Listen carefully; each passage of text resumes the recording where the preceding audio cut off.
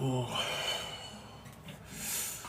Let's get this live going.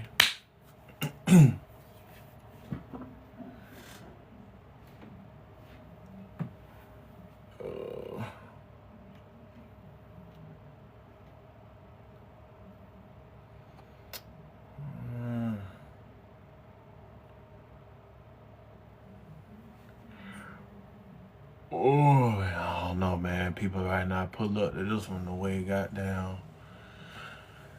My other one. This ain't my main account.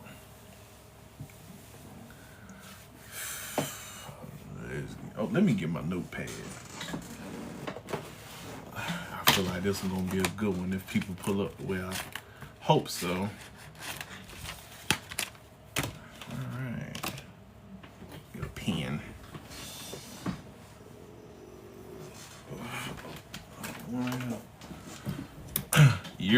What up, what up?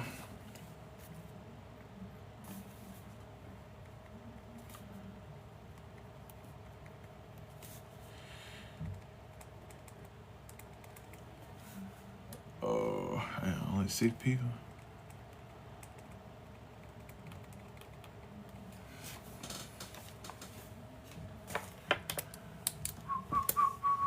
Okay, we got 8 peoples.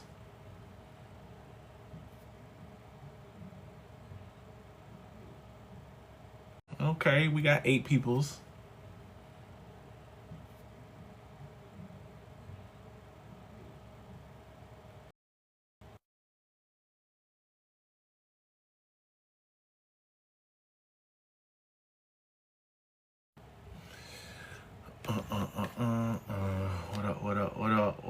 What y'all got going,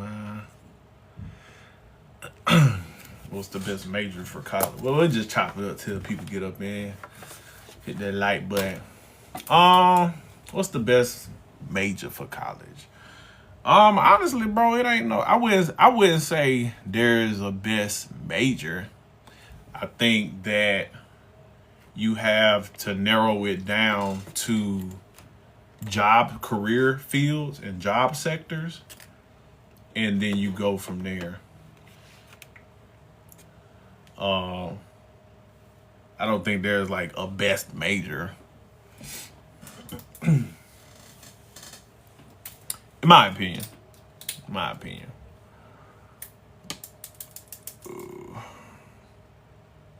Honestly. But yeah.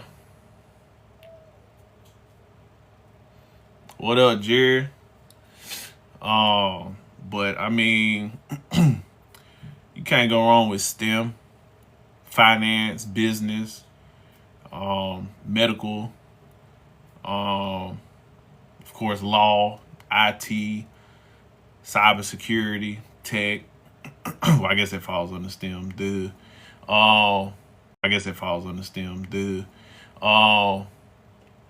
What up, D? So yeah, again, I like my own career field, which is supply chain, that a lot of people don't know, aren't aware of, even talk about. Yeah.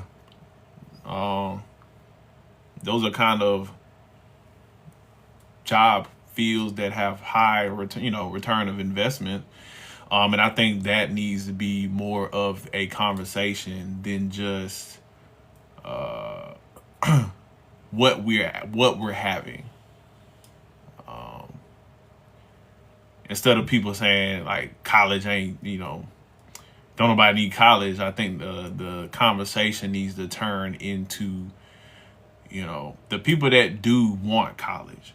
You know what I'm saying? Like how do we maximize, or how do we get the most out of paying for college? What up, Electric?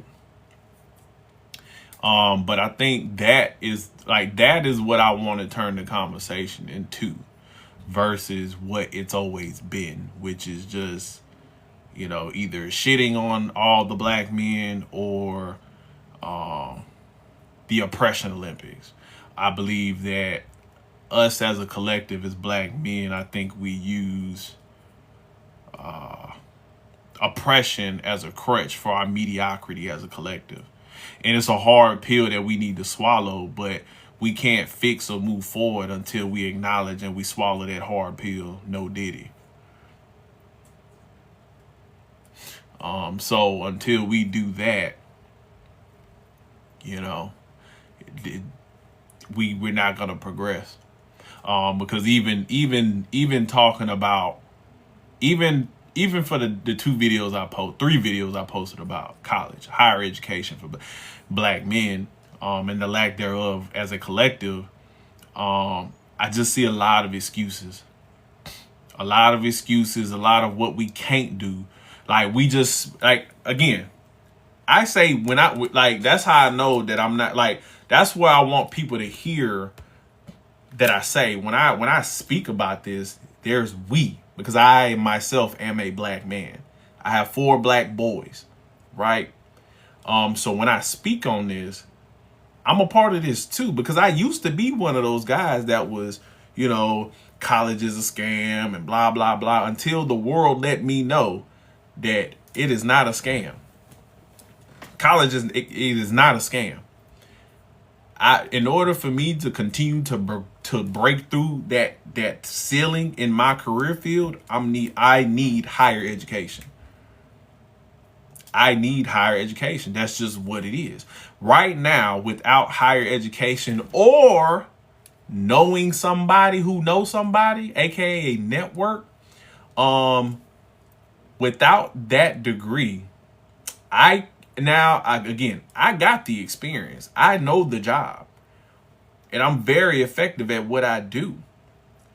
But just cap wise, I'll probably cap out without a degree at about $130,000. And that's good money, but I want more. You feel me?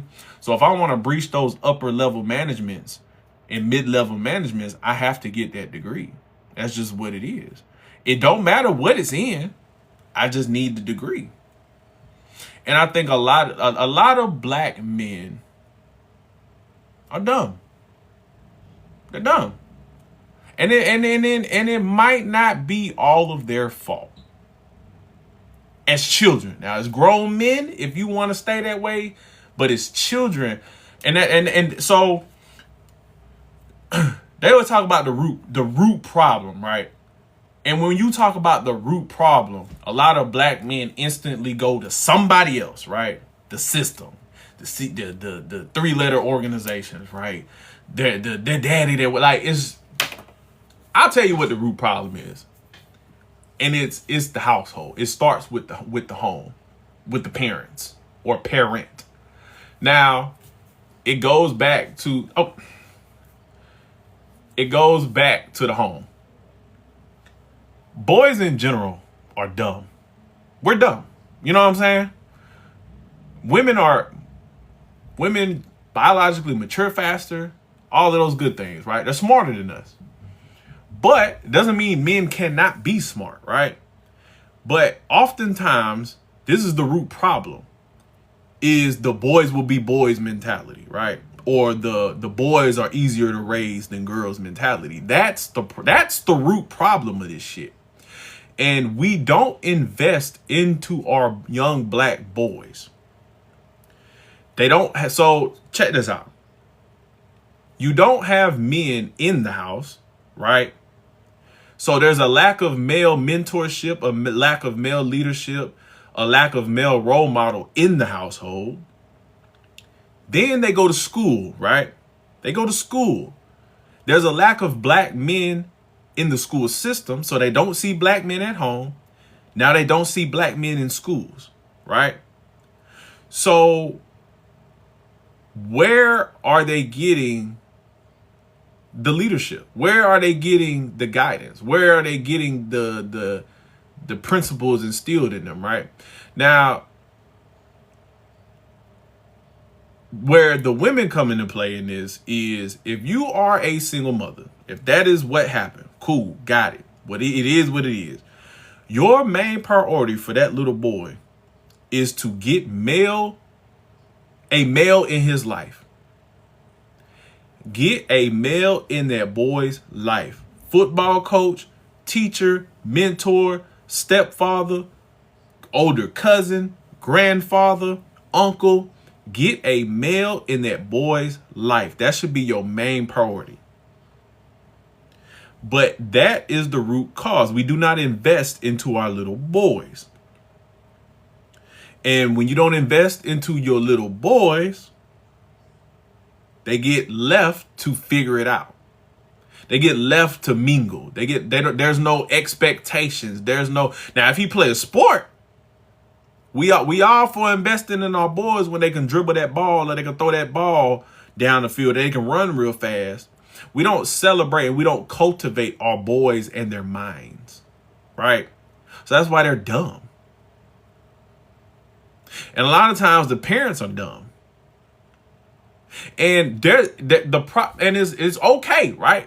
Now we got to be honest about this. It's okay as a parent to not be intelligent, but I mean to a certain extent. But a lot of the parents can't even help they kindergartner with their homework. Can't even help their third grader with their homework. Right?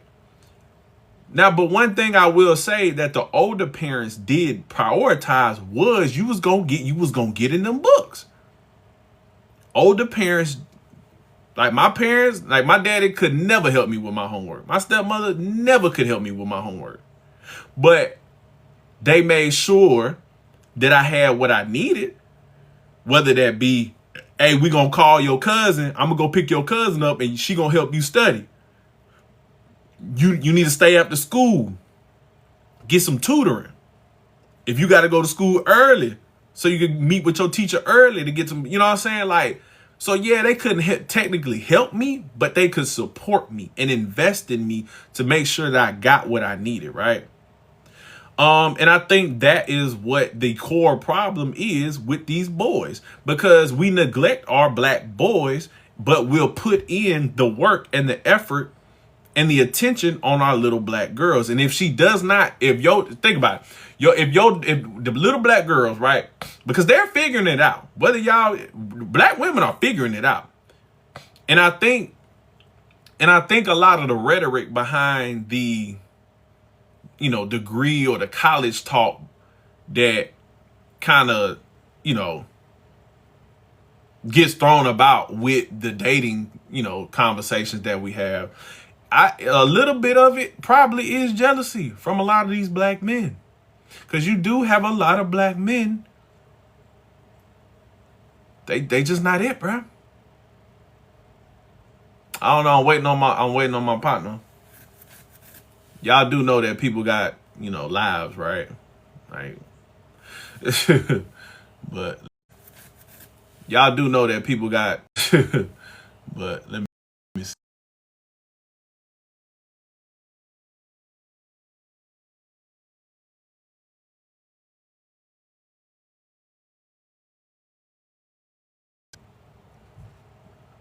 I mean, my friends do have, he in here. Send up hey, Mike, send up an invite, bro.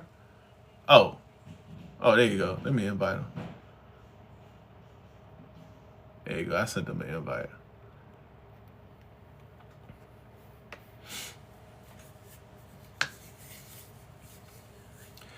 Did I add, I got some mods on? Oh yeah, my mod's here. Let me send it to him again. There you go.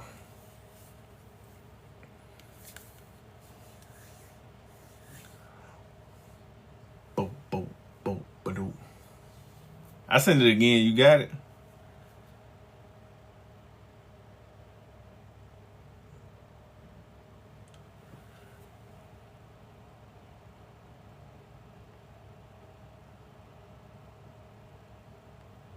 Oh, that boy Cinco up in here. Oh, that boy Cinco up in here.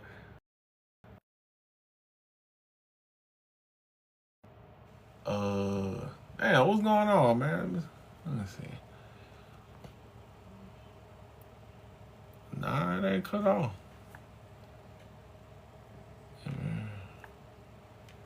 Oh Lord, he don't know how to come up. I'm waiting for my homie to come through.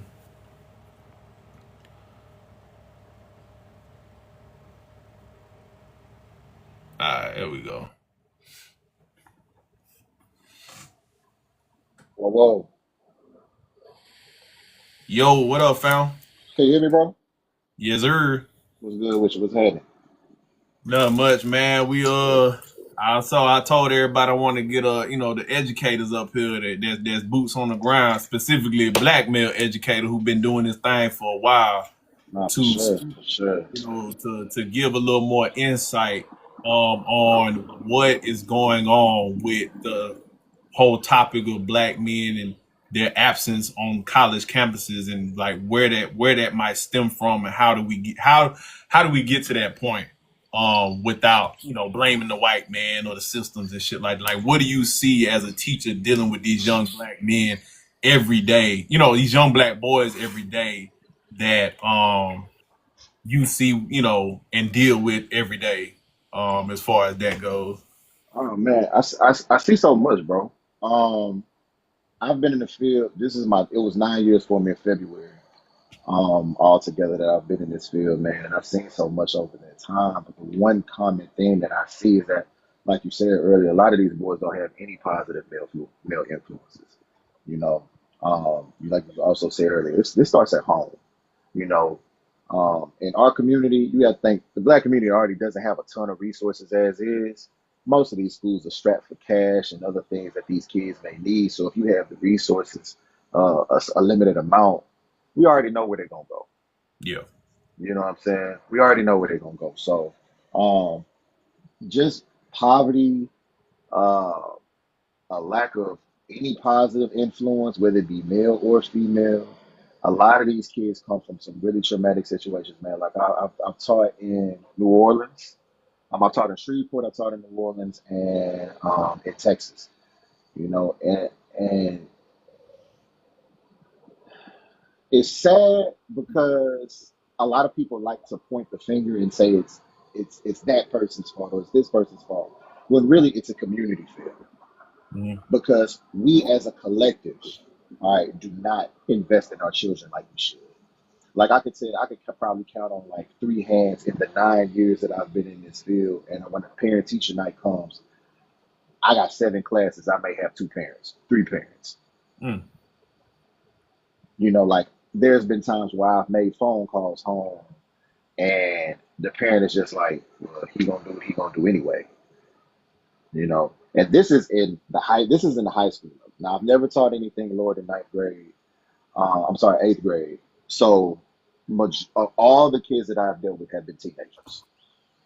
And I will say, when these young men get to about 12, 13, 14 years old, and we trying to implement something with them that we should have done when they were small children, most of the time it's too late.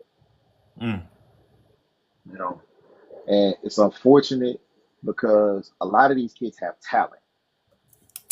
You know, they may not be academically sound, and I don't preach college to my kids. I know colleges preach to me, and I was one of those people who had no idea. And I was on honor roll when I was in high school, bro. I had no idea what my plans were after college. I had no idea what I was gonna do.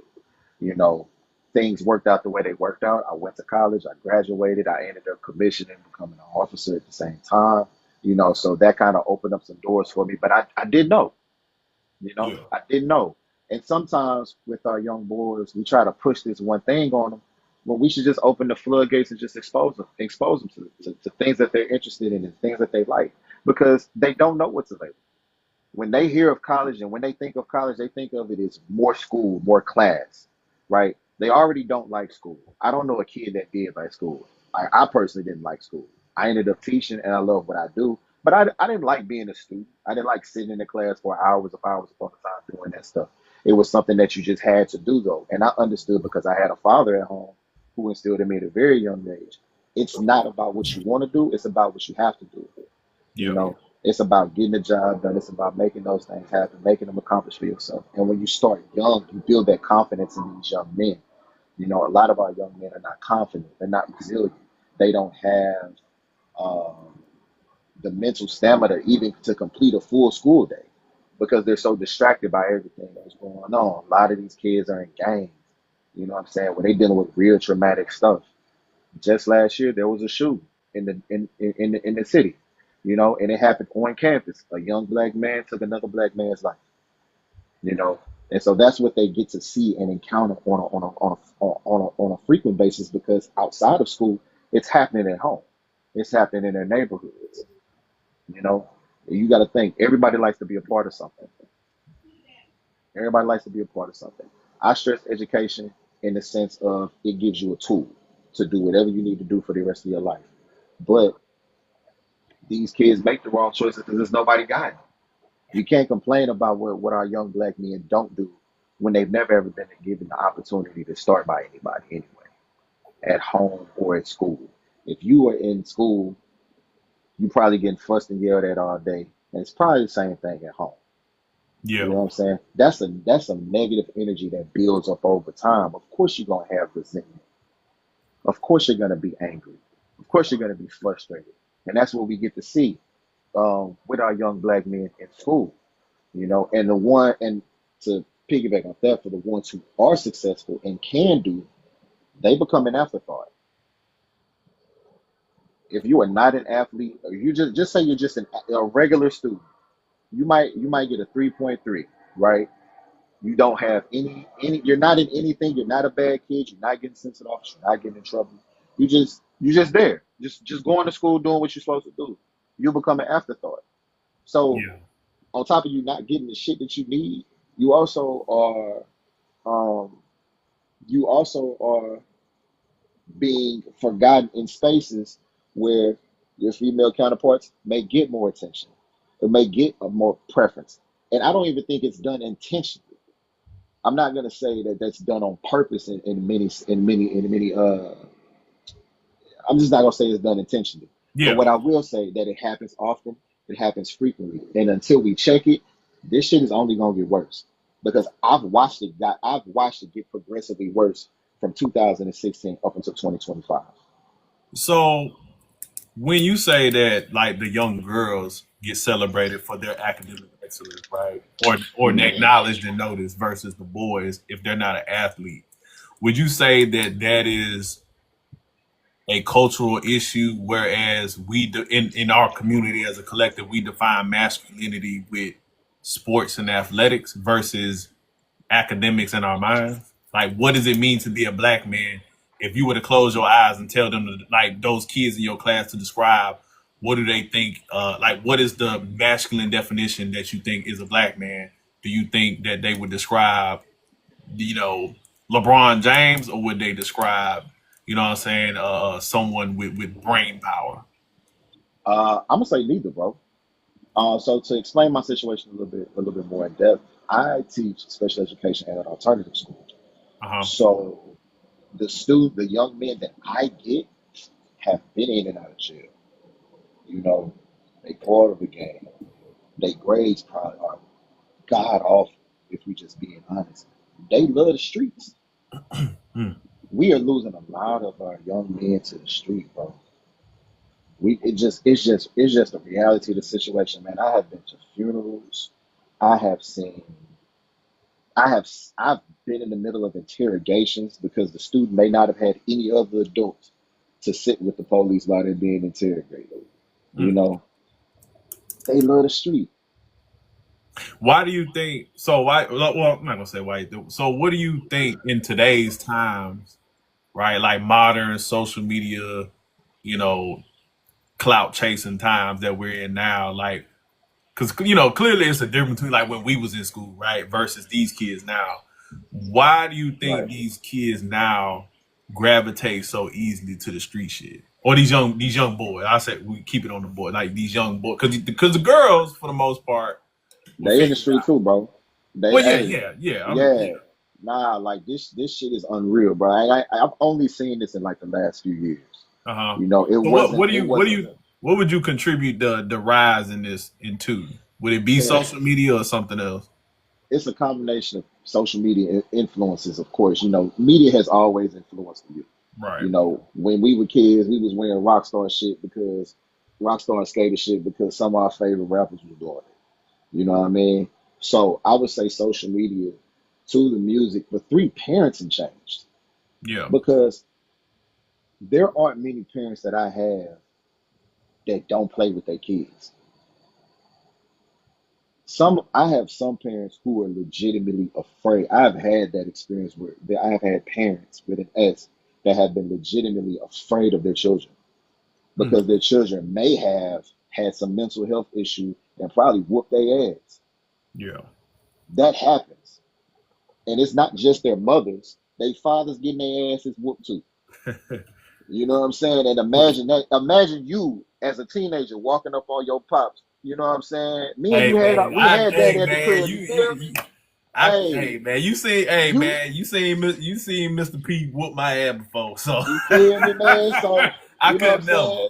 Like I think I might have been like 11, bro. I walked up on my pops, dog. You know what I'm saying? I was feeling myself. He reminded me real quick. They don't have that.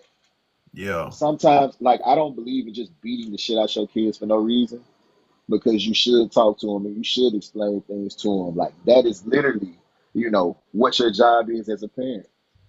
But sometimes it gets to the point where you really might just have to whoop your kid ass. It just is what it is. It's out of love. You know what I'm saying?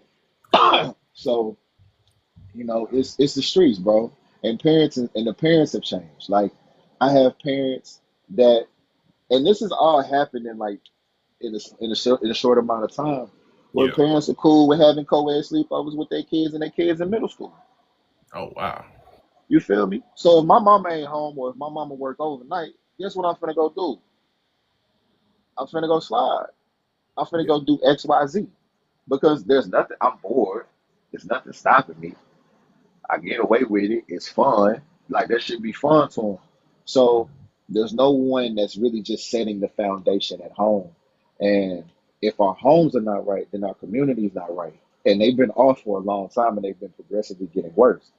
And also when you think about the kids who are moved out of certain neighborhoods and moved to probably more progressive, probably white dominant neighborhoods, they don't get the same experiences as they would in a black school because you got to think racism enters the picture. You know what I mean? So everything that you do is nitpicked and looked down upon. Those were things that I experienced when I went from one school to another because of how my grades were. You know what I mean? So it's a lot. I think it's something that we're able to fix as a community, but it's something that we have to take seriously because we are not we're like we're not growing in that area. We're not growing in that space. You know, and we're not doing that, and we can see it. Like test scores may look good, but these kids' lives are in shambles. It starts at home, and it's reinforced at school. So if you're not getting what you need at home and at school, we see what we get.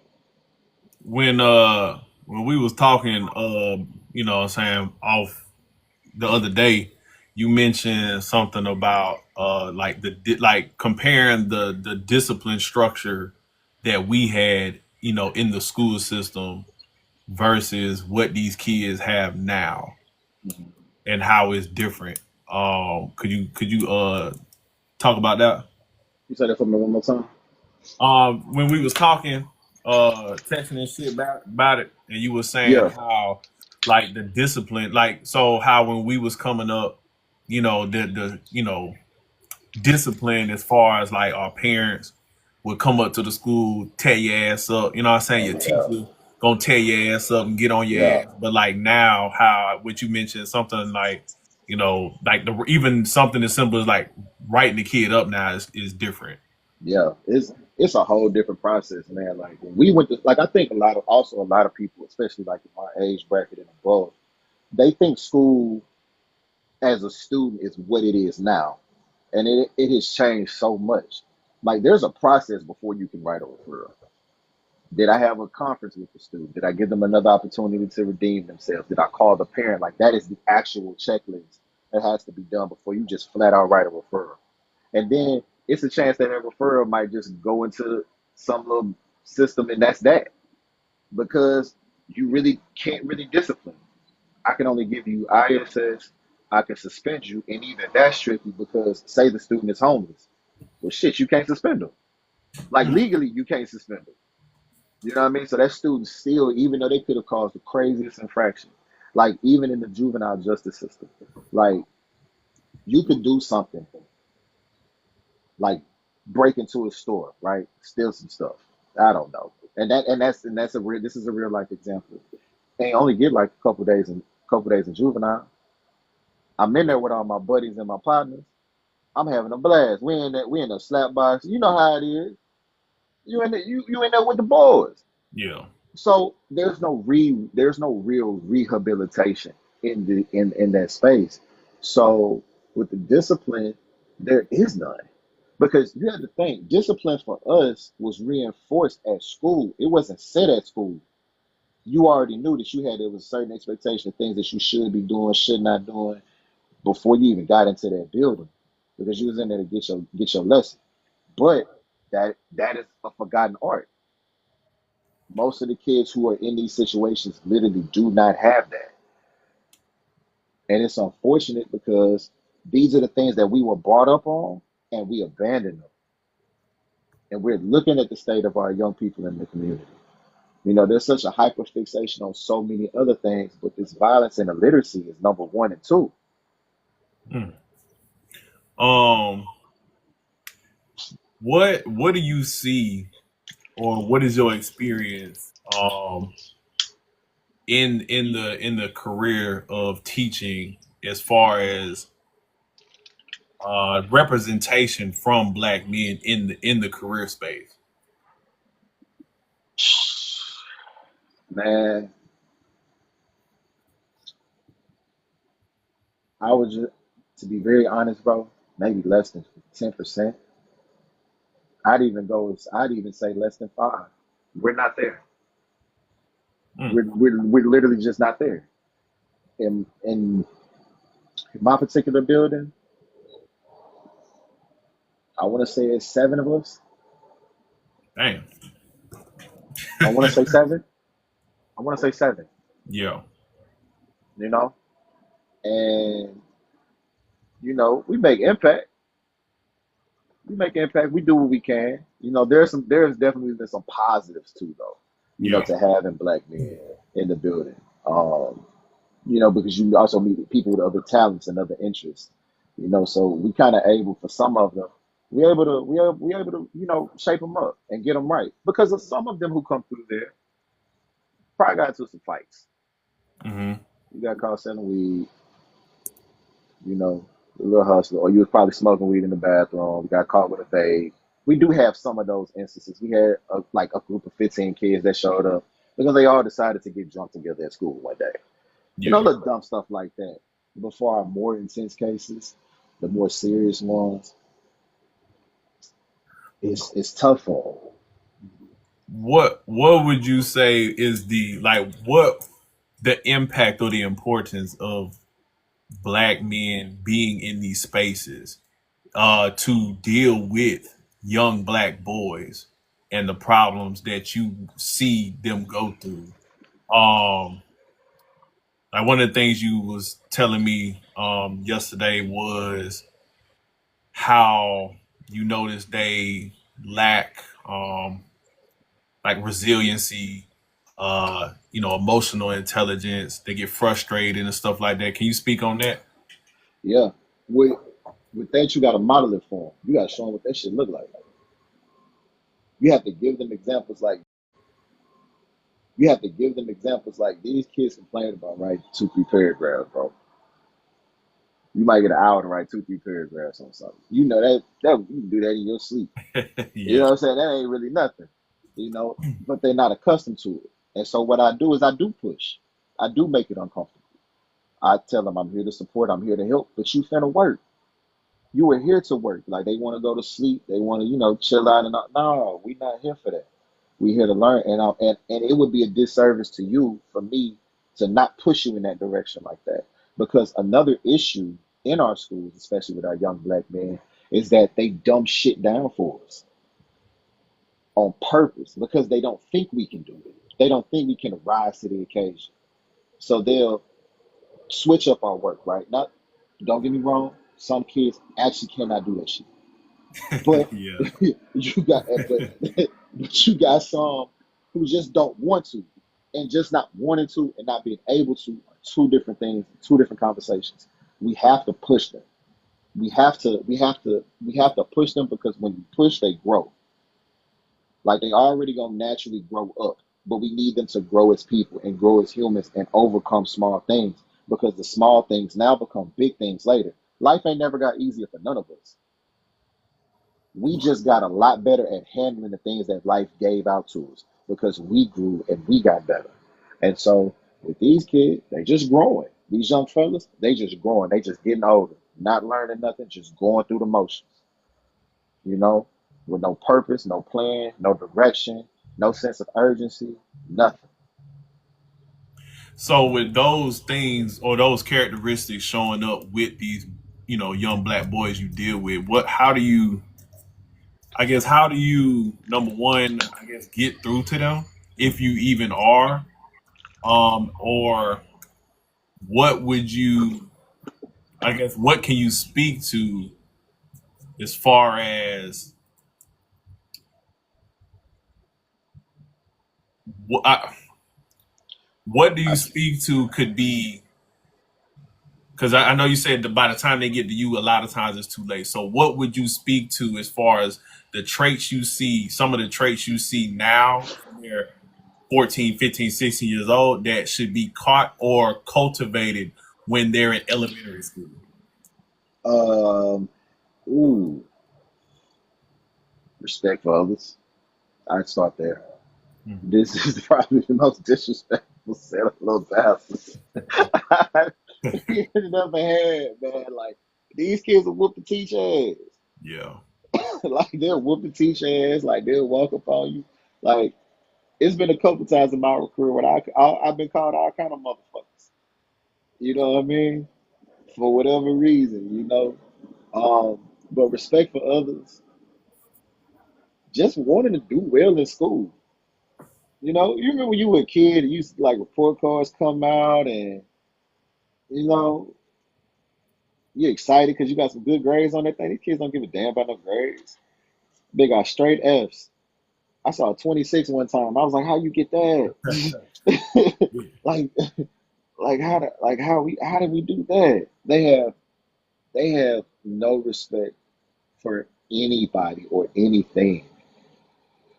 Like the police, like until they see a judge, that's the only time they got some respect for somebody. So until they see a They, white man. they pretty much, or the white lady. So what, as far as black boys' mental toughness and the lack thereof, you know what I'm saying? Ooh, Like yeah, wanting to yeah, take the easy route or looking for a shortcut. What can you speak to what you think fragile, comes from? super fragile. It's very fragile. We don't build them up. You know the same conversations um, that we try to reinforce to our girls, and remind them that they're pretty, and remind them that they're smart, and Yeah. remind them of those things. We don't do that for our young fellas. So they grow up and they're growing up insecure because everything is most of the time is negative. Yeah. Imagine going through life with zero positive reinforcement. You don't know what that shit feel like. Yeah. Everything you feel like you did up to that point, you become hopeless. Despair starts to set in for some of these young fellas. You know what I mean? Like these kids will tell you one of the more underrated things that a lot of people do not do with our young black men is build relationships.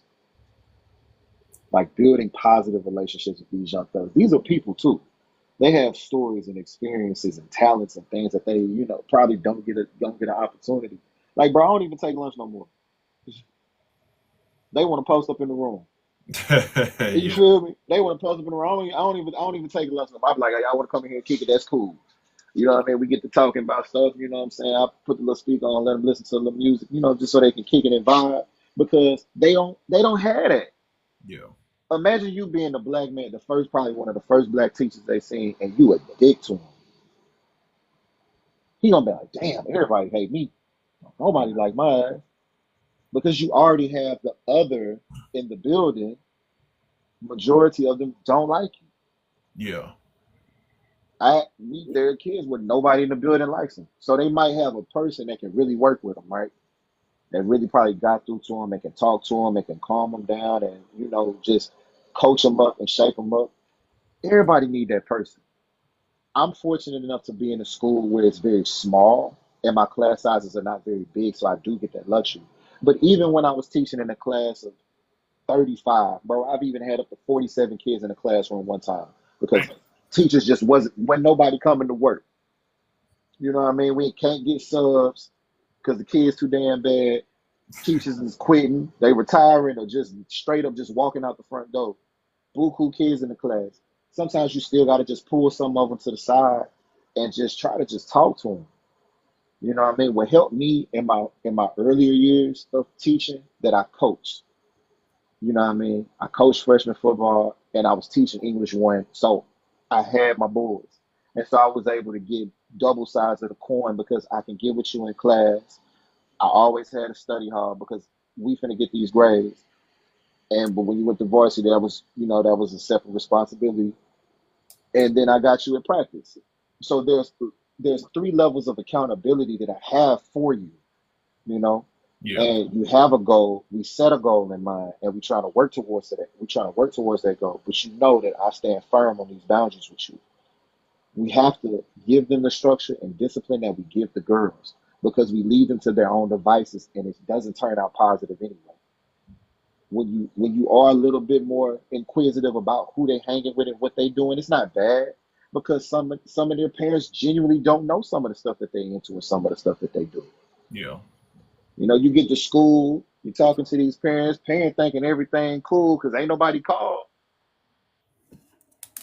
Grades ain't been updated, so they think everything cool, and then they come and find out the real, and it's like, oh shit, like my kid really fucking up. And then you got some parents, bro, their parents just don't know what to do. You know, where kid coming in and out of jail, ain't trying to hear nothing you saying, disrespect your space, come and go as they please, Yeah. and it's kind of just it's in the air at that point. You do have those examples. There's been some examples we've had some kids get locked up, pulled out the building, get in the back of the truck. You know what I mean? It's Yeah. unfortunate, but actions have consequences. So,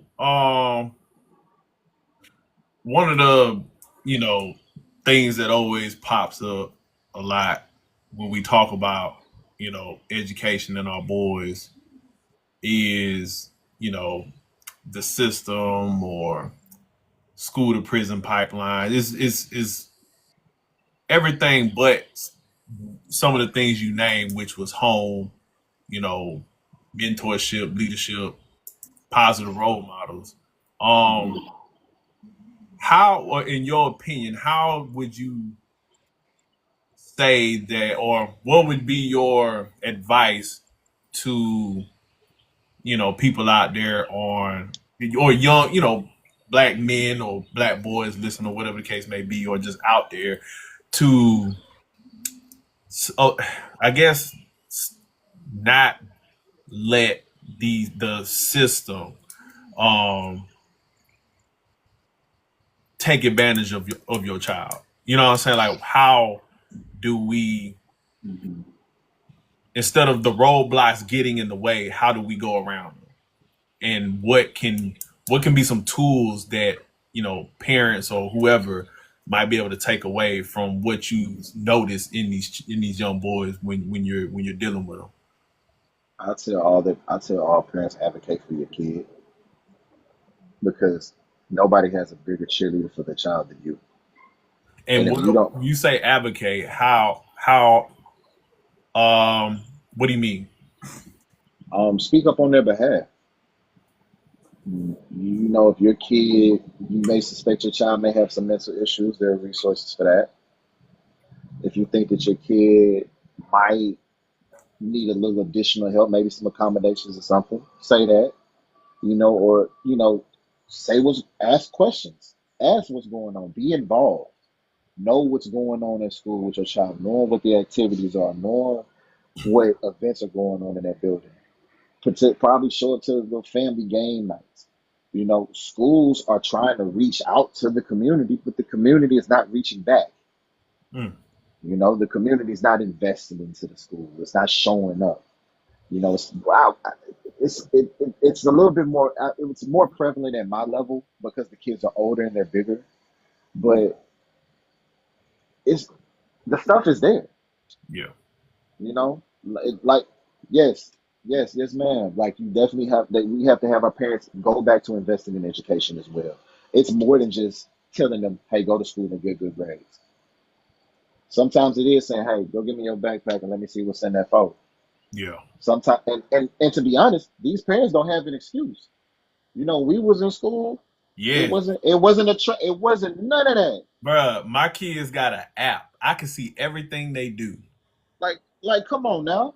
Imagine if that was how we were students. Dog, my kids can't get Ah, away with shit, bro. you It's an feel app. me? The teacher got I got direct line to the teacher, everything, bro. Yeah, yeah. They I can't have mean, shit. they can't have nothing. Like I can look at your grades 24/7. I can see what classes you went to, what classes you skipped. I can see what assignments you didn't do. Yep. I can see what you got on the last test. I ain't gotta ask you shit. I can see it. It's in my hand. Yep. And you still don't use the tools and resources in front of you. It's I can see if you got a referral. I can see if you got rolled up and got in trouble. Yep. I can see all of that. We are beyond the days of sending letters and just putting notes on the kid's shirt saying, "Hey, get to your mama." You got you got 100%. You like what happened? I think it was around like the early 2000s. What happened was is that schools decided to pull back on their discipline and emphasize practices, right? To, of course, create a better environment in the educational system. And as time went on, it just progressively, the more and more parents became empowered, right? So it's like, okay, we're not gonna beat your kid ass because we just gonna call you and just expect you to do your part, to do your job. And when you ask the parent to do that, they ask you like some of them. I have been fortunate in my career to have a majority of supportive parents. I've had the mother who struggled raising the boy. It wasn't that she didn't give a shit, but it was just because he ain't got no male figure. Daddy might be dead or locked up or just absent. And she trying to do what she can because she also got other kids too. You know what I'm saying? So the parents probably can't.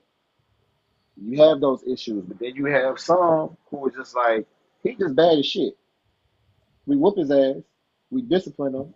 He just don't care. We ain't got shit else we can really do. Yeah.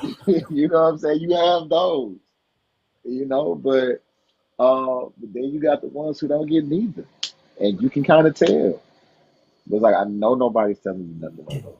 Ain't nobody giving you nothing. You know what I'm saying? Like, exactly. They wanted timeout kids, and that's exactly what they got. These kids don't ain't scared of shit. Remember, hey, or referral. All right. Yeah, write that bitch. Shit, they might write it for you if you ask them. Man. You feel me? Yeah. Man. Well, So, so it's gonna take some work, man. I yeah. mean, it's something that's doable though.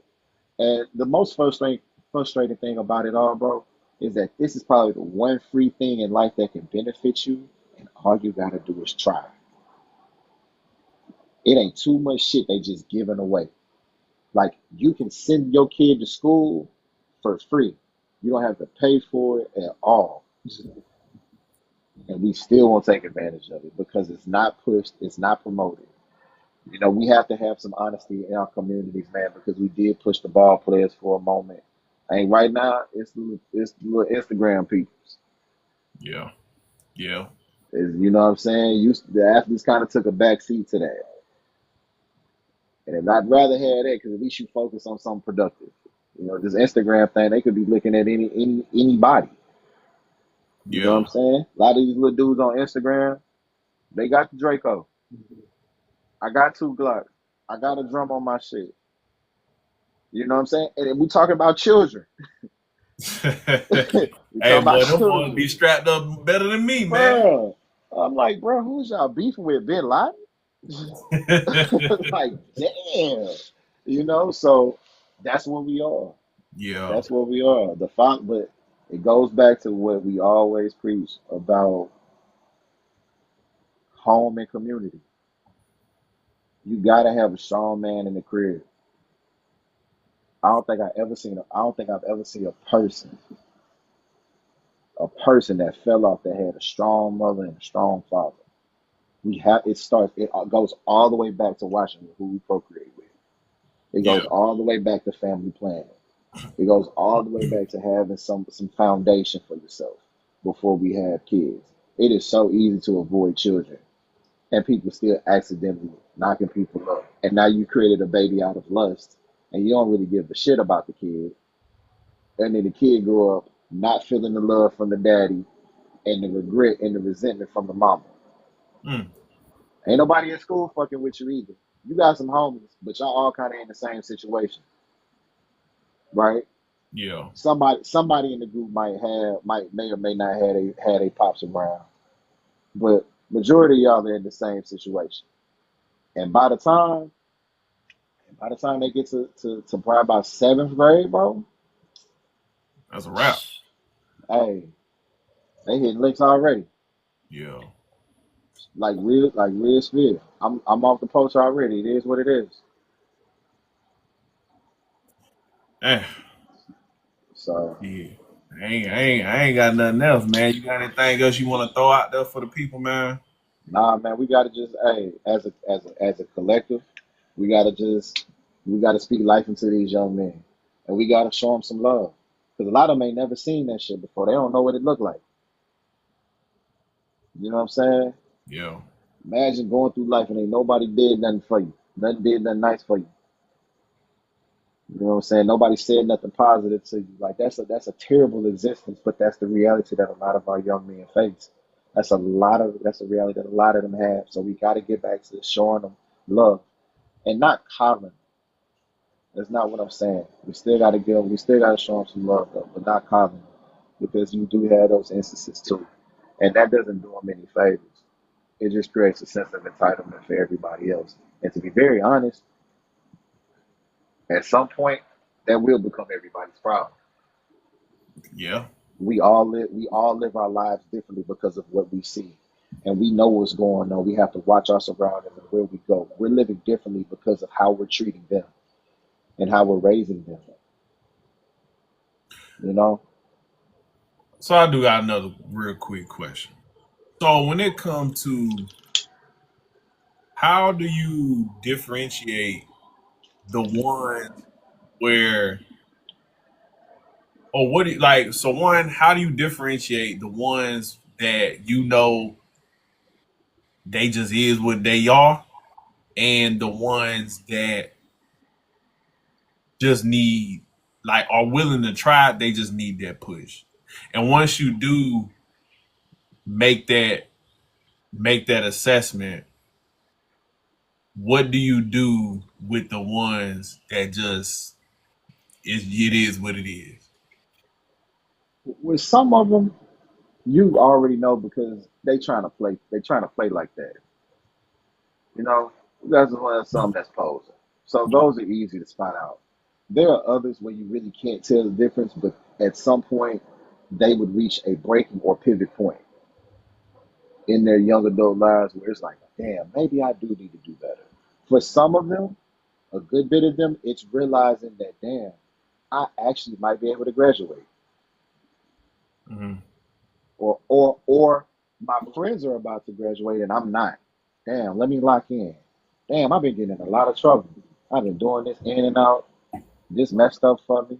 I got this going on. Let me change. Let me do something different. You know what I'm saying? Let me figure something out. Yeah. Some of them do eventually grow up and mature because a lot of it is immaturity. It's rooted in immaturity.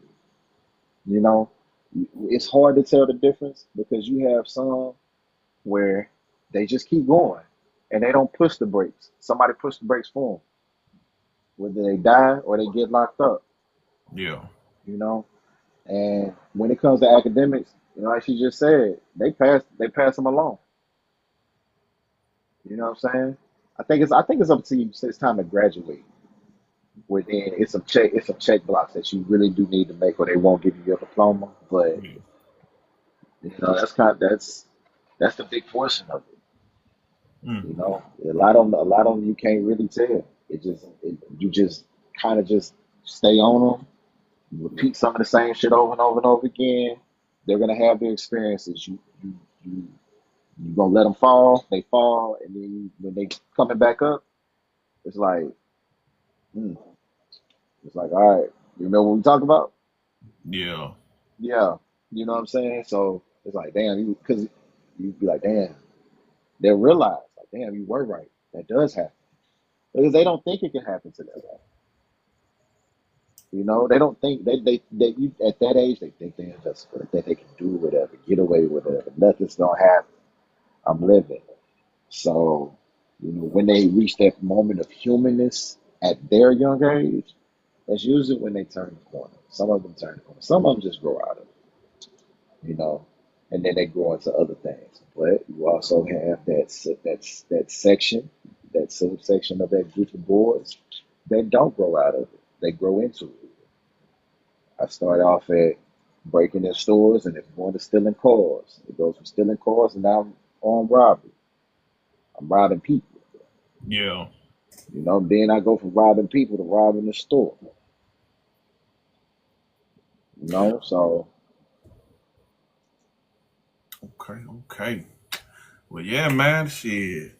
Shit, you had the flow for the past almost hour, man. So I man, ain't. I appreciate you for having me, bro. This is my first time, man. So I ain't never been on live with TikTok. Oh man, hey, this is my backup Yeah. account. If this was my main account, it might be more people in here. Okay. But Nah, I feel you. I feel you for sure. my main account got banned for the week. So Ah, yeah, that's hey man, I had beef this past week. So Hey man, I seen you, man. I seen you in the news. I was like, man, what this nigga done man, said? Nah, I man. had TikTok beef this week, so they were flagging my Nah, account, man. So nah, man. It was definitely funny, bro, because I saw it and I was like, this is such a silly fucking conversation, bro. bro, it'd be like that, man. But Yeah.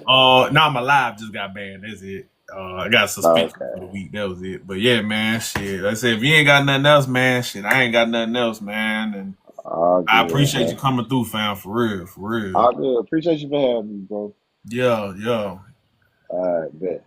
Be easy, fam. Miss Tony, you an educator too, ain't you? Yes, I'm a teacher. Okay. How long you been? What grade you teach?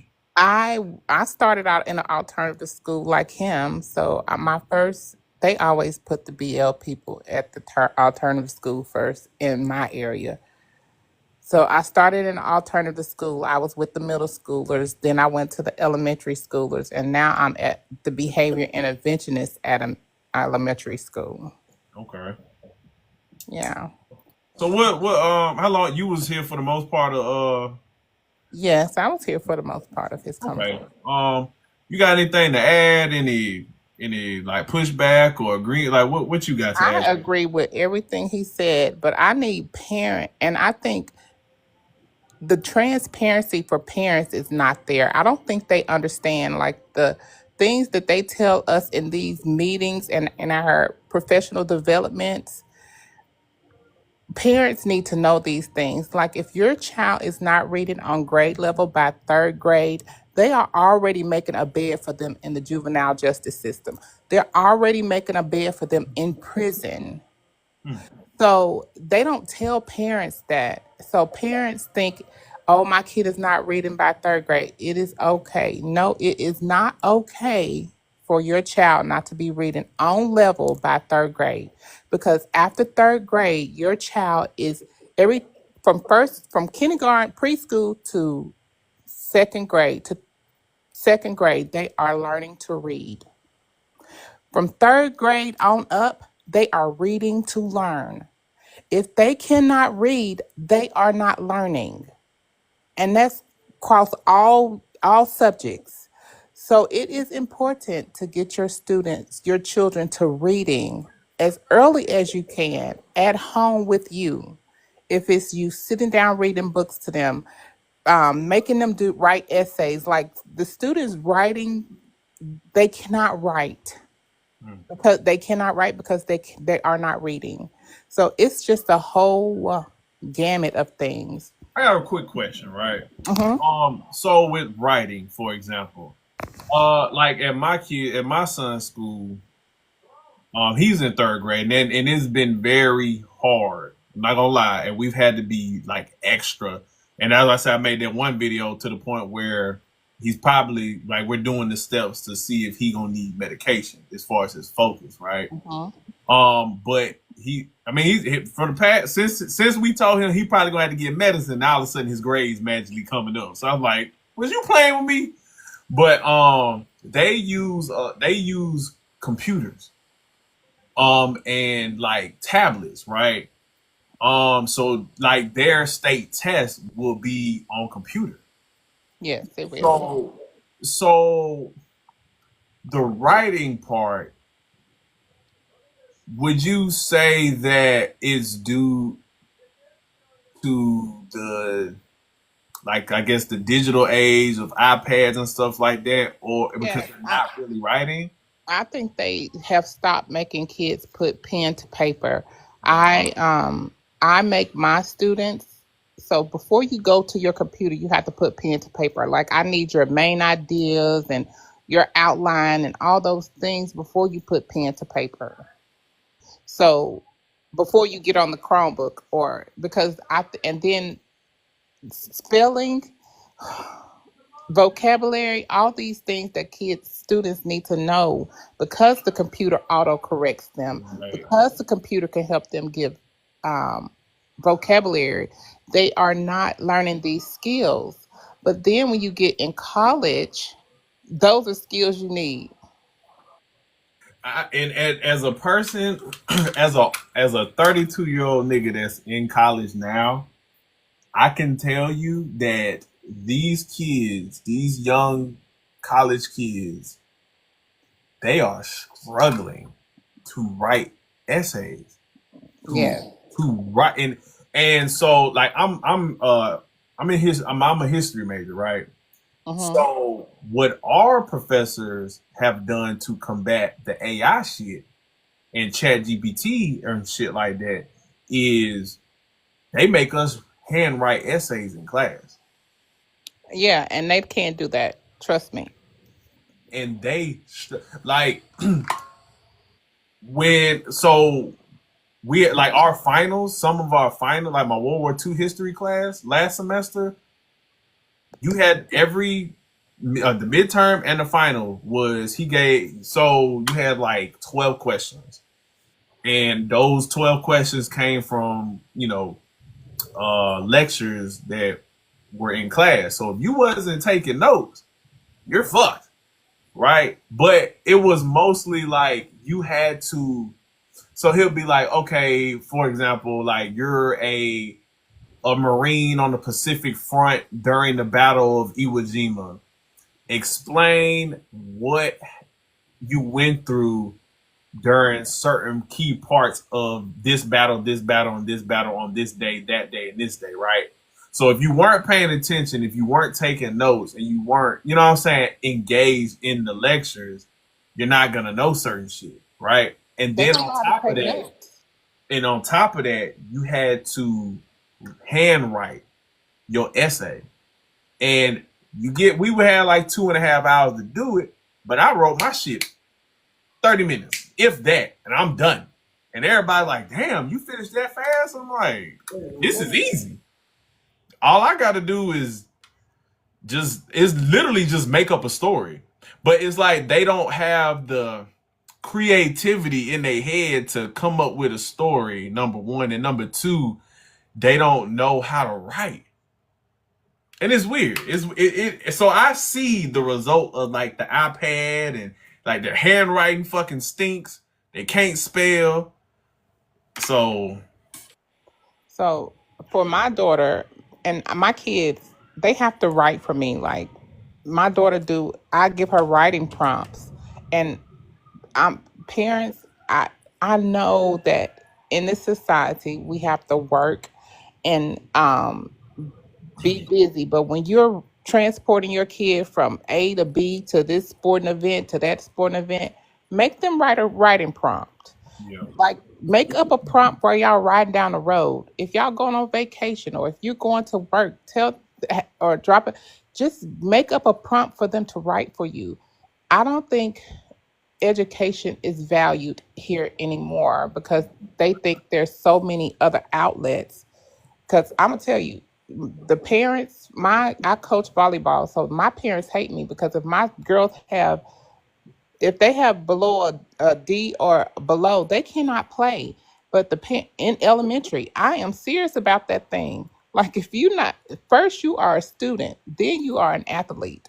So if you cannot do your student part, you cannot do the athletic part. So, but the parents hate that. They hate that their kids cannot play and their grades matter, and they will fight you tooth and nail.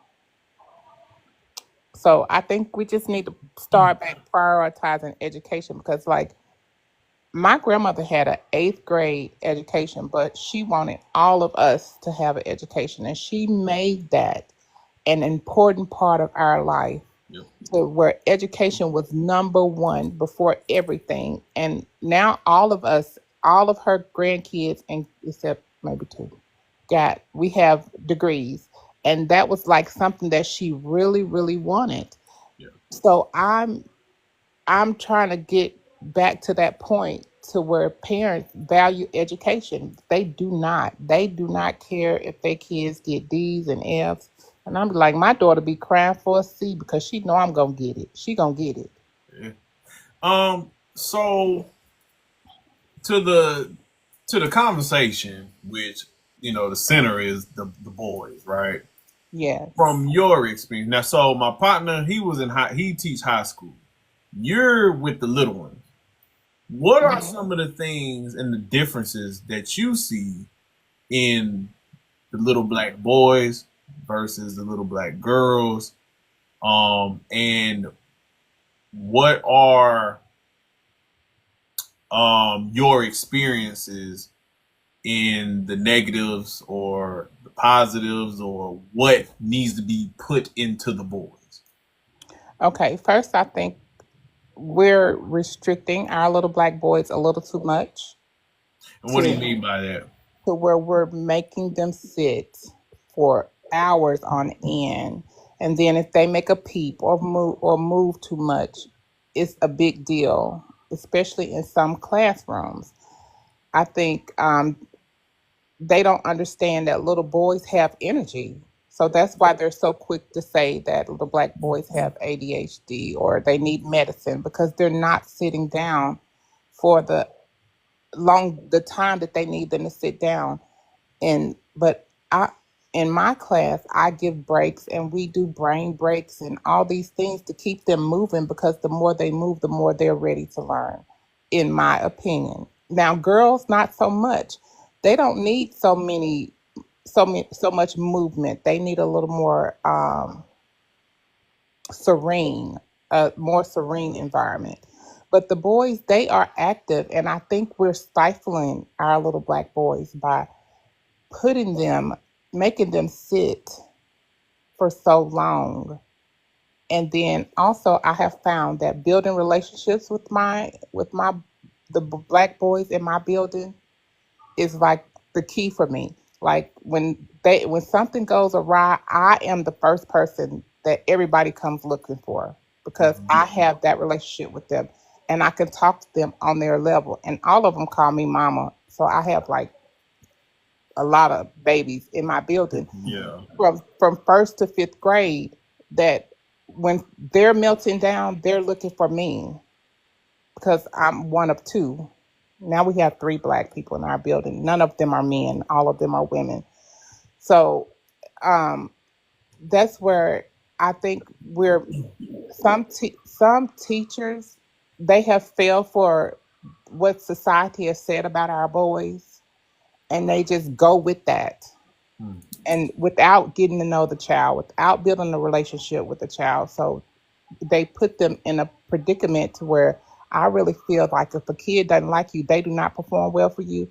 And that's just the bottom line. So if you don't build a relationship with the kid and um, ensure that you're out for the best interest of that child, my motto is, if I don't want this to happen to my kid in my classroom, I'm not doing it to nobody else. So the education that I want my child to receive is the education, the love, and the relationship that I'm giving to somebody else's child. That is only fair for that to happen for students. And I don't think people focus on that. I think some teachers, I think it's time for some teachers to really figure out their why. Why are you teaching? Because it's starting to affect our students, especially our little black boys.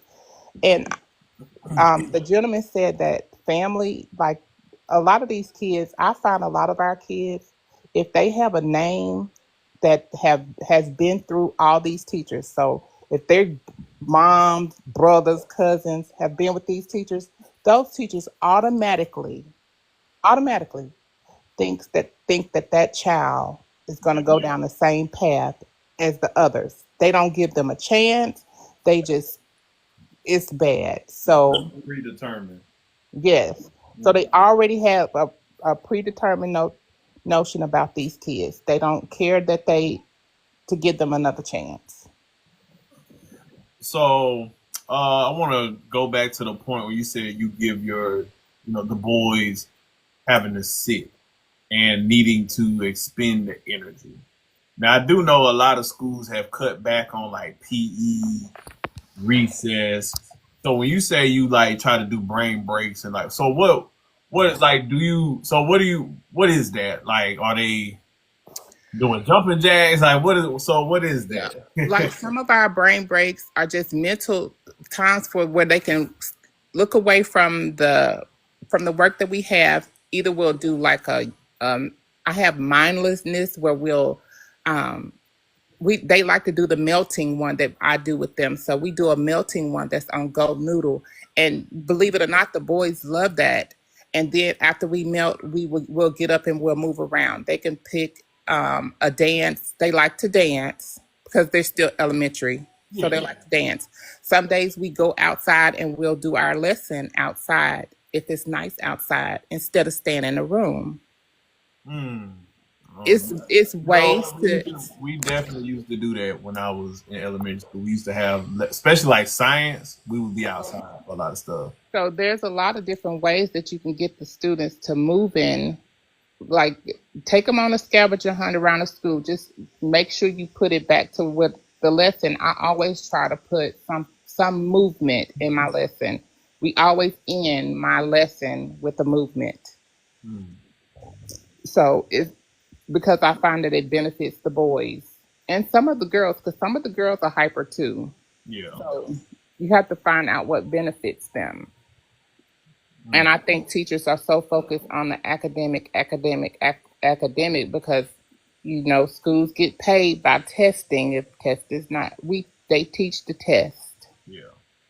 So if testing not good, the school don't get funding, and it's just a whole vicious cycle. So Um, let me see. I had a question, but it kind of drifted away. Let me see if I can think of it real quick.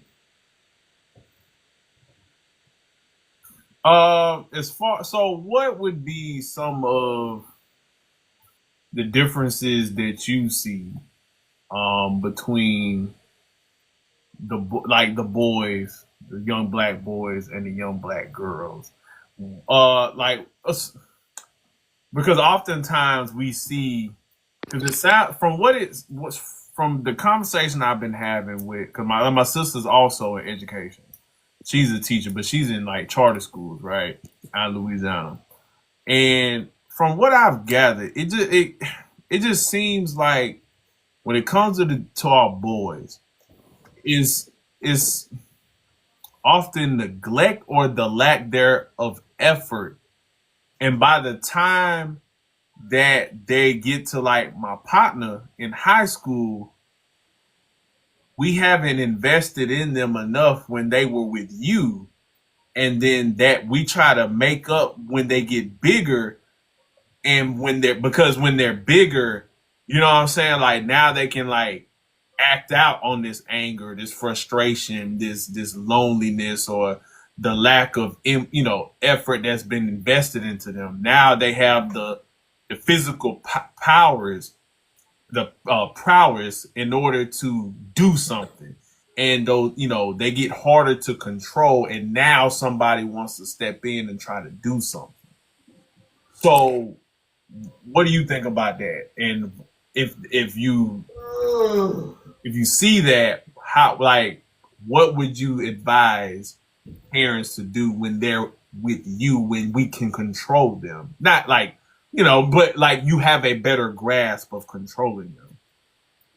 So I think a lot of boys, and now, like someone said in the comments, it's girls too. They don't think learning is cool.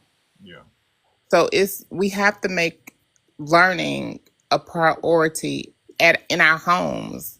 We have to make being educated important in our homes, because right now students think that being an influencer is cool.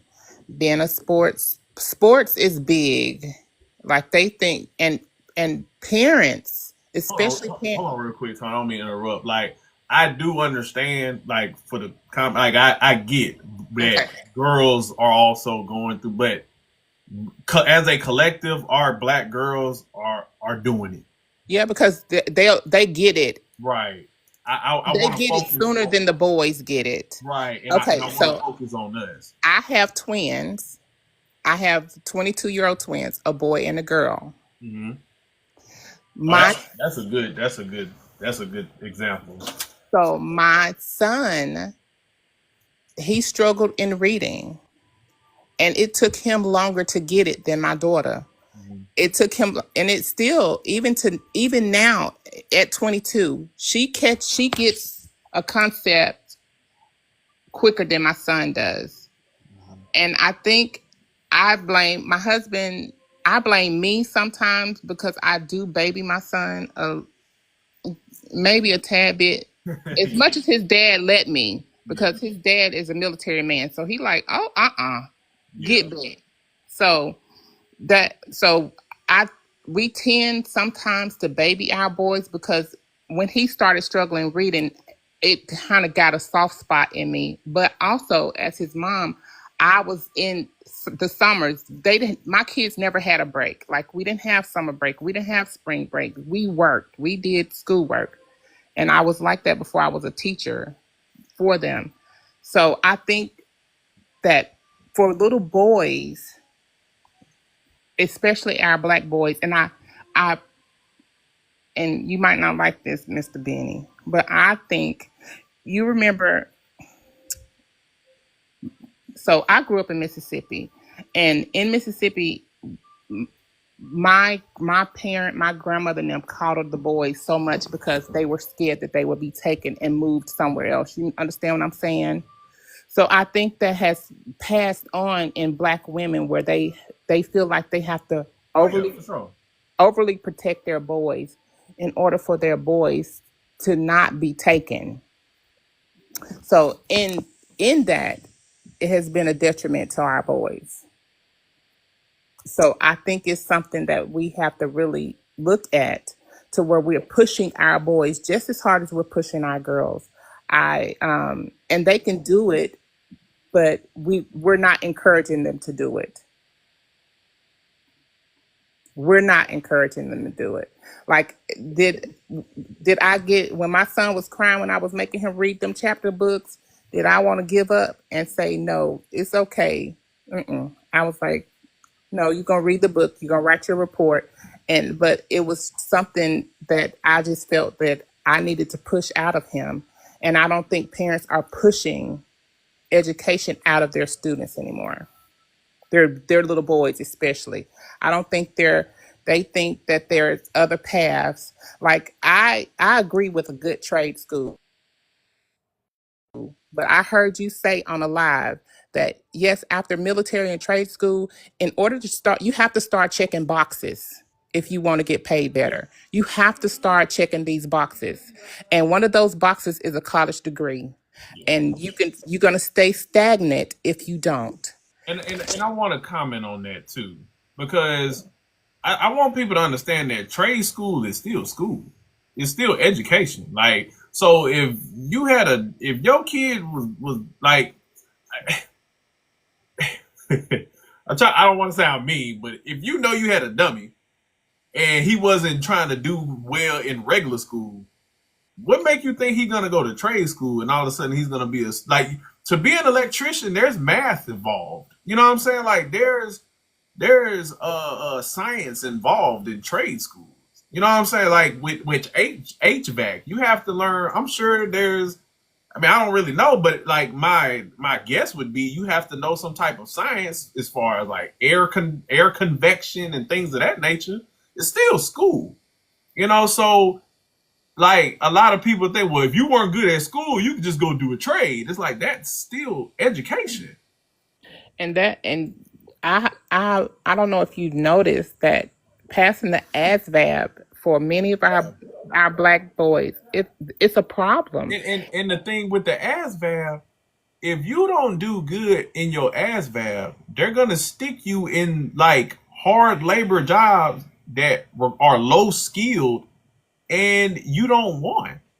You're gonna be painting the side of a ship, or you know what I'm saying. Like they're gonna stick you in the chow hall cooking, and you gonna be, or you know what I'm saying. Like and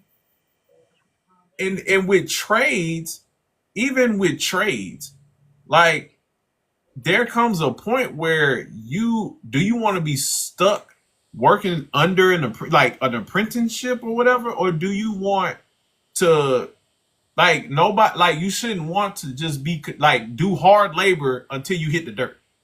Like, do you not want to get out of the field, quote unquote, and get into like teaching or instructing? Like, you know what I'm saying? Like, you want to be out there digging holes and scooping poop the whole time? And I think someone said that, I think also our young boys, it's what they see. They see a lot of influencers being successful. They Yeah. see a lot of sports people being successful, these entertainers being successful, but they don't necessarily see black doctors or black educators You know or. what? I'm a I'm gonna push back on that. Like that might have. I think like because like my partner was saying earlier, like I mean, you know, like school ain't what we had growing up, and the same could be said with these children's exposure to the world. Like they have access to things that like when I was a kid I never had. Like if if I wanted to see a doctor, like the only time I got to see one is if it came on, you know, Grey's Anatomy on Sunday. You know what I'm saying? Like they have the means to see whatever they want to see. But they don't seek it out. Okay, yes, yeah, I don't. Yeah, you're right. They don't. They don't. They don't seek it out. That's my thing. Like, when like we have work ethic here, where the Uh-huh. students go in and they have to, it's to prepare them, which I think they're preparing them for. I don't know. I think they're preparing them to be worker bees, but I digress. So they go in and they have an interview, and it's like the people from our central office come to our school. They'll do an interview, and if the kids pass, they have to dress nice and be able to pass their work ethic, and then they're graded throughout the year on their work ethic in the classroom. Our kids, especially our little black boys and some of our girls, the girls get dinged on their dress a lot. Mhm. The boys get dinged because they just don't have the social, like they don't know how to code switch. That's where they get dinged at a lot because they feel like they can talk to. So it's so many layers to it. Like it's so many things because we don't teach our kids that there's a way to act at home and there's a way to act at school See anymore. how everything keep coming back to home. Yes, like we don't teach Every them. Like every time we could. That's why I was like this entire conversation when like a lot of the guys in my comments, they it's the government, the white man. I said, but every time we talk about these topics, it always when you really start talking, it comes back to home. It comes back to the parents every single fucking time. So I don't want to hear shit about no white man, the system, the government, when we are not putting into our children as a collective the way we need to be doing. And we used to. Yeah. We And our parents and grandparents had less. Yes, and that's what and you was talking about that. Somebody was on your live was talking about the projects, how we used to keep it. Our house, we Yeah. used to do shotgun houses, but our shotgun houses was the cleanest shotgun houses on the block. Yeah. Our yards was spotless and everything. So that's and we forgot that we fell for.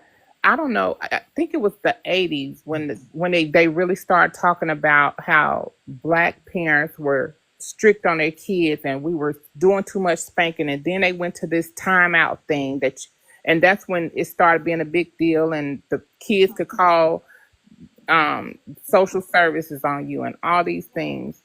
And so then as we as black parents start gentle parenting and letting up on off our children, when we need to understand that our children need something that these other children don't need. Yeah. And I think we have so and you're right, it all leads back to parenting, but the parents don't want to hear it. They fight you the worst when you say to them, I cannot parent your child and teach your child. Like they expect for you to do that at school. They expect for you to like let me tell you what we do in our school. Our parents don't have to do anything. Benny, when I tell you they don't have to do anything, we will if your child need a well health appointment, we'll do a well health appointment. We do dental appointments, we do mental health. God damn. Do eye exams, the kids can get glasses right there in our building. You don't have to if your kid need clothes, they can get clothes from the school. If they need food, they send them food home for over the break and over the weekend. They had we have completely taken so much off the parents' plate. To you would think that in the evenings when your kid get home or over spring break, your kids will not have their folder still with all the stuff in it from when we left for spring break a week later when we come to school. So that's my thing. I think the school folded because they were trying to help the kids so much. So the parents here, the parents don't have to do anything. And you Mississippi, right? No, I'm in Kentucky. Okay. Dang, I was raised in Mississippi. I'm in Kentucky now, so they don't have to do anything.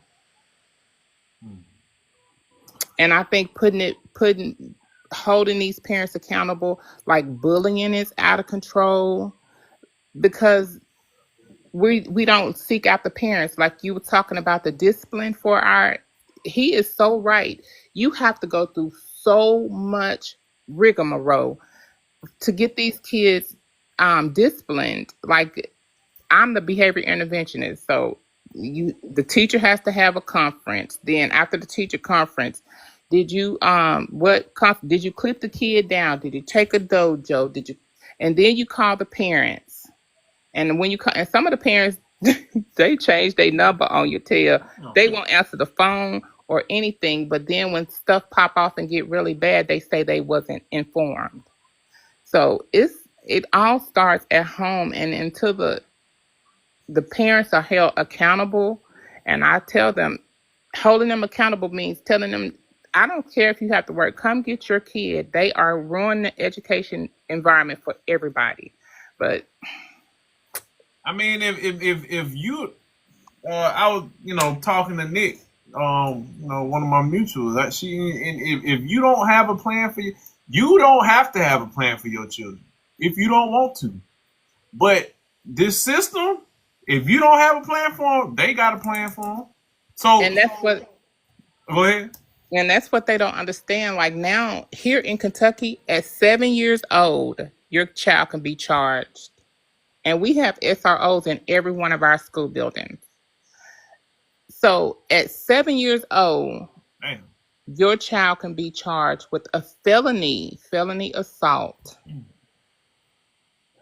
And just think of your child having a felony at 7.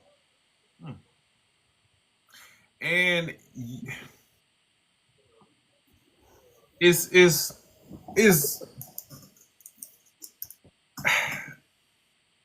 I just think that we, like, us as a whole, we don't want to have these uncomfortable conversations.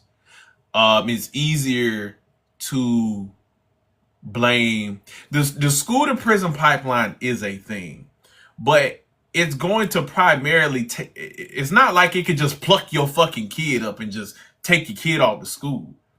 It takes advantage primarily of the children that we don't invest in and let slip through the cracks. Which is our black boys. And we, if we put into them, the system cannot take them.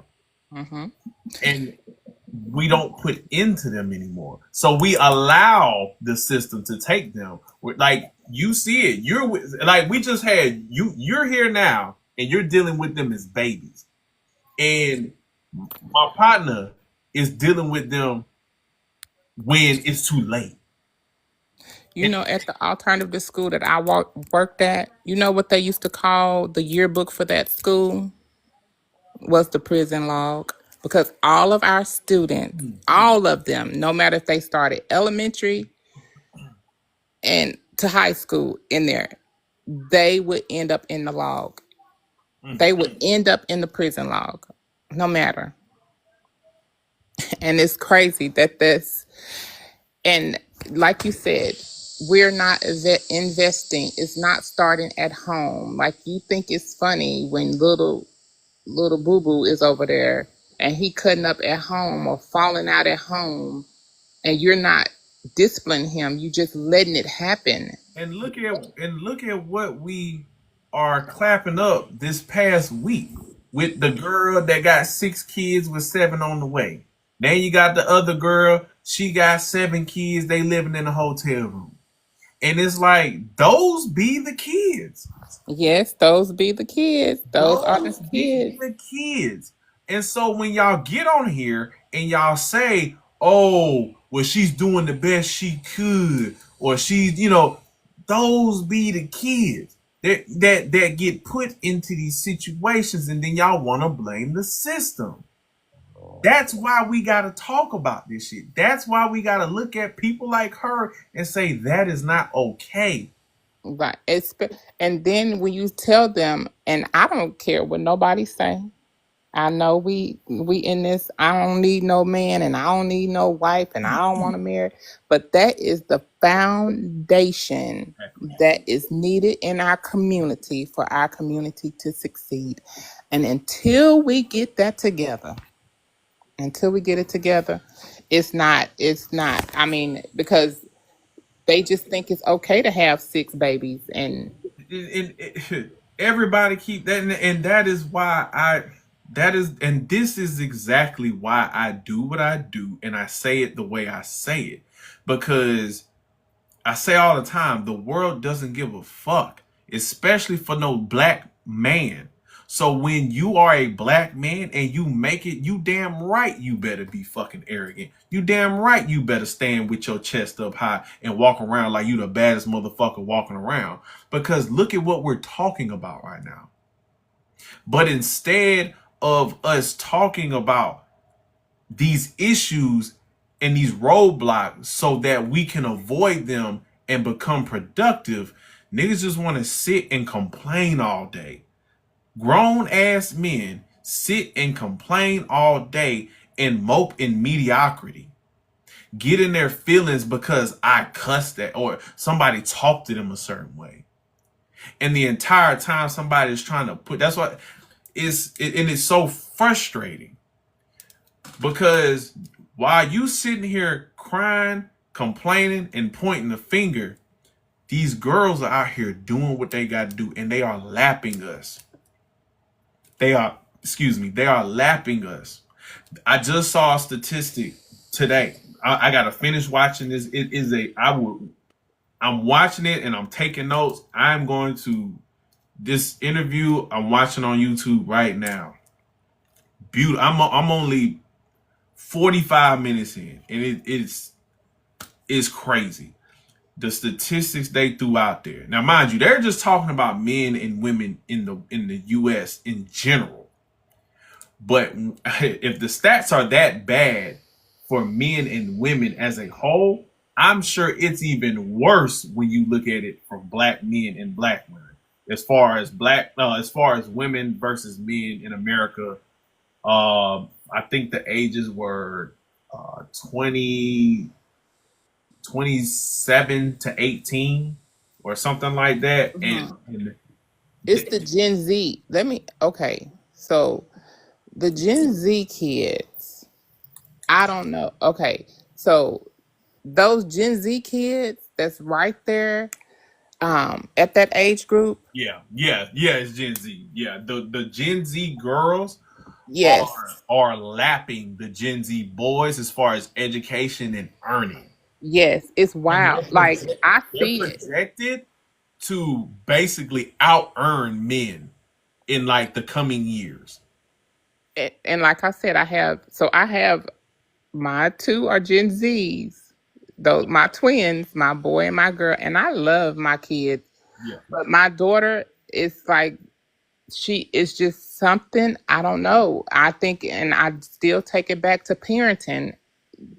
Even though they were parent the same, I was a little lenient on my son Yeah. than I was her. But her dad, my husband, spoils my girls. Like, I mean, that's how it's supposed to go, you know. But it's bad. So, but the girls figure it out. yes, they figure it out. Like I can give her a task. Like, okay, she signed a lease. I told her not to sign this lease early, and before she knew for sure she was gonna have a roommate and all the stuff, she signed a lease, and she kept calling me, Mom, I need to help. I need to figure it. But she figured it out on her own. My son, I I probably had to figure it out for him or hinted around it. But And the that's thing just, is, we're so afraid of just letting our boys bump their ass oh, he's because bumping I it. guess of what can happen. The protective nature. And I think it's because of the way society sees our black men is the reason why that we are afraid. Like we feel like we have to always push them to the front, help them to the front and not let them fall because society is already beating them down. They're already browbeating them. They're already punching them down. So we feel like we have to lift them up. But that's so. But also, I think it's moms that don't have, because my husband was like, no, no, no, no, no. You're not going to baby him like that. Right. He needs to be a man. And he always tells me, and I think that's where we're missing in our homes. We don't have the men in there to say, he is a boy. I gotta do that for mine, and my daddy had to do it. Like my daddy had to do that for me. You know what I'm saying? And she was my stepmother. He still was like, "No, you can't. You're not gonna save him." When he was over there tossing my ass around the damn front yard because I got smart, and you know what I'm saying? She wanted to stay. No, he got to take his ass with him. My husband coached my son, and he used to tick me off so bad because he would yank his helmet and pull him to his face and start yelling at him. And I'd be like, stop. And he'll look up there at me, and I'm like, never mind.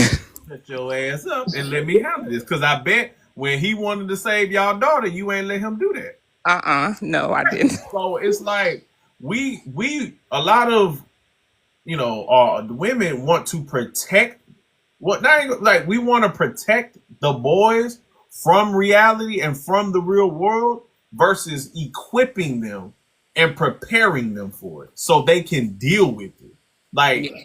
my daddy 17, he said you either go to college or you go to the military. I knew if I left, I knew if I went to college, it was gonna have to be in state because that's how that's how I was gonna be able to afford it because he wasn't gonna pay for it. And I wasn't trying to do that because I knew if I stayed in Louisiana, I knew I wasn't gonna make it out. I said I gotta get away. I gotta get out. I don't want to get stuck. So I went to the military, and I had to figure it out. I had to figure it out. I had to go out there, and I had to figure it out. And like my son is in college, he's playing baseball in college. And it's so hard for me to be hands off with it. But I'm like, you have to figure this out on your own. This is your life. You have to figure it out. I cannot tell you what to do. I cannot be the person. Like, if you need some advice, I'll give it you advice, but you have to figure it out on your own. And his dad was like, he a grown man, he can figure it out. So that's just, and but I don't think, if I didn't have my husband, I don't think that would have been me. And I think that has been the push since the and when they talk about it, see, this is what I mean by we have to talk about these things so in order to have solutions. So oftentimes you hear people bring up like the feminist movement, how it's been detrimental. And as far as the we don't need men narrative, right? Um, you do, and this is a clear cut reason why, because the difference between our parents' generation and our generation is the absence of men. Even in the schools, black men used to be teachers. Black men used to be there. They're no longer there. So if we're not in our homes, because we have the highest single mother rates, so we're not in Hmm. the homes, we're not in the schools. Or in the Where are community. They're not in the not and in the if they're in the community because we get community, locked up, if or they're we in the in the dirt? community, they're doing negative things in the community. Right. So it's like, where, if the question is asked, where are the black men? Where are we? But the ones who are doing good and want to be there for the community and want to be there for these boys kind of get, you know, how do I like, don't want to get that involved because it's not promoted, because they're told we don't need you. Or the it's it's a mess. I have been to some sporting events where I've seen coaches that's trying to work with the kids, holding them up to a standard where the mamas, they be on those coaches' heads. Yeah. Like, I mean, they be ready to fight them and everything. So it's And so and what are you supposed to do? I mean, you know what I'm saying? So now you got men who are trying to be men and guide the other young boys to be men, and you're impeding on that. So what am I gonna do? All right, fuck it. You and got see, and that's where in my when I grew up, my uncles were like everybody. Our village was a real village. If the lady on the corner told me to get in the house and I yeah. did not get in the house, oh, she whipped my butt, and then she went and told my grandmama that she had to whip my butt because I wasn't listening. And your grandmama told your ass And up. then my grandmama whooped my butt, and that's how it was. Like the parent, these women do not want you to discipline their kids. They do not want you to say anything to their little boys. They don't want you to say anything negative about their little boys. You can show these parents a video of their child hitting a teacher or throwing a desk, and they'll say it wasn't their child. Jeez. I mean, I, there has to be the hard conversation of we are raising our young boys to be nothing, Incels, to be mediocre, yes. be uninspired, to be undisciplined. All of these things that we complain about, we're leading them down that road. And I remember, like, my grandmama used to always say, when you leave this house, your name is all you have. Do not mess up your name. Like, do not embarrass me in public. Do not go to that school and have them people calling me. And it was just those things that she instilled in me. but the kids nowadays, they don't care. They parents come up in there cutting up. Like the mamas, child. The way some of them women come up in that school looking with their bonnets on, with them see-through shirts, them booty shorts, nightgowns, I be like, oh my gosh. I think we just have missed. We have. I think our self respect, the respect that we used to have for ourselves, the dignity. You remember how the older women used to dress, and they it was just a pride in us that we had, Yeah. and we instilled that in our kids to have pride in themselves also. And I think that pride is not, we have fell for whatever society has said about us. We have given them the right to say it. We let them say it, and then we prove them right. Yeah. And I think that's where, and it all goes back to the home. I don't care what nobody say. Until we fix our homes, our our kids are going to stay in disarray. Because I can, and does homes that have fathers and mothers fail too? Yes, but not quite as often. You know what? And I want to touch on that because what I kept seeing from a lot of the fucking men in my comments was with the college topic, right? But this goes to a lot of other topics where we talk about what's wrong and what we need to fix in our community. One being marriage, and it's why like it's like we always expect like our men. 'Cause I want to keep this on us. You know what I'm saying? Because it starts with us and it needs to end with us. And if we do not get our shit together, we cannot expect, because the women are leaving. They getting their shit together, whether y'all like it or not. What now, do I think there are women out there that use their accomplishments as means to shit on male counterparts? Yes. But if you as a man are walking around and letting, and it's gonna come off misogynistic, but if you are, you know what I'm saying, walking around and your feelings hurt because a woman is sitting here shitting on you because she got an education and some money, you need to step your fucking game up. I'm sorry. It's not a You competition. right. You shouldn't even be in competition. That's not she's not your competition. So why are you getting offended by that? But that's here nor there. But when we talk about marriage, when we talk about college, it's always, well, it's like we talk about it in this defeated, like, I'm not even gonna try mentality because I'm gonna fail at it. Like, well, there's no guarantee you gonna get a good job with college with a degree. There's no guarantee that when you get married that you gonna have a successful marriage with your kids in the household. There's no guarantee. Like, instead of looking at the numbers and the statistics of how it like increasing the probability of success and looking at how can I be successful with this tool that increases my chances of success, they'd rather just go and speak to why they can't do it because it's not guaranteed. And that's so fucking annoying when that was the biggest comeback from a lot of fucking grown ass men in my comments talking about college. Well, there's no guarantee. Like, what? And then in marriage is no guarantee that the woman's gonna stay, and then she's gonna leave and take half. I'm like, okay. It's just we the conversations and the excuses. Like, excuses are tools of incompetence, and as long as we keep making excuses, we're not gonna rise above what we're at, where we are now. Oh no, definitely not.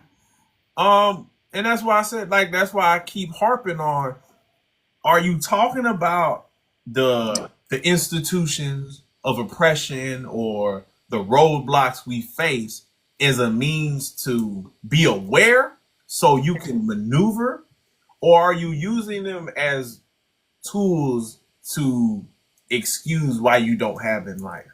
And I think often not a lot of us black men use these roadblocks and these systemic issues as means to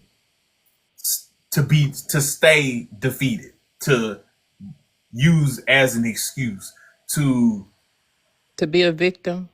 be a victim of failure and mediocrity. Hmm. But also, I think they see their counterparts being mediocre and they think they can. We have not truly accepted that we have to be twice as good. A lot of black men don't understand that they have to, you cannot fall. And me and my son, like, for a You minute, know why that is? Because they think just because I'm a man, I have privilege. Well, just because I'm not gonna say privilege, but just because I'm a man, that's enough. But that goes back to the home. And a lot of homes, they are the quote unquote man of the house. So they have been cheered on by them mamas that you see show up with them bonnets and them nightgowns to their school to defend their son, throw that fucking desk at that student and disrupt the class. That's how they've been treated. Oh, just because you're a boy, you're amazing, son. You're wonderful. And then they get out there in their real world and they gotta perform, yeah. and they have expectations that they've never had before, and they get finally told, "Nigga, you suck, you stink, you're not important," and they don't know how to handle that. And I try to talk, when I talk to the young boys at my school, I try to tell them, don't let your character, don't let your talents take you somewhere your character can't keep you, because that's a lot of their problems. Like, they have no character, no moral Mm, compass, none of mm, that. And so you can get places, yes, off your talent. Yes, you can be the high school superstar. But then when it's time for college, you don't have the character to stay there. You don't have the character that you need to be great because it was not taught at home. mm. And that's what I'm telling, they don't, they not getting it. And I don't know what it's gonna take for us to get it. If this clown that's in office ain't getting them to get it, it ain't gonna get got. Nah, it's not. But I mean, when you've never, when you haven't been held. I mean, when you've never, when you haven't been held to a standard of even exhibiting good character. And you know what? This translates into a lot of the problems that we see them complain about when it comes to these women and dating. You gotten by off of just being like you said, talented. So talented in the date market, tall, in shape, or whatever, attractive. But you lack character. Mm-hmm. You lack depth. And not to mention, you're probably dumb. So that's probably why a lot of these fellas get the result they get on this dating market, and why these women are so frustrated with them. That's and my and that's and I think that's the I don't think they understand that we as women, we want a man that we can have a conversation with too. Like, it's not just the bedroom all the time. We want somebody that we can have a intellectual conversation with that can actually lead us in And in our now character, in, in their character. in today's dating market, the women don't need like the women now don't need you for your money. They don't. And I keep So telling them that I keep saying that. so now, but it's a double edged sword because the women don't need you for your money. However, women still do want the traditional. Well, they're still attracted to the traditional idea of what a masculine man is supposed to be. But they don't need you for your money. So today's currency on the dating market for men is emotional intelligence. But going back to all the conversations we're having, these boys aren't being developed emotionally. They're not being developed with their character. That's not being celebrated or developed in these young boys. So by the time they get out to that dating or they're older, they got the physical, but they don't have the internal. And that's what these women are seeking right They now. don't have those character traits. Right. They need those character traits, and um, But I think that's an area that's missing in education too, is teaching character. But character is supposed to be taught at home. It's like something that that your parents instill in you. You're like your character is something that your parents give you. And it is not always money, because if you don't like, when you have, you can, if she's good with the money, a lot of times what the men lack in money, they don't make up for in logistics of a household. So if you don't make the money she makes, you're gonna have to make that up in other ways so that it's equal in a relationship. Because if she's making the money and she gotta do the womanly duties that y'all want in the household, what the fuck do she need to be with you for? Exactly. And so I'm gonna use my son. He has a fiance, and she makes her own money. Like she makes her own money. If she wants something, she can go buy it herself. And she grew up with her grandfather, so he poured all the things on her. So he had to find another way to get to her. Like, and my husband, he told him that, he said, in this day and age, women, your money is great, but you have to have something else. You And have that's what a lot of these dudes don't understand. So you want her to cook, clean, tend to the kids, and go make money. But then you just gonna go to work. Like, that's not how that works. And then on top of that, you're emotionally unavailable, emotionally unintelligent. yes. Like, why, like let's be real here, fellas. You gotta be real here. I'm trying to give y'all the solution so y'all can stop being so fucking frustrated. Like, she don't a lot of y'all don't have nothing to offer outside of the little money you make. You don't. You're not. A lot of y'all aren't who y'all think y'all are. And Honestly. okay, so when me and my husband first got married, we were both in the military. Mhm. I got when we decided to start having kids, he was like, "We both cannot be in the military and Yeah. have children." Yeah. So I got out. And then he was like, when we had our twins, well, daycare was about to bust us in our head. And we was like, somebody has to stay home. So I stayed home. So when I was home, I cooked, cleaned. He had 3 meals a day, his clothes. I did the things that I was supposed to do because that was my job. My job then was to be a wife and a mother to my kids. And I did that. Yeah. So when I started working, which was it was way down, and I think it was 18 years. After 18 years, he was spoiled by then. Yeah. You must know. So he had to get used to me going to work, and he had to get used to me not being able to always have him 3 meals a day, not being able to clean and do all the things that I was doing. But you know what he did? He started helping me. Yep. Like he'll cook dinner. He'll wash the clothes. He'll clean up the kitchen. He'll do the things in the house to help me out. And I think that's what men are missing. There is no way that you can ask a woman to clock in and never get the clock out. And for the fellas who think, see, and that's the problem, because y'all think, oh, all they care about is money. But if that's all you good for offering, then what else is she supposed to get from you? Y'all niggas don't be offering no value. Y'all niggas lack confidence.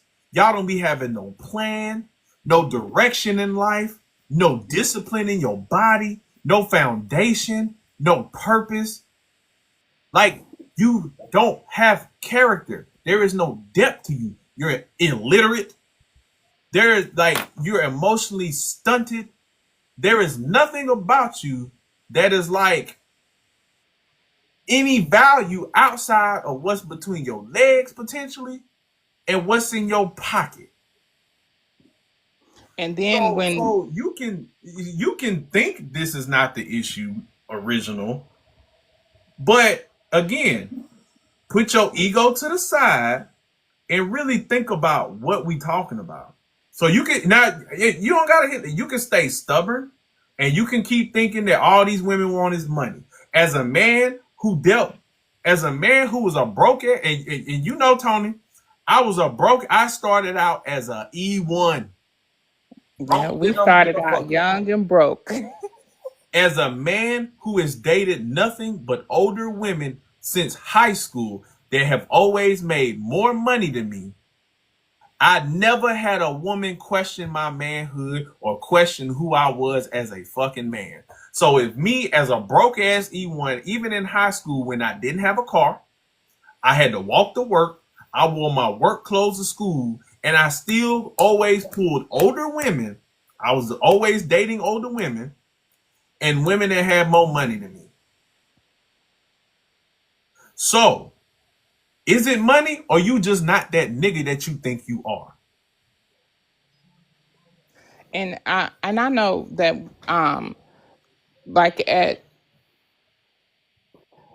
Because providing and security is more than money. it is. That's what they don't understand. It's more than money, but that's what you think because all you don't value yourself as what, and that goes, all this shit ties together. You have not been told you are more than what you can produce, what you can go out there and slave for. You never been valued or told you're valued for your mind, your character, your principles. No, nothing. Just go make me some money. And that's why you get the results you get, because you don't see yourself as more than making some fucking money. That's the fucking problem. It ain't about the money, bruh. I'm telling you, it's not about the money. Now, And are there certain women who are like that? Yes, of course there are certain women like that. But why the fuck are you looking at those women? That's a you problem. my question to, because you can lose that status, that money. So if you lost your money today, what would keep your spouse with you? We don't even gotta bring the spouse up. If you lost your ability to make money, or you came on down, most guys when they are down bad are insufferable because all they tie their value and who they are as a person into money. But we ain't even got to bring up the spouse. Nobody would even. You ever been around a broke nigga who just Yes, that's all he tied his personality to is making money? yes, Oh my god! As a but you man, I can't. don't even want to be around you. And then we can tie this back into the schools to the young boys, Yeah, because they feel like if they don't have the hottest Jordans, if they don't have the coolest polos and the newest things, that they don't have any worth. yeah. And where does that come from? Home. Yes. Because your mama, when you was a baby, all she cared about was putting you in some fucking Jordans, putting you in, ain't put nothing else into you, but you always had a fresh pair of J's. And You don't always even had a know how to fresh suit. spell Jordan. Right. Ain't put a book in your hand, but she made sure you had them fucking J's on your feet. Like I was secure as a broke when I was broke. I was just as confident and secure when I was broke. My paycheck was like, what the fuck was we making as an E1? Pennies. Right, bro. My paycheck after they took out all the shit was like $600 something dollars, $700 something Yeah, dollars about every $700. 2 weeks. So fourteen Yeah, hundred dollars a month. it I was was just nothing.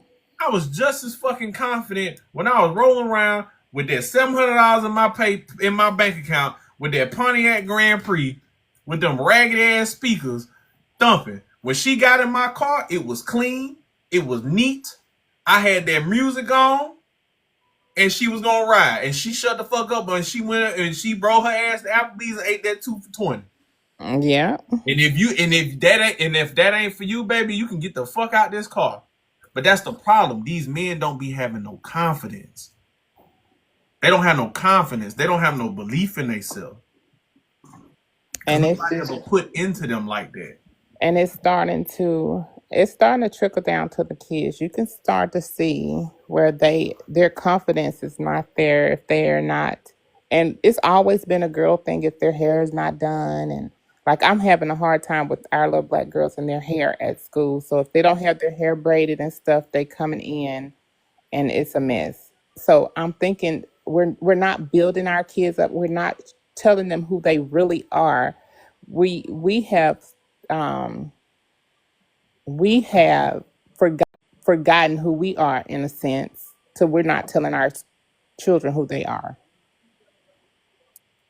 Yeah, I mean, I just even like, and again goes back to home, and even me being in the house with my boys, a lot we that's why I said that narrative that boys are easier to raise than girls. Honestly, my daughter is Kate. My daughter she was walking at like 7 months. Mine too. She's Like good.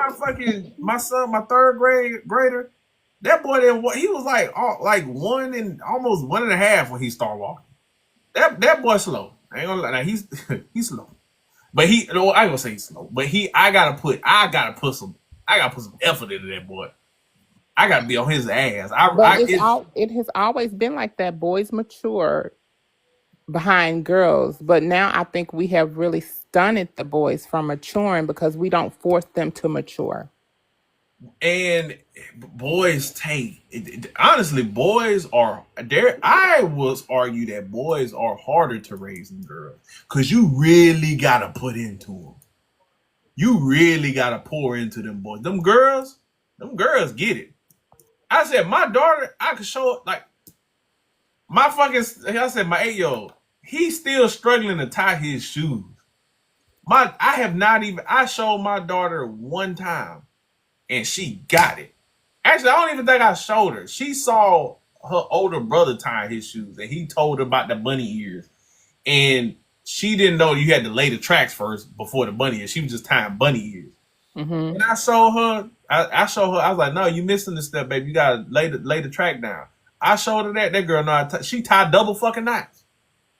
And I just think and I don't think we do spend a lot of time calling our boys, and but we just need to start raising our boys along with raising our girls. Definitely. Definitely. I don't know. I think that boys are definitely harder. You gotta really put some effort into boys. I'm not saying you don't put effort into girls, but girls tend to get things quicker. I mean, girls are smarter. They are. Facts. Now Girls. I've met some smart boys Well, I'm too. not saying there aren't smart boys, but girls are smarter. I just think they are. Boys a little slow, man. You gotta put some energy. You gotta put some effort. Because fuck, like just like cultivating a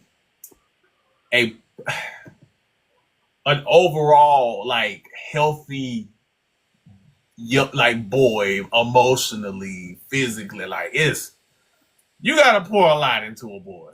I'm And I do think that people think that boys are automatically have that emotional component, and they don't. no, no, they don't. They don't at all. Um I I want to go back to the confidence thing. Because what I do notice a lot about young boys and young men that I like the Gen Z and under, like even my sons, like if you don't have that man in the house, right? Because I so today I took my younger cousin. He just got out. He's about to go to his first duty station, and his mom, my cousin, my wife's cousin, which is my cousin, whatever. She was like, "Yeah, I'm gonna take you to your cousin Benny. He gonna take you out to get a car. Like he know about all that shit. Like that's what he do." So I'm taking him out, and I was trying. I had to let him do the talking or try, because I'm like, we're here for you, and you got to learn how to do this. He 18, and just like he don't, just noticing he don't look, he wasn't looking people in the eye, looking down a lot, not projecting his like mumbling. I had to I said, bro, we here conducting business, man. You need to speak up. He can't hear you. You gotta talk. you don't want to be like mumbling and whispering to him. He needs to be able to hear you. And he was like, oh, okay, I got you. And still was like damn near whispering to the damn salesman, and we trying to punch numbers in. It just, and it's even with my own boys, and that's why I had to stay on their ass. And even when I was younger, you know what I'm saying, my dad, my stepmother had to stay on my ass about that. But the difference is, if I would like, my mother would make me go, or like she'll make me order food, right? McDonald's, and I get the mumbling or something, but she'll pop me right in my motherfucking mouth. Bop, open up your goddamn mouth. That's how my Middle of the line husband. at Burger King. That's how my husband was with my son. He said you cannot talk to a man mumbling. You cannot talk to a man not looking him in his eyes. Weak ass noodle handshakes, all that. Right. And so my husband he instilled all that into my son, and but I just don't think it's being instilled. And I understand y'all want the teachers to do it, but it starts at home. We can't instill everything. Mm-mm. Like my partner was saying earlier, the school should just reinforce what is already at home. But now the schools are having to teach the kids what's not being told at home, and that's backwards. Like we're having students coming in not potty trained in first grade, which you can't make this stuff up. That's in first grade. hmm The things that you see in school, I could write a book and y'all will be like, that did not happen. It happened. Wow, that's wild considering that like in my kids' daycare, if they're not potty trained by like 3.5, they not gonna take them. Yeah, well, you can't in public school. You can't turn any students away. No, I'm But saying like that's daycare. So how the fuck they get all the way to first grade and they ain't get potty trained? That's crazy. and I just think teaching our boys, and I remember, I don't know, um, there were places that the men when I was growing up, they went to with the deacons of the church, and they taught them how to tie, how to talk to men, how to, just like the women took the women of the church took the girls and they taught us how to be ladies, and how to curtsy, but we don't do that anymore. Like those things are not happening. Well, I mean, nowadays, when you if you they what it's what's the word what's the goddamn word they always throw out when you try to speak on decorum and shit about black people? What is it? Fuck, god damn it, what's the damn word? Mm. Uh, You know the meaning of it. respectability politics. That's it. Anytime you start talking about some of this type of shit, just black people having a standard, having decorum, having expectations, it's respectability politics, it's elitism, it's condescending, and it's like, damn, y'all act like we can't, or you want to be in proximity to whiteness, and it's like, no, like nigga, we can have. And I need them to understand the whiteness got it from us. We were the ones that taught them all the things that they know. But it's like Other than only thing they was teaching us was violence.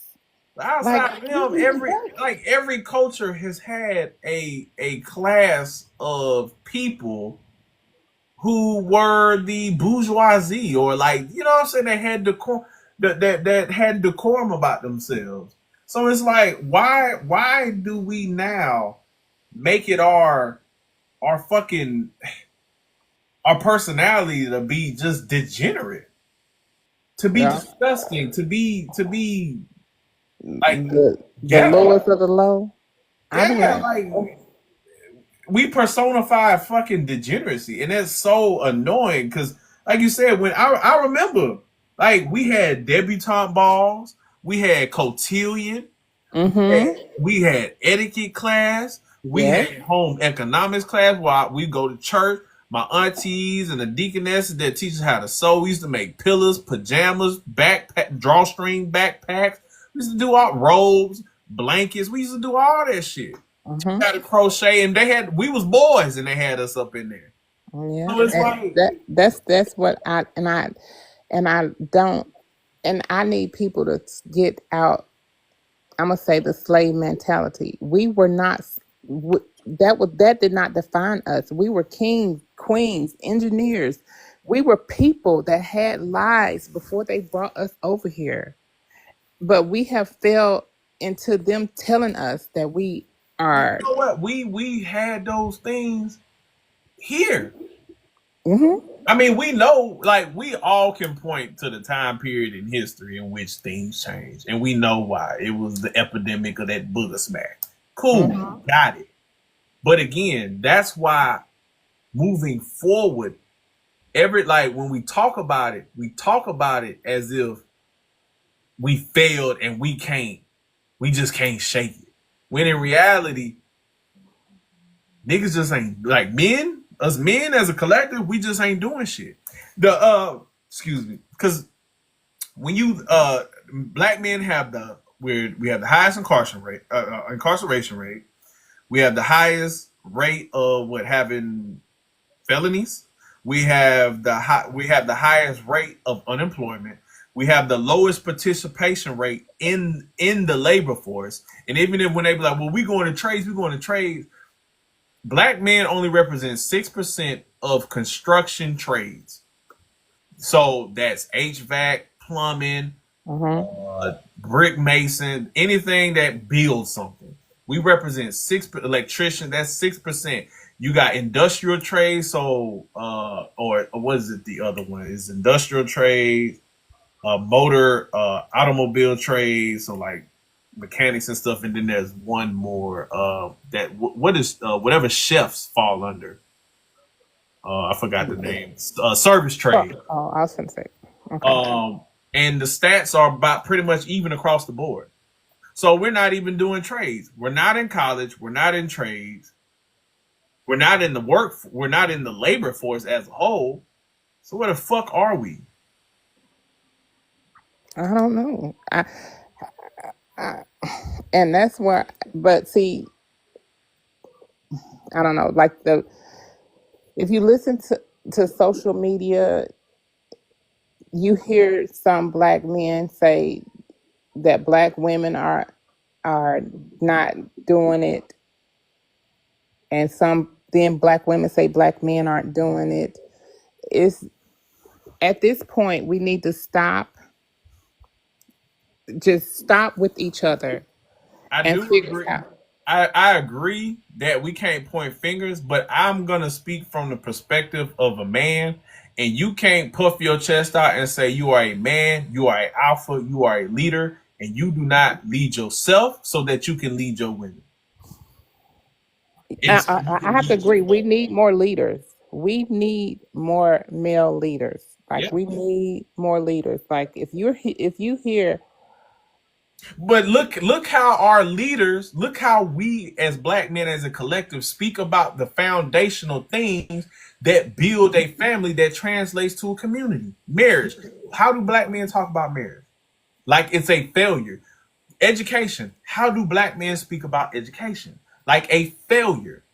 I can't do it. It's somebody else's fault. It's the government. It's the CIA. It's the no nigga. It's you. You. It starts and ends with you. And I'm gonna tell like school for if those if our little black boys sit and they take all of the resources that's offered to them, because let me tell you, I have them other people, them palm colored people come in, they kids got an allergy. They want them on a 504 plan. They need every accommodation and everything everything that they can get, right? But for us, you got a fifth grader reading on the first grade level. You don't want us to test them. You don't want us to do nothing. You just want us to pass them on to middle school. Now, what sense does that make? You none. But you can't build community if we ain't even building the foundation, which is the family. So they don't. It's just I don't, and they not listening when I tell them like we're headed for extinction. Y'all don't believe it, but we are. No, we ain't gonna be extinct because niggas they gonna we just gonna be where we at. We are gonna remain a permanent slave state. No, because I'm gonna tell you, I have like that Gen Z, those Gen Z girls, they not having babies. They not popping them out like that. Like there's some of them that's popping them out, but they not popping them out like that. I don't know. I think this past week has shown there's a couple of them out there have much. It's a couple of them out there. Like so, there's a couple of them in every generation that's just. But then they have the most kids that's out there doing the most. Hey, they gonna keep breeding them slaves for the field, man. Like when you really get down to it, that's what it is. You just popping babies out. They gonna become a statistic. They gonna go and they gonna fill them jails. They gonna work for 10 cents a day. They gonna go. They gonna play ball. They gonna fill the pockets of the you know what I'm saying, of these schools, of these universities. It's it's modern day. Like I said, that's what I said in a previous video. America's natural resource is slavery. It ain't oil. It ain't fucking Yeah, it is. oil. It's And they just find another way to do it. yeah. They just find another way to convince you free, and then they find another way to do it. They ain't even gotta convince black folk no more. We just do it for them. But you got a group of these Gen Z men. You got an entire demographic of men who don't they want companionship. They want honestly they want marriage. They really and you know what? And I think I'm a because all this shit is connected. But I'm gonna go back to the dating shit. That's why I always harp on these men getting off these fucking dating apps. Get off of Instagram, get out of these DMs, get off of these dating apps, and go out in real life. These men want marriage. They want relationships. They want companionship. They don't know how to get it. They don't know how to maintain it. And they don't know what to do. And then they go because the reason why I say get off the dating apps, right? Because when these women get on these dating apps, they all got the same filters. You got to be taller than 6 foot. Well, that wipes out damn near 85% of y'all. And 6 figures. Then they go, you know what I'm saying? The height alone just wipes out most motherfuckers. Yeah. So they're all looking at this top echelon of guys, and it's like this society we have now is winner takes all. It's boomer bust, right? If you're at the top, you get it all. But there's no room for the people who are in the middle or under, at the bottom. So they're all looking at these guys, this little slither of men up here, right? Now all these other dudes get left out. So where are those men who aren't being engaged with in the digital world? Where are they interacting with women at? They're not. So if they're not getting it from real life, they're going to the OF girls. They're going to the Red Pill podcast. They're going to the alt-right pipeline. They're going to Reddit subgroups where a bunch of them are. And then they're never interacting with the women. Back in the day, like that's why I say back when we was coming up, like look at club culture now. They don't interact. When we was coming up, that was a good way that men and women gauge where they fell in the pecking order of this dating shit, right? But that's where you like real life, right? These men aren't learning, they're not learning social skills. They don't know how to engage with women. They don't know they don't have game, right? and they're not Yeah. in environments where they can develop this because they're not going to clubs, they're not going to bars, they're not going to church, they're not going to you know social events where they engage and interact with women. Whether you get rejected, like one of the biggest things is no, like what they always say, make a woman laugh, you get a second date, right? But they don't know that because they don't engage with these women.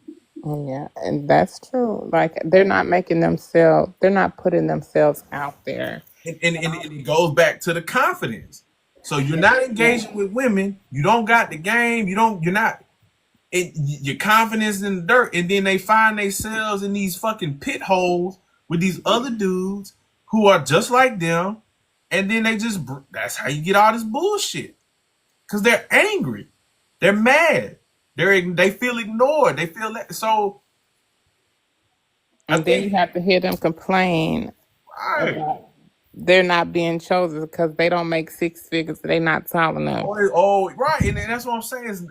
They think it's about the money because they're on these fucking apps all day, and instead of being in real life where you have an opportunity, like, do women want provision and security? Yes, yes, but provision and security comes in more than just money in your pocket. Again, Yeah. it goes back. Are you a man with confidence? Or do you have character? Can you make her laugh? Do you have discipline? Do you have a direction in life? Are you secure in yourself? Like, these are all traits and things that hold value in real life that women can see when they interact with you. But on And the you see internet, all and you you see can do what is say I'm 6 feet and I work at this in place, and they can Google how much you make. and you see what DJ said, college. If you think about college is just it's a big social experiment. Social Like bubble. yes, you socializing at the so DJ is so right in the comments. You at college you go to the all the little social parties, you're out and about, you're moving around. But now a lot of our men, they're not going to college. No, they're not. Not at all. And then that was that was one of the reasons why I'm like, nigga, that's why you want to go to college. That's where the women at. Right. The Bring college of all the women up there, and you want to be out here in the streets. hmm You better take your ass to that campus and go find all them fine ass women. from different places. They from all over. Speaking of college, I want to bring it back to the college. Um, the narrative that college is a scam, college isn't useful. There's no guarantee. Like, I wanna harp on that instead of it, because they one of the things they always like to say that I kept seeing reoccurring from the black men in my comments was, oh well, I know a bunch of people with degrees and they ain't making no money. They don't even got no job in what they was doing. And I said, bruh, they probably still making more money than you. But that's here nor there. I'm like, why is the conversation never about, like, because I wanted to shift the conversation to like solutions. Like, instead of saying college isn't useful or there are useless degrees, which there are, There are, yeah. why not make the conversation about what degree plans or career paths one needs to take if they choose the route of college, instead of, oh, college as a whole is useless or a scam. That's That's what always irritates me. and that is what irritates me about the conversation of marriage because there is a way to find out if you and this person are compatible. Yes. And it's just communication. Go to premarital counseling, a Yeah. good premarital counseling program.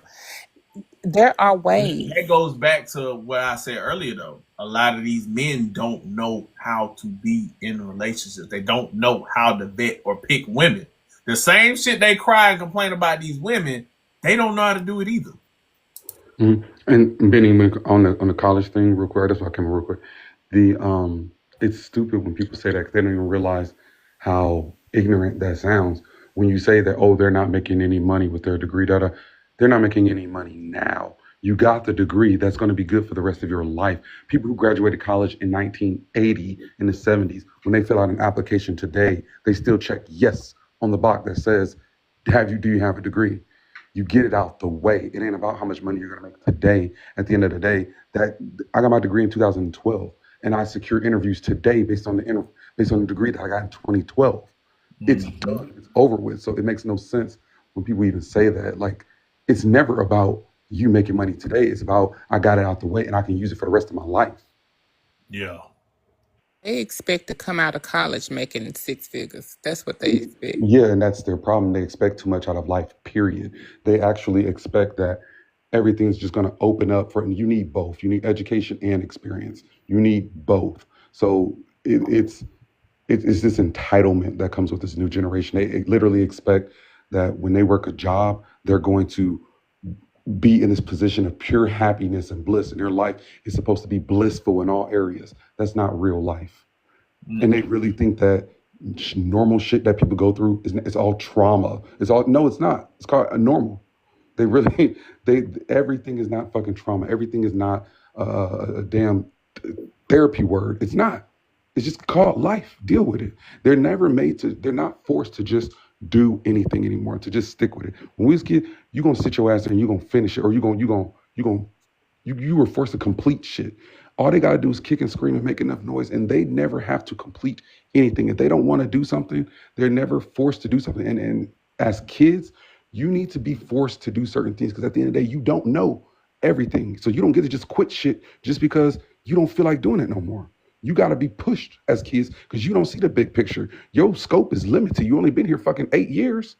The fuck? DJ, you said you want to talk about college real quick. Yeah, so going off what Chad said, and this is my opinion, but I just graduated from University of South Carolina last year, and it Hey, took me an extra year to graduate because I switched majors and stuff. But hey man, all in all, congrats on that though, man. appreciate you. It was worth it. And my thing is when it comes to college, it's more than just the education. Going to school put me in places where I was in leadership roles in certain organizations. You get to learn how to be a president of an organization, be a vice president, be a treasurer, just have responsibilities and know how to carry yourself.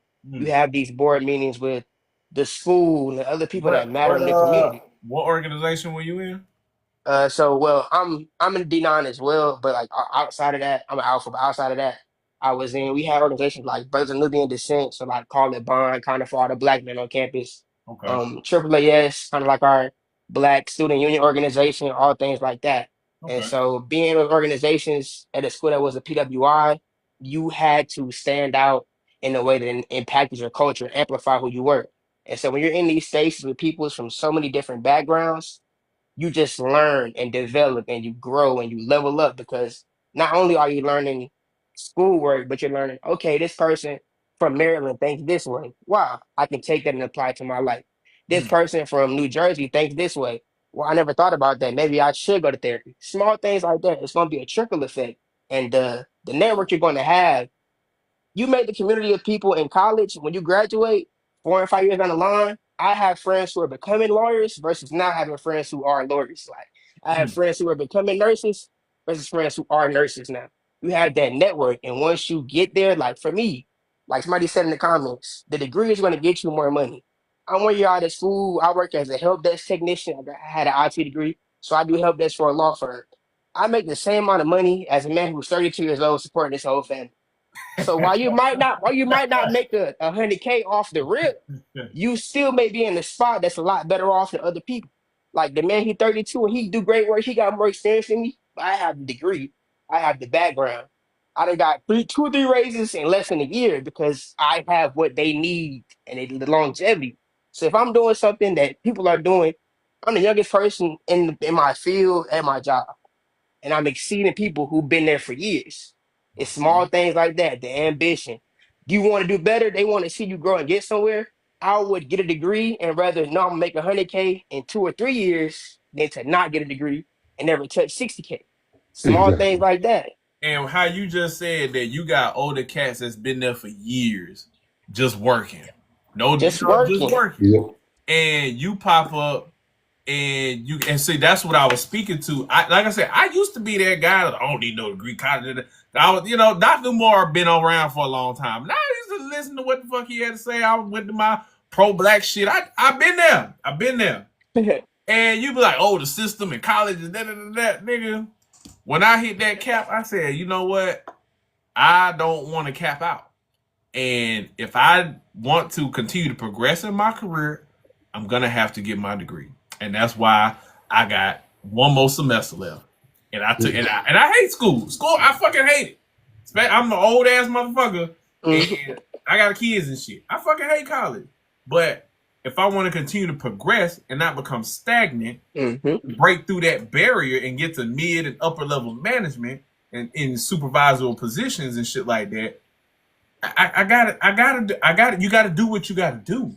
Exactly. Right. Even like you always want to be leery of any person telling you that it is a waste to become more educated. Why is going to college looked at in a negative way?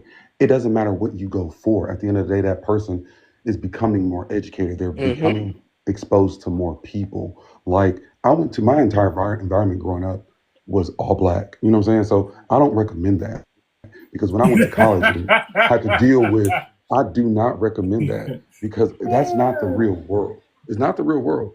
So going to college and being the only black person there it was a big learning curve for me. But that's when I Facts. learned that most of the shit that we are taught as black men is wrong because there Mm-hmm. are other black boys who I was in classes with. They never let go of that bullshit. And as I matured, I saw that they actually looked insecure. Like I could tell that they were uncomfortable because they were the minority in the room. But they looked like all that they thought that standoffish shit made them look hard. It made you look weak. It makes you look insecure. We can all see that. We can all see that you're uncomfortable because you feel not good enough. You need to be able to stand up in this room and command this room. Just because everybody don't look like you, that don't mean shit. And you gotta have both. You cannot escape. You need to have education and experience. It's like a person They go back to that who confidence, bro. absolutely, And then absolutely it goes to DJ confidence because it's said like, something about networking. yeah, but it goes with Networking it's of it all. I was gonna just real quick on this last one. I'm gonna be done. The you got to have both because it's like the person who been in the kitchen cooking their whole life and that food is good but you ain't been to culinary school so you don't know how to flambe, you don't know all these techniques versus you have somebody who went to school, they know all these techniques but their food tastes like shit. They can make a pretty ass plate but the food is nasty. You got to have both. You got to be able to make the pretty plate, know the terms, and make the food taste good. You got to know both. The The part where you said network, and that's what I was gonna get to. The college is more than just education, right? Way more. And if all you did when you were in college was and a lot of our women fall into that pitfall. If all you did was go to college, go to class, And that's go it. to your room, and maybe go to some parties. If that's all you did in college, then no wonder you think college was a scam. College, you need to be, that is your, like I said, I've said before, that's where you're going to find your dating. That's the best place to find your marriage partner. Now, I ain't say you got to get married coming out of college, but that's where you build your marriage network. So women that could be potential marriage partners down the road, because all my partners that went to college, then got married, are married to someone they met in undergrad or grad school.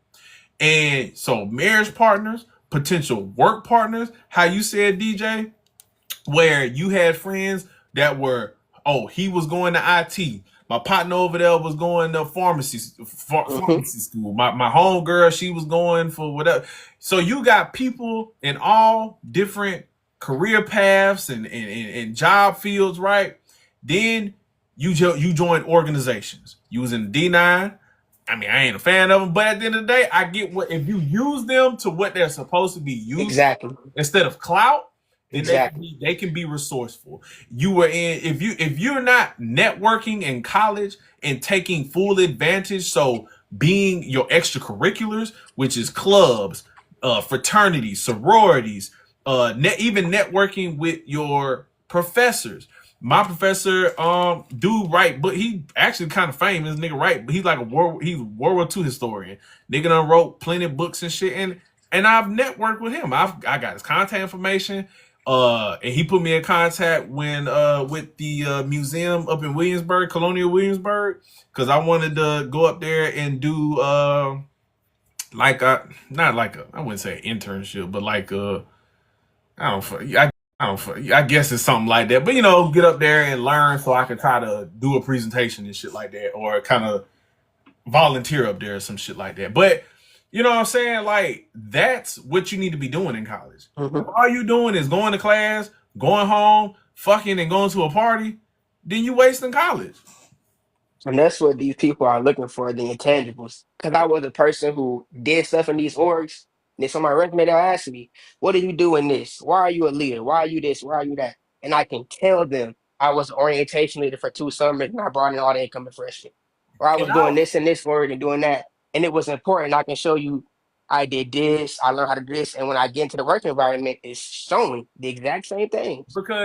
because you realize that I'm gonna tell you, like, bro, you'll be surprised what type of opportunities that you'll get if niggas just like you.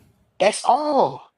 You don't need because at the end of the day, if your resume right, it's gonna get you the dough, and then if you make them like you, you'll probably get the Yeah. job because they're gonna teach you, they're gonna train you, right?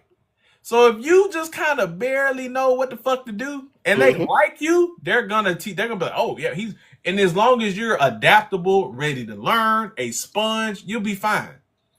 I working in fucking tech now. I don't know shit about no fucking computers. The nigga told me straight up. He said, "Bro, I got hired off a phone interview. Them niggas ain't even meet me. I got off that phone interview. 10 minutes later, they called me with a fucking offer. Intangibles. You know Bro, how to talk to people. I got everything I wanted. Extra PTO, salary, everything. Just off the fact them motherfuckers liked me Hmm. off a phone interview. That's how I got my job. Because when I called, I spoke with conviction. I had charisma. I had fucking personality. Had confidence. But it's not. And I don't know shit about. Bro, I manage. I'm asset management. So I just basically keep tabs on all the serialized assets. But you know, nigga told me you can count weapons. And you can count computers. I gotta keep track of computers, monitors, servers, hard drive. I don't know Hmm. none of that shit. I ain't know, bro. These fucking super servers that I be counting. I don't know none of that shit. I ain't never seen a server in my life outside of the little towers that be hooked up to a regular computer. But guess what? They taught me, and because I was a likable and teachable person, it was smooth. Yeah, Benny, when you're a likable and teachable person like that, and you're not this standoffish, I know everything, chip on my shoulder type of motherfucker, But you become fair, pleasant. Hmm. to be fair, I was that guy before. Right, The you grew hard from nigga it. that like your partner. I'm the hard nigga. Ain't nobody gonna fuck the white man. I'm gonna do it my way or this. Hmm. And You it made my realize life so much harder. Character absolutely because development. yeah, because like when you are likable and coachable and all these things, and you're not that person, it gets to the point where like when I'm looking for another job, I don't look at job postings and things like that. I use my phone. I call old people I used to work with because you eventually disperse into different areas. Like when I was a manager for BMW, the people I used to work with now work for different brands. They work for Porsche, work for all these other things. And some people have left the industry completely and they do Yeah. all these other things. But I can call those people, hey, what you got over there? Oh, let me hire. Like when I got my job at Range Rover, I literally got that job because of the manager I used to have at BMW. He ended up getting promoted to Porsche, and then he left Porsche to come to Land Rover. And I remember calling him one day. I was like, "What's going on?" He said, "Oh yeah, I'm at Jaguar Land Rover." I was like, "What's going on? What's up?" He said, "Come over." Done. Never even had to apply. It's because of my past relationships. Yeah. And I think And YT people, and we haven't learned that they have networked themselves right into the good old boy system, and they use it to the best of their advantage. every day. Every day, We don't every even single day. we don't even pay attention to how powerful college is. Like literally, the future Queen of England, Kate Middleton or whatever, she met Prince William in college. That's how they met. And do you know how she met him in college? Because when she was a little bitty girl, Diana and William were doing some parade or whatever, and her mama saw them too. And her mama said, I'm gonna make them cross paths. Her mama, when she was a little girl, set her on the path to get into that specific college that she knew that he was going to go to, because that's where all the royals go. She made sure that her daughter went to that college. She got her in. They crossed paths because they were in the same class. Her mama made sure that they scheduled the same classes. She knew her daughter was pretty, and She was that was it. plotting. Yeah, her mom was plotting it. But that's how serious people are about this college shit. People be looking at their kids from birth. Oh, you're gonna go here. Like the shit be planned. And that's that like, and so that's what I say. It go. That's why I didn't like all these dudes coming in my comments. Like we talked about before, chat. This defeated mentality, bro. This is like, oh well, they don't want to talk to me anyway. Mm-hmm. Like, bro, y'all are so defeated. So like it goes back to what we were talking about earlier, that confidence. Yep. Like, where is your like? It's almost as if motherfuckers walk around with this fake bravado, but then you put a book in their face and they just turn it. You know what I'm saying? Like you put some paperwork in their face, or you put some structure in front of them, and it's just like, I can't do it, and then they get frustrated. It's like, dog, Drop your That nuts. that confidence, Man, right? But that confidence and it only ain't even like college is really hard. it's it's not. It's like all that rah rah shit, all that bravado shit is only done around other black people. That's why I said, like growing up in an all black environment, I do not recommend it because that's not real life. And I know for a fact that when these same dudes go into a room of people that do not look like them, they are mute. They're Oh yeah. soft. Yeah, you're not hard. Like you turn into this little scared thing that's scared to speak. And then if they don't do that, they try and turn on the bravado thing, but it looks insecure. Did you ever them? You know, I guess you want them hyper masculine street niggas and shit, bro. You put them in front of a fucking, make them give a presentation. ain't do- Make them give a presentation. Put them in front of a fucking panel of some fucking, supervisors or something, and tell them to give a presentation or a brief on a meeting or some shit. Then Exactly. they get Like mad and want to fight somebody. walk into the room and own it. Let me see you own this room. Let me see you work the room. Let me see you do this. They can't do that. It's kind of messed up when you think about it because they only try that shit around other black people, just like they only terrorize other black neighborhoods. Like, Okay. did you like? Why do y'all only do that shit against your own people? it's gonna work. And like my main thing I always say is every time you say that somebody they use that, oh, we so down and we can't do this. In my opinion, it's to avoid accountability because that's what I did before I got into school. If I feel like everything is out of my control, I don't look at what I can control and I feel powerless, right? So instead of me actually saying, hey, I can't change this and do this, I just say it's not my fault. So I can't be held accountable for it. That's what they all do. Once you say I can do this, this, and that, you can fix situation like going into school. I had all type of emotional issues and emotional instability, stuff like that. I met women who were like, "What's wrong with you? What do you mean? Why are you acting like this? You know, you can go talk to somebody or figure it out."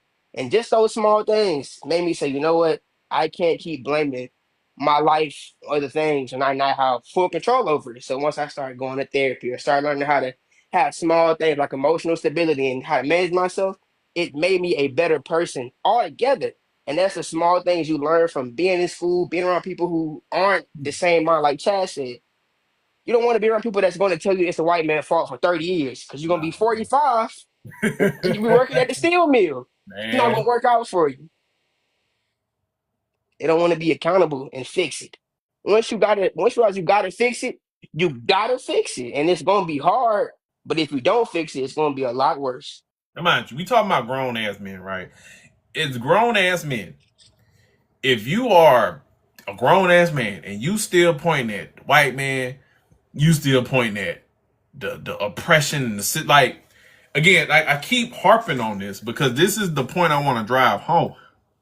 Are you looking to the roadblocks, the system, the systematic, the racial oppression? Are you looking at these things so that you're aware, so you can be prepared and know how to maneuver in this shit? Mm-hmm.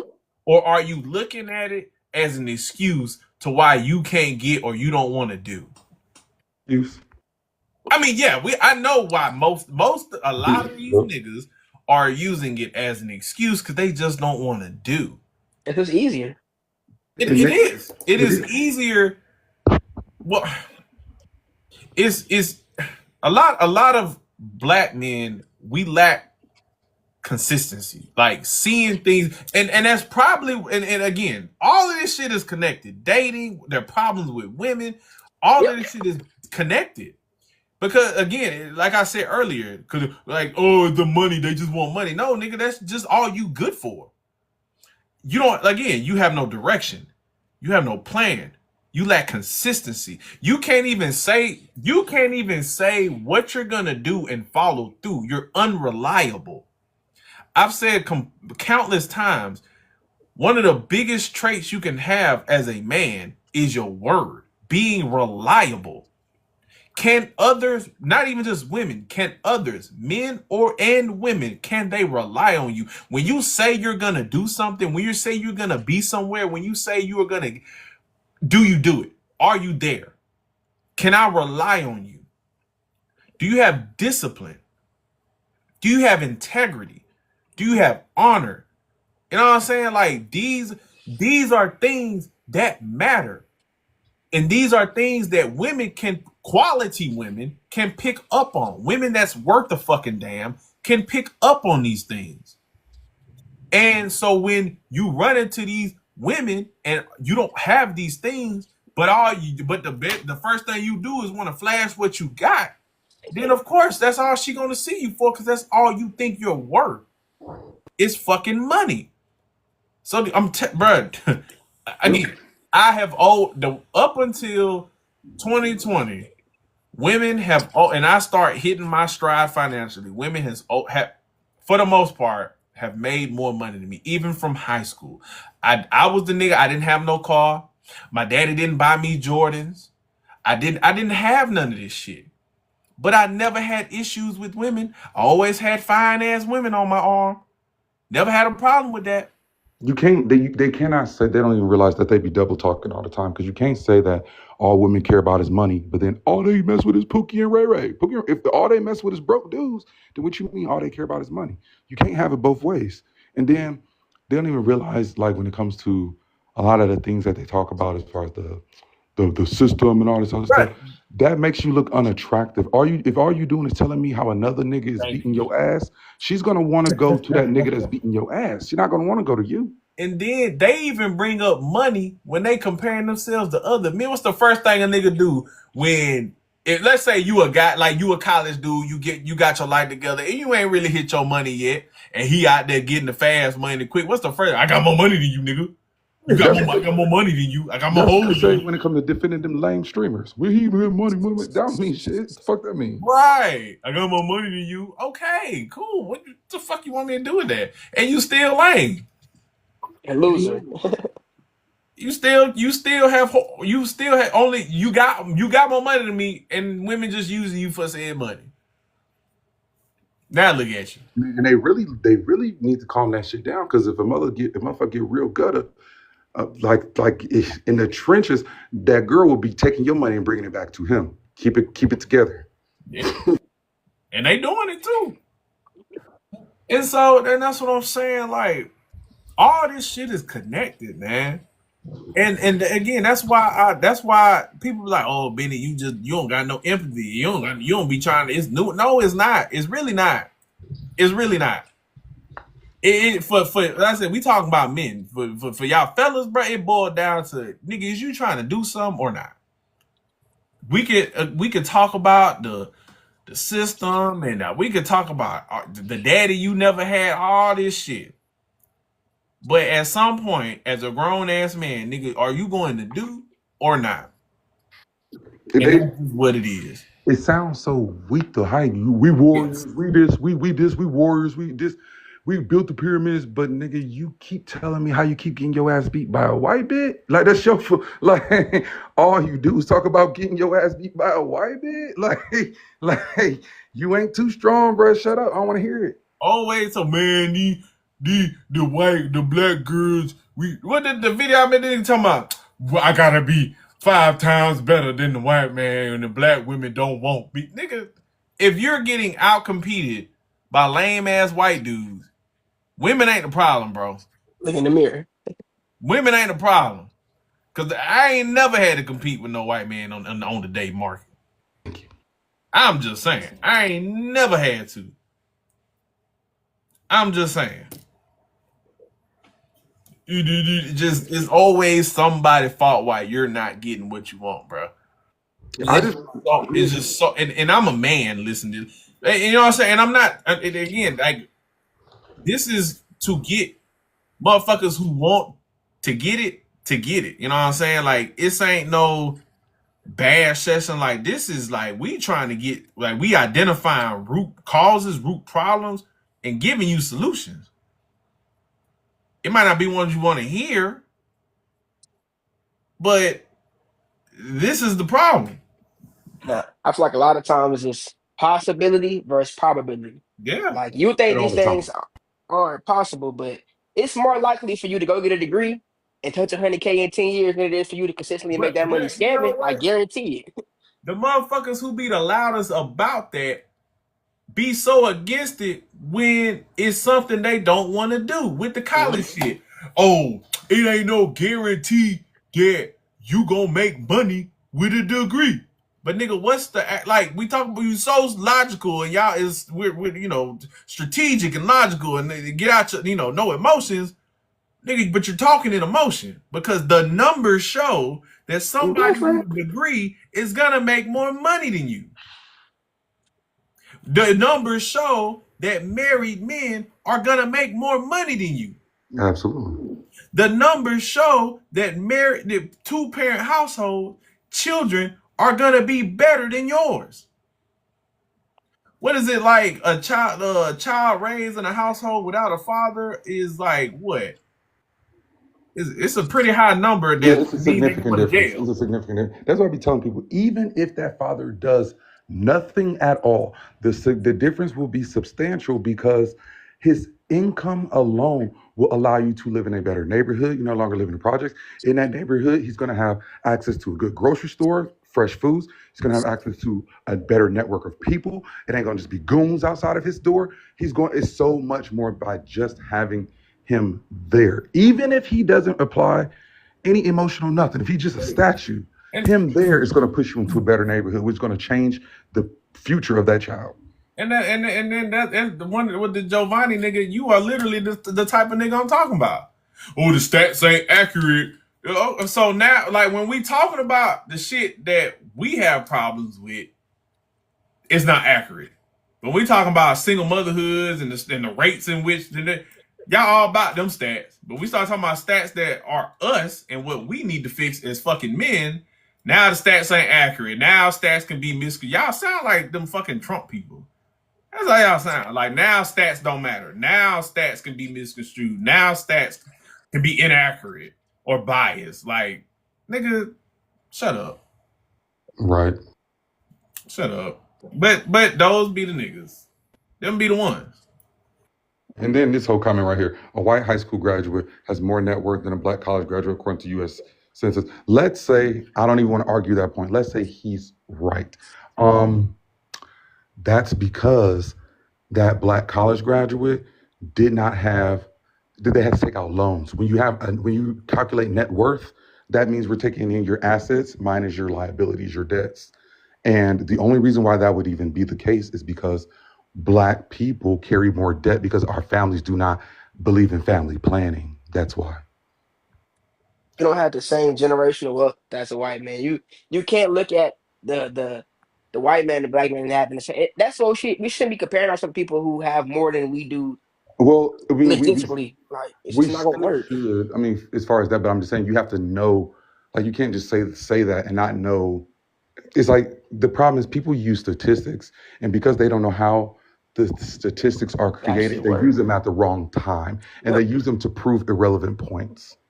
That's not a point. You're not proving a point by saying Yeah, that. because you saying a white person gonna make more than me as a college grad don't mean I shouldn't go to college. They don't have Thank nothing to do you. with That's that. it. And it don't It's not. mean That that, doesn't but guess support that. what? I might make less than that white man, but I make more than your black ass. Guarantee And we're it. talking about over Guarantee the it. course of a I make more than lifetime. your black ass that's uneducated and working at the And even if factory. you do make more than me, can you read a book? Nigga, can you read? But No. that's what I'm saying. They don't think about. They don't as far as being men. They do not have foresight. They cannot see beyond what's right in front of their face.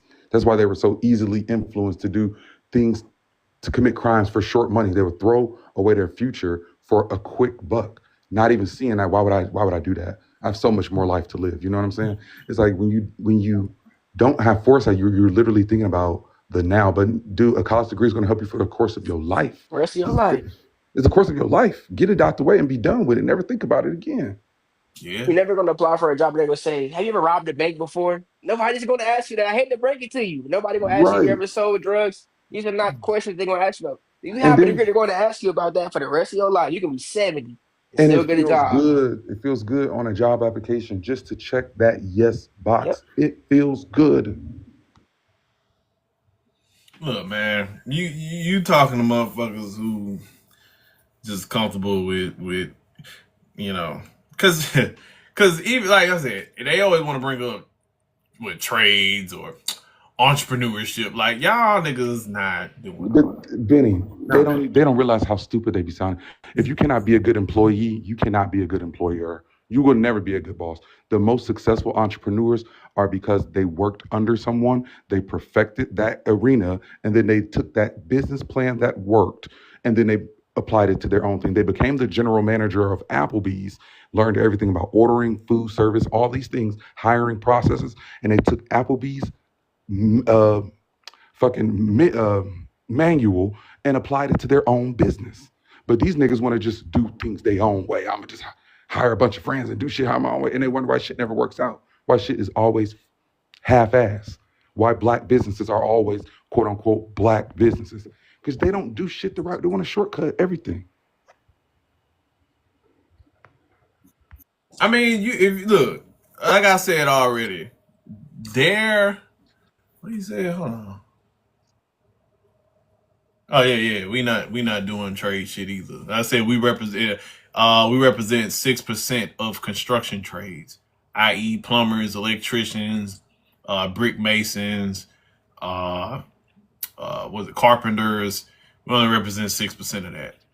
Yeah, the And the people stats are relative across the other trade fields also. So we're not doing trades either. people who say these facts do not even be the statistic. You talking about people do plumbing and you work at McDonald's. Why are you talking about that? Right. All the people pushing trades don't even be in the trades. They just be saying shit. Even with trades, right? Uh that trades still feed into the oh, as a black man, you only good for labor, hard labor. Now again, there's nothing wrong with that, but is that all you like? Because most of y'all aren't getting to instructor level. Like you're not getting out the field because y'all don't seek to advance your career or add, Hmm. uh, add, fuck, what's the word? Add to your repertoire, increase your resume. So you stuck in the field and then you work like a workhorse and then you croak. They Because you're make not getting PTO, you're not getting time off. You're not, you know what I'm saying? Like you in the the, field. And then the you thing. working for somebody else the whole time under somebody else's apprenticeship, and then you croak. But they don't realize that they be cheapening themselves with the things that they say. If the subject is college, that's not the time to say everybody can't go to college. Some people can go to trades because what you are saying is you're not good enough for this, then you should go here. That's not the time for you to insert that. Like you know what I'm saying? Like why do y'all always use it as a you ain't got to do this, you can do this? Like you can be oh he not smart enough to go to no real college. Let's just put him in the trades. Let's put the dummies in the trades. Y'all really be making that sound like it's a lesser option. That's what they really be doing. Right. Right. And it's always an answer for every question. Oh, college is expensive. Go to community college. Boom. There you go. It's a lot cheaper. They still growing up. You can go there for 2 years, transfer. Oh, a trade school is better. You can do a trade and still go to college. And let's say you're doing a trade for something like welding or something like that. You can go into an engineering school for a mechanical or electrical or a civil, and you can double your money because you know how to weld. And now you're a civil engineer. Just small things that you can do to circumvent all these questions. They got TT Tech and all these things. It's so many ways you can, if you want education, you can get it. You might get more at a 4 year school socially, but if you want a degree, you can get a degree. Yeah, you go to the 2 year, you go to the junior college your first 2 years, get all your prerequisites out, and then you go to university for your last 2 years when you're in your major. But they don't care about that because that's a solution. They don't care about that. They don't want to They answer the they they subject. they they, they have ish. They complain about the cost of college, but they don't have no problem paying $15,000 in interest for that Camaro that they got from Santander. Like you know what I'm saying? Like it's bullshit. Like you want to talk about college costs so much and it's so expensive, but you ain't got no problem making all these babies and being behind in child support. You don't care about your money. Quit acting like you actually care about that. What you got, minutes? Cause you've been in my comments the past 2 days arguing about this shit. I don't be arguing with you, bro. I just be trying to speak from from another perspective. I really don't be trying to argue with you. It's just different. I just feel like it's different type of people. No, you trying to put your anecdotal instance Is that on not what we all do? I think that's what what we all works. do. I Say think that's what what? we all do. No, that's not what we all do. We're talking about what actually is statistically proven to work, and you keep talking about your anecdotal instance because it worked for you.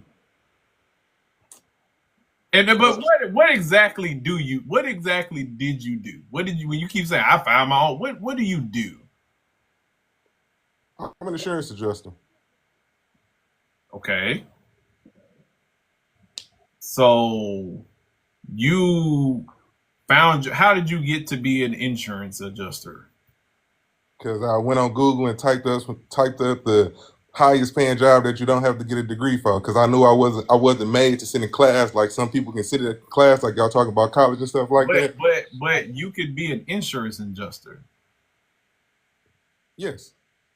So you can't sit in a classroom, but you can sit and be an insurance adjuster. No, okay. So when I say I can't, I don't mean literally. I'm saying it was easier for me to find something that they be like you can go learn this and you go take a test and you're fine as long as you can learn this and you can pass the test, you can do this thing. Going through school and things like that is a different process for it's a different process. Some people not like people don't be made to do all the same things. I understand, like I tell you, I understand what y'all saying. But that's for certain people. That's for a certain level of patience. That's for a certain level of just yeah. Everybody just different, bro. And I think your message is a good message. I think it's a good message for a lot of people, just not for everybody. Is But what I always try to explain to you. listen to what you just said. You said that it's not something that's not right for everybody, but you literally did you do a job that you had no interest in. Google had to tell you about this job. People go to college and pursue interests, things that they're actually interested in, things that they can apply a passion for. I And that think a lot of can, people you, pursue. I you think a literally lot of people you said pursue. Google I told you think about people that job. pursue You didn't know it money. existed. I think people pursue money, just like the same way all these doctors and lawyers and all this kind of stuff. They don't be interested in actually helping people. I think it'd be a lot more about money. No, That's Like not that's just true. they That's not pursue. It's true. not about money because at the end of the day, do you know what a doctor has to do to get to the money? Most doctors are $200,000 in debt. Do you know how long it takes to become a doctor? so. Like So do you, that so, takes so, so do dedication. y'all believe? So you believe that these that maybe a doctor of a different race actually care about black people the same way he care about his race? Yes. Some Okay. of I them don't know do, why y'all yes. always It's think that. possible. Y'all make black people sound like they just so weak and so like I, everybody I just never hates black said people. that. Like I never said. I asked you a the question. I never said literally who right, was but weak that's or the not. way I it never comes said who off. was weak or not. I asked Why you. why I just wouldn't asked you a he? simple I said question. yes, but like why wouldn't he? Why would he think that I'm less? Why would I ever think that he thought that I was less? Just for like how y'all bring up statistics and stuff like that, I think black women die during birth way more than any other race of women. Y'all don't think that have nothing to do with them not really caring or Do you even care about black women like that, or are you just using this statistic to prove your point? Because I can answer it to prove the point if you're trying to actually, but it's like this sounds like one of those statistics you throw up just to you don't really care. That's why I don't understand what's the difference between my statistics and y'all statistics. No, Why are because y'all? you're using statistics that you don't even care about to prove a non-existent You don't point. think I care about black women?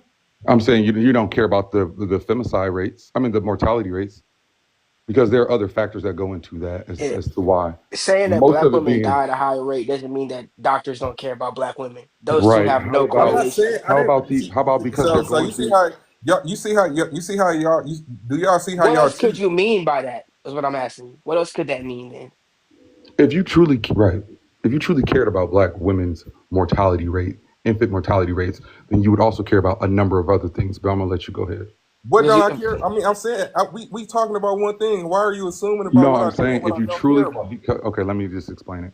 If you truly, because I said it sounds like you're just using the statistics to prove a non-existent point. Because if you truly cared about black women's infant mortality rates, then you would look at how many of them are going through the pregnancies alone, how much stress is going to be involved, how is And, it I, because of and their economic my point would situation, be my point would be because they are single mothers, how many of their economic situations only allow them certain type of and that's what I'm doctors saying. like Just because I brought that up as a statistic, you does that use mean that. that I don't care about the No, things you that you use just that mentioned? statistic. You use that I'm statistic. saying, are you saying that I don't care about what you I'm not just saying mentioned? that. I'm saying that if you truly cared about that, then you wouldn't use that statistic to prove a race point. The point was race, and you're literally using that statistic to prove that white mind doctors don't you, care about black people as much.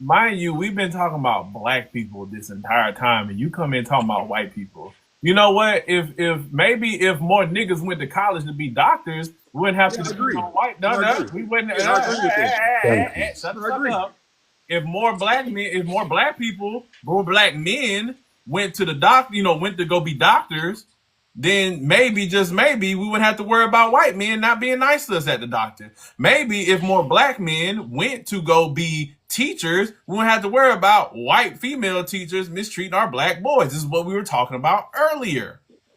But you niggas like you don't want to go to college and then get out here and promote this dumbass shit and then get mad when white men are doctors and mistreat our women. it was just kind of like we were talking about college, and you was like, "Do y'all think doctors and lawyers care about people?" And then the next point you brought up was black women dying giving birth. So it's kind of like, what does the correlation between somebody going to school to be a doctor or a lawyer have to do? And so my assumption, just me being an educated young man, but that you think that lawyers get their jobs to incarcerate black men as well. If that's kind of the conversation be going on, all lawyers get jobs to lock up Negroes.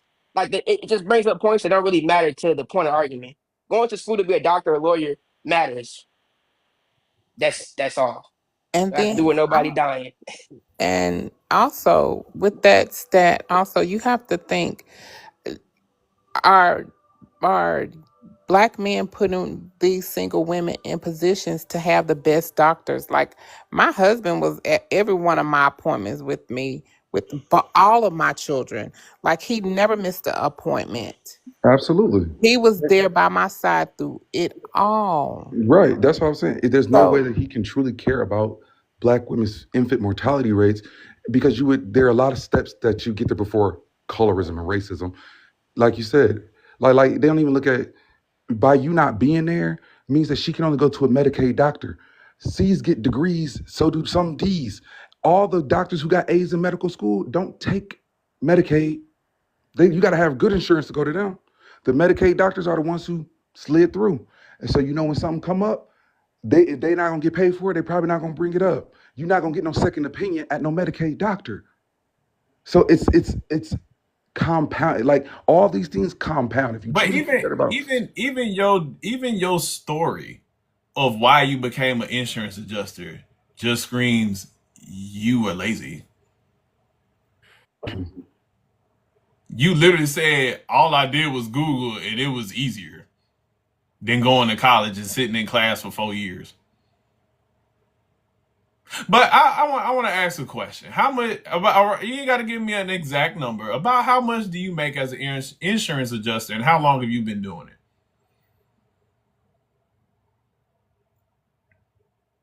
You gotta unmute yourself, bro. So I went to go take the test, and at the end of 2023, I started doing some independent adjusting. I got hired by Allstate last year in April. I started out. It started out your base pay. Your base pay is well, your base pay kind of varied, but kind of depending on your experience or whatever. But my base pay was 60. My base pay was 60,000, but I also get per diem. I also get like it's other little things that come with it. But since me starting in April of 2024, I started out at a 60. My manager just really earlier this week, I got a 5% raise, which got me up to around like 65,000, and then I get, like I said, I get per diem. I get per diem, which is it's per diem like $68 a day. I'm on a rotating schedule where I work 10 days and then I'm off for 4 days.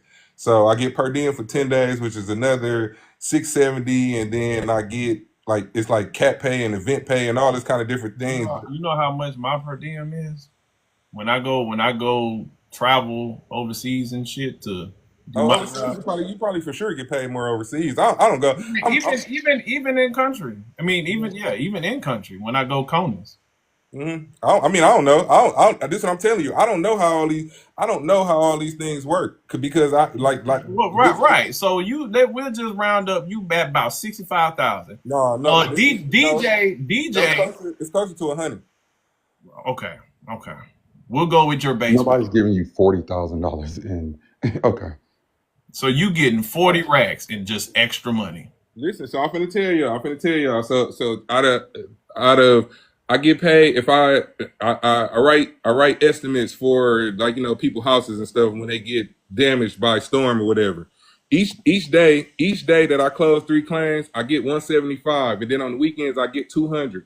Just like now. I mean, I'm from Michigan. I'm in Illinois right now. I'm in Illinois on deployment right now.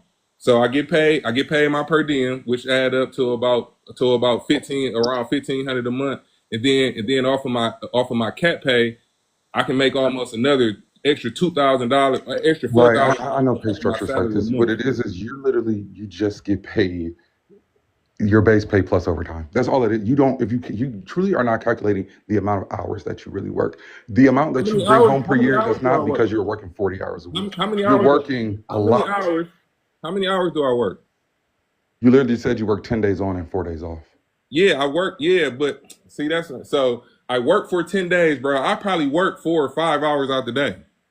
I know every point that we bring up, you're going to, you know what I'm saying? You have a backdoor escape route for everything we're going to say. But all I'm saying is, trust me, it's average. If you just divide the amount that you work. I'm not saying it like I'm just breaking the bank or nothing. Right. So if you're not breaking the bank, then why would you use that as justification as to why someone should not pursue further education? Because last year, if the end result is just average. I was delivering for Amazon last year, and I was making $35,000 a year. Within a year, I almost tripled my salary. I don't know. I mean, you can knock it all you want. You can feel how you want to feel about it. Nobody's knocking it, but I'm saying you were knocking it. You the one who were knocking it. How? You were knocking. You the one who were knocking. You were knocking education. You were literally saying. I wasn't knocking education. I'm saying people have different skill sets. Everything is not for everybody. I'm not knocking nobody who whichever way you go to build yourself a good life and be a productive person in society without damaging our people or just the world. Period. I'm okay with it. That's what I'm saying. That's not the conversation.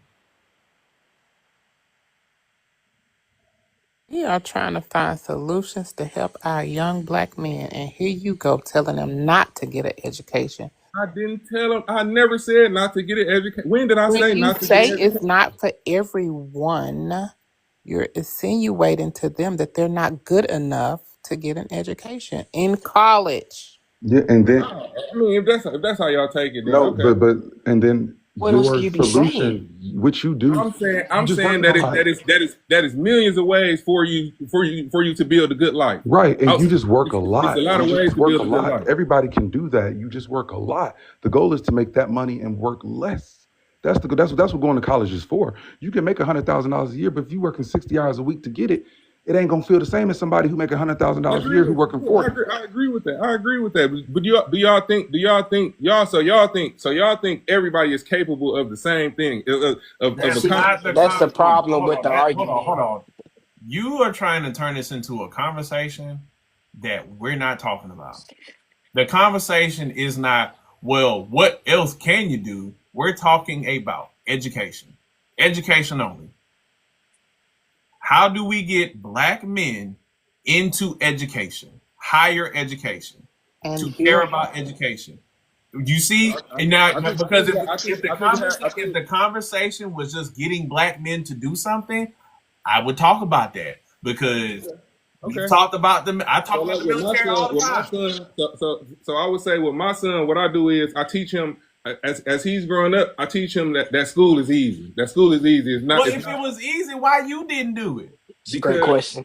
You just because said it wasn't easy. And let me tell you, I'm gonna because tell you, your go ahead, y'all go ahead.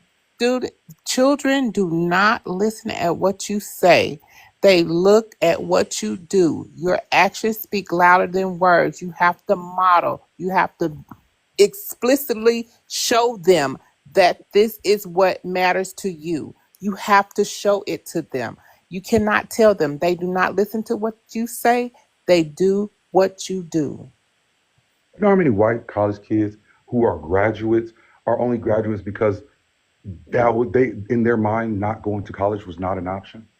Literally, like their family was like they never even had the thought that not going to college wasn't an option.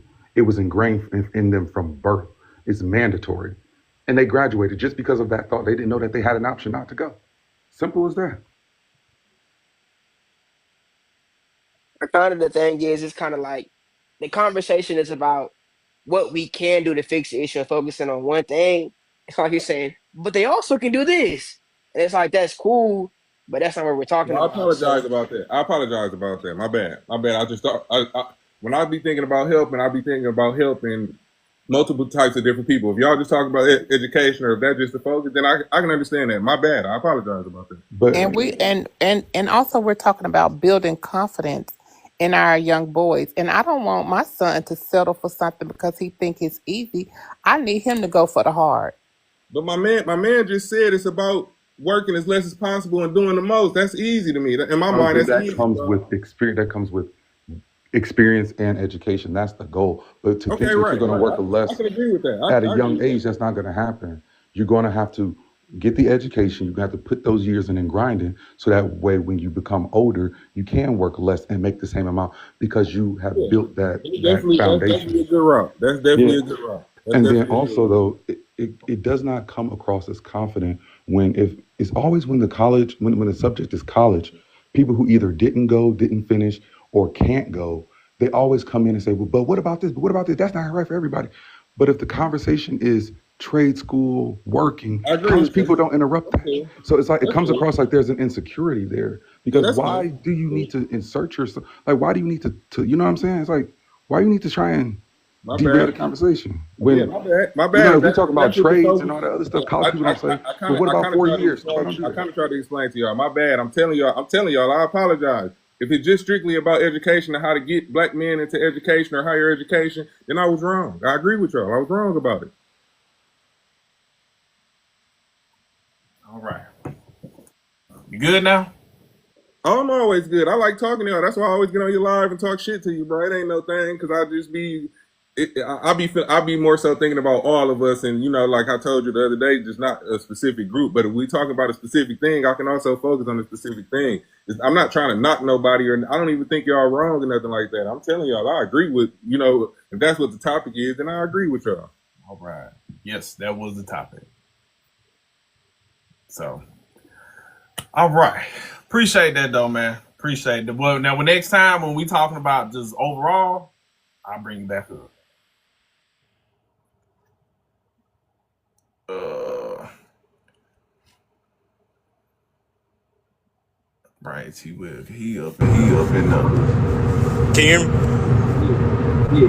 Alright, bro, I made a video earlier today when I got off work about this exact same topic. Here's this one dude, I guess he got beef with me now because I said what I said. Mind you, I just gave my experience going to a PWI. He when I tell you it's comment after comment. Then it's another dude who was giving all the systemic racism, all this, that, and the third, as to why black men aren't going to college. And I don't know, it's so crazy to me because like I listen to y'all live pretty much all day today.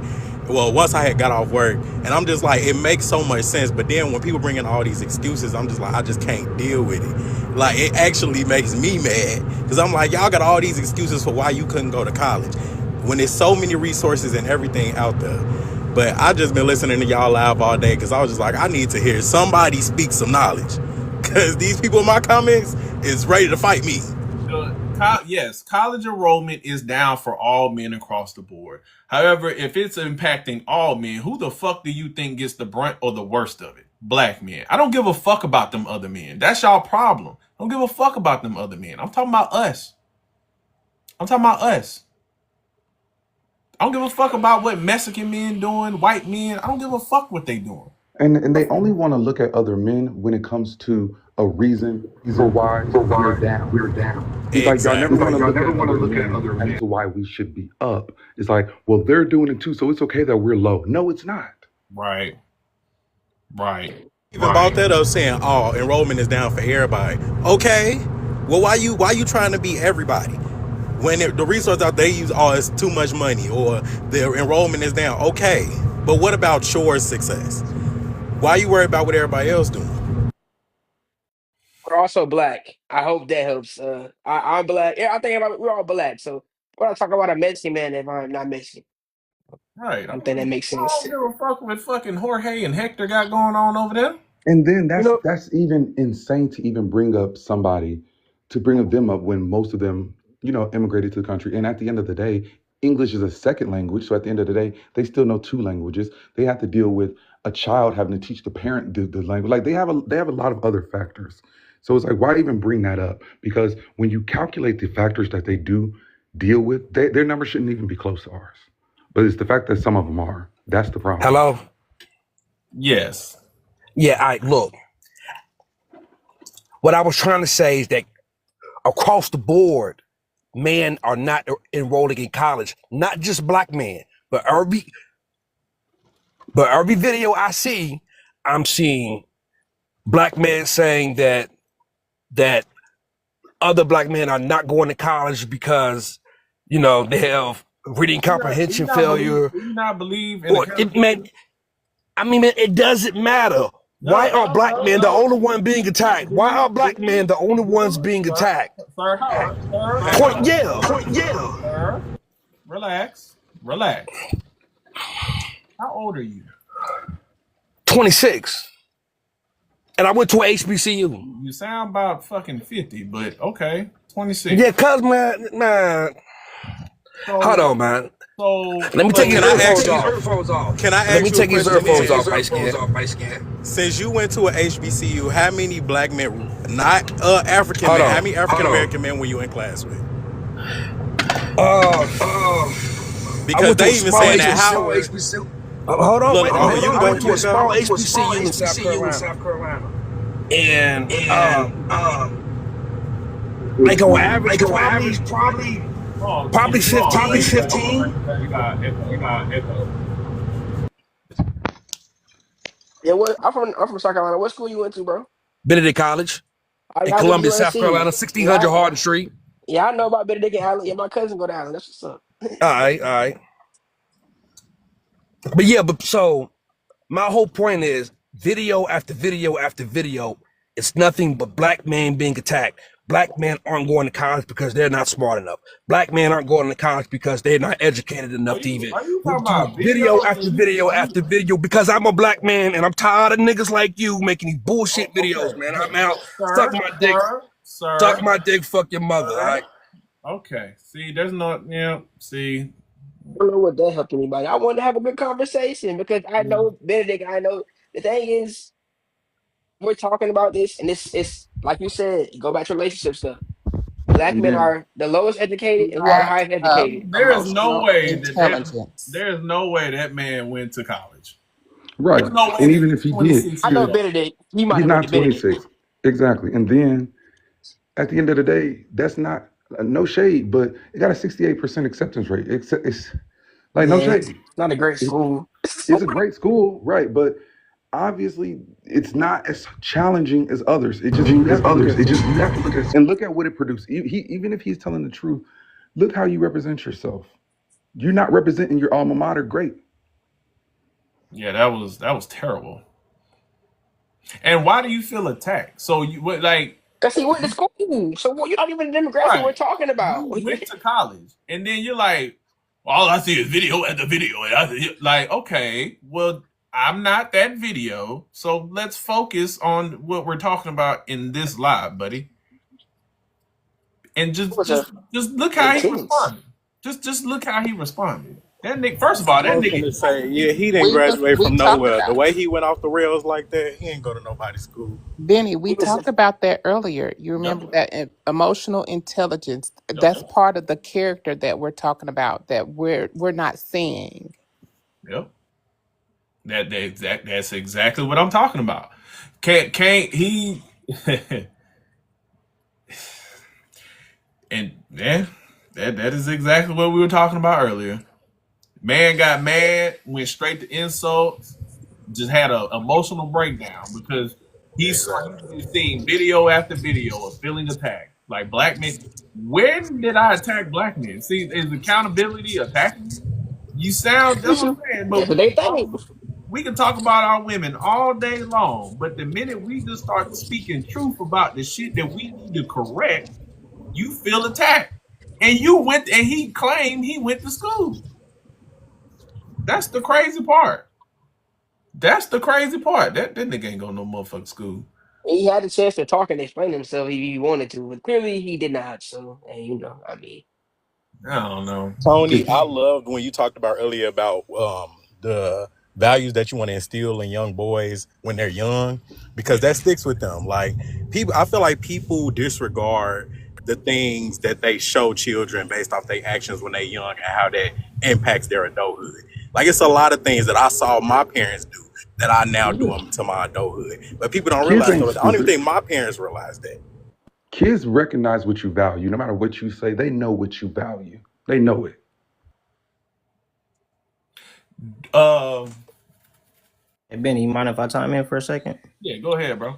Yeah, I seen a video the other night and it was trending here on TikTok and it was showing like a lot of it was just a lot of, black folks, Indian folks and Mexican folks, but I didn't really see as much black men and it was mainly about like how a lot of the black women, shout out to the sisters, they went into college, well actually into medical school, figuring out, what they wanted to do as far as saying like, hey, I want to be a physician, but I ended up wanting to be a pediatrician or a veterinarian.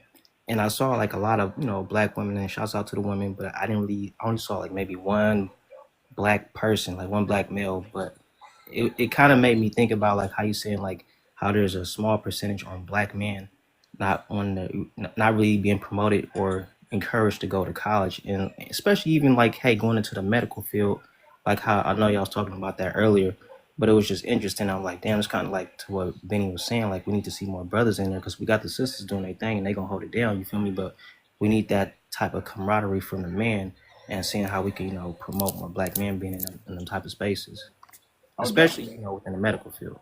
Yeah, I mean, Right. definitely we need to promote this to our boys. The first thing, instead of putting that fucking no, I got 4 boys. Don't none of them play sports, and I tried, but I'm not gonna force it on them.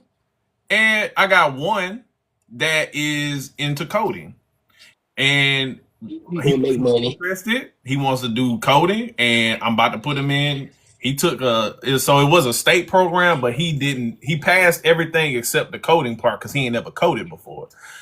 So we gonna get him in some coding classes, and he wants to code and do shit like that. I said, okay. But if he like that stuff, definitely You know what I'm invest in saying? it. Hey, But he gonna get up there. I'm still struggling to Lucrative. code. And So. I got fucking my oldest. He say he want to get into marketing or sales. I said, what? And he was like, yeah, I've just been thinking about like sales and marketing and Some stuff. sell cars. And I said, okay. But it's Quick funny money. because I was like, nigga, like he he got like this fucking like he got like the sleazeball mentality like his daddy. That's why I stay on his ass. But I said, you know what? I could see you in sales. I could see you in marketing because you a sleazy ass nigga.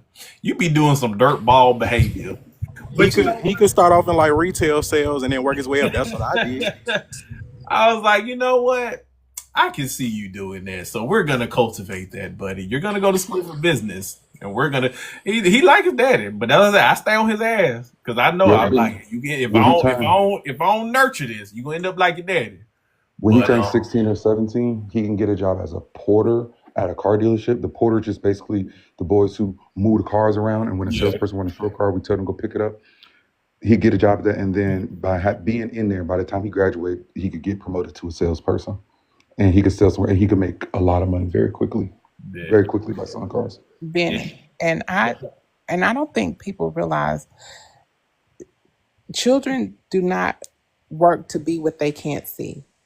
So that's why you have to put it in their face so they can see these things. They need to see Black African American doctors. They need to see that they can be in coding.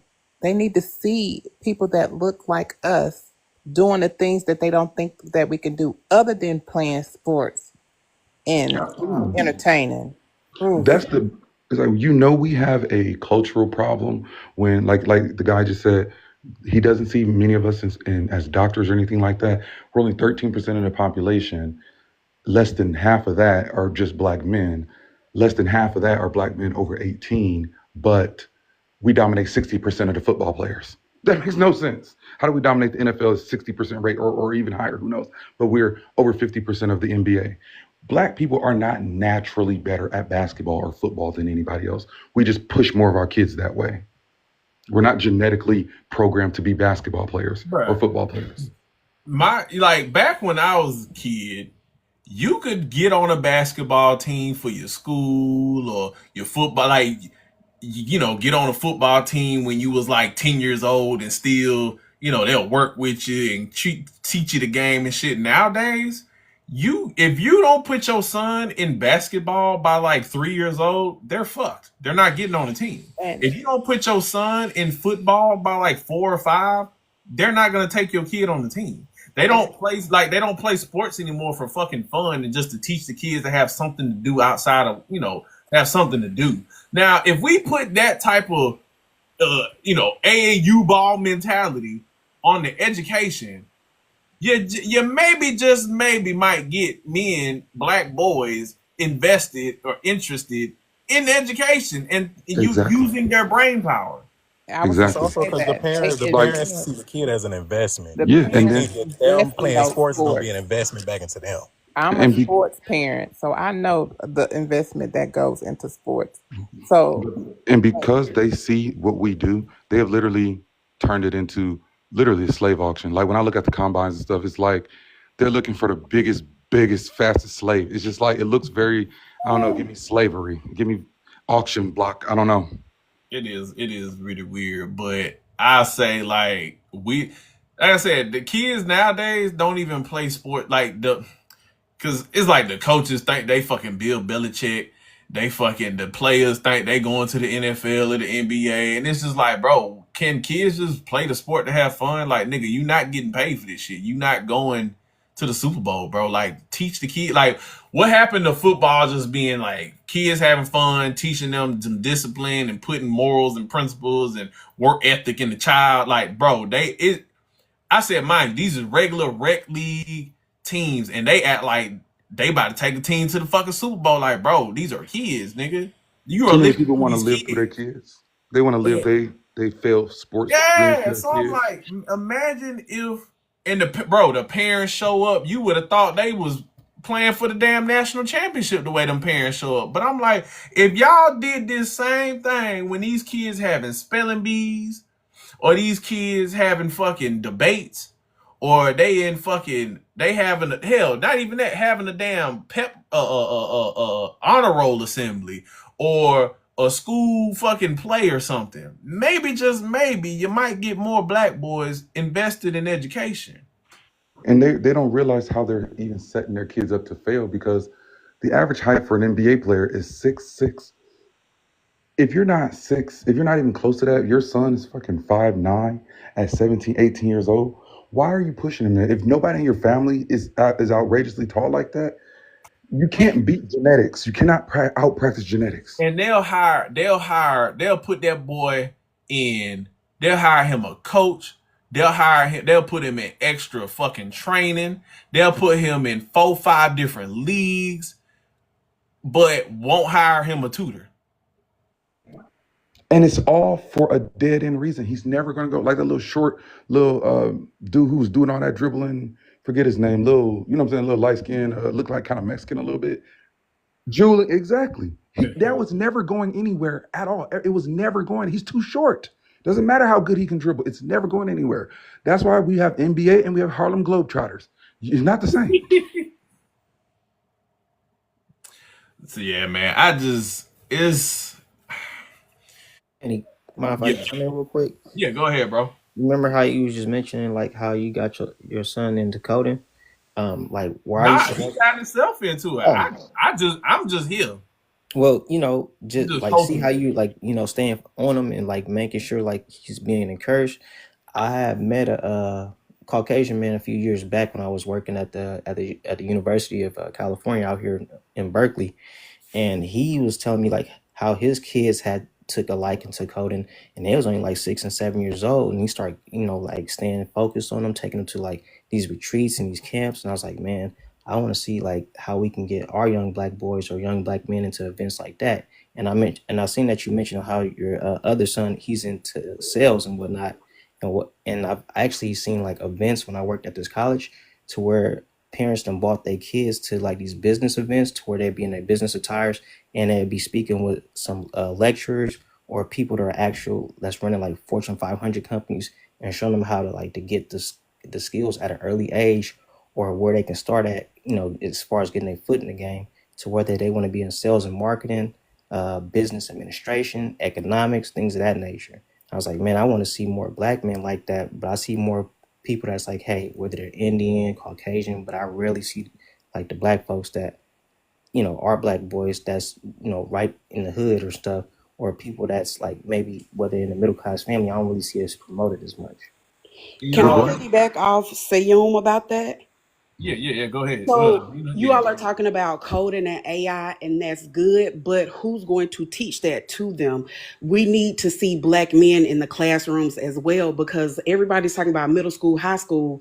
We need to have a 13-year plan because it took us a minute to get here. It's going to take us about 13 years if we start now with pre-K all the way to 12th grade to reverse that. They need to see black men teaching them how to read, black men engaging in science and everything at a young age, like Tony said before. So yeah, coding is great and AI is great and STEM is great, but everything has to be modeled. And if you start in middle school, for some that's a little too late. I'm a book talker and I just went to a book conference and there was like one or two kids there.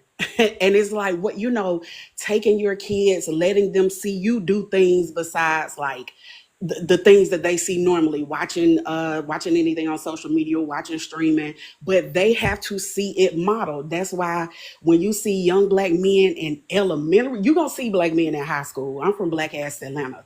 We got hella black male teachers here, and I love that. But you don't see it that much in elementary.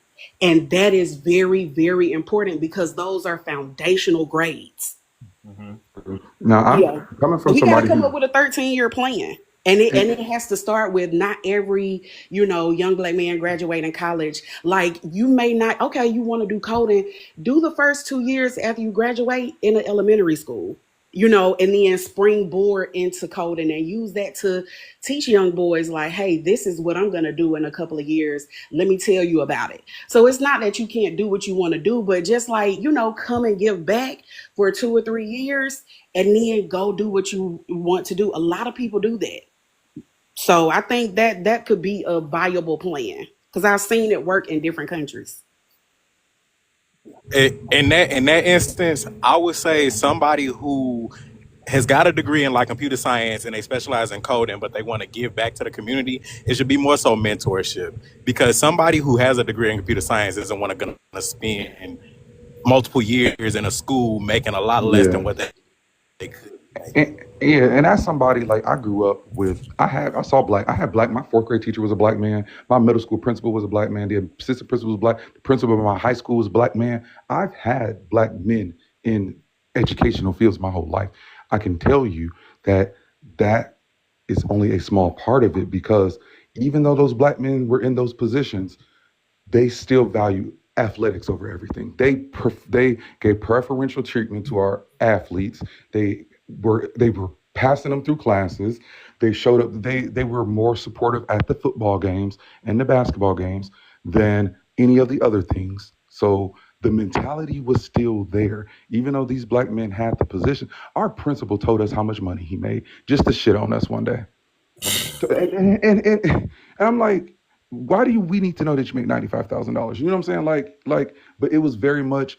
I had black men in these positions, and they acted like niggas. Like it was no different. It was no different. So let's say that we need quality black men in these positions.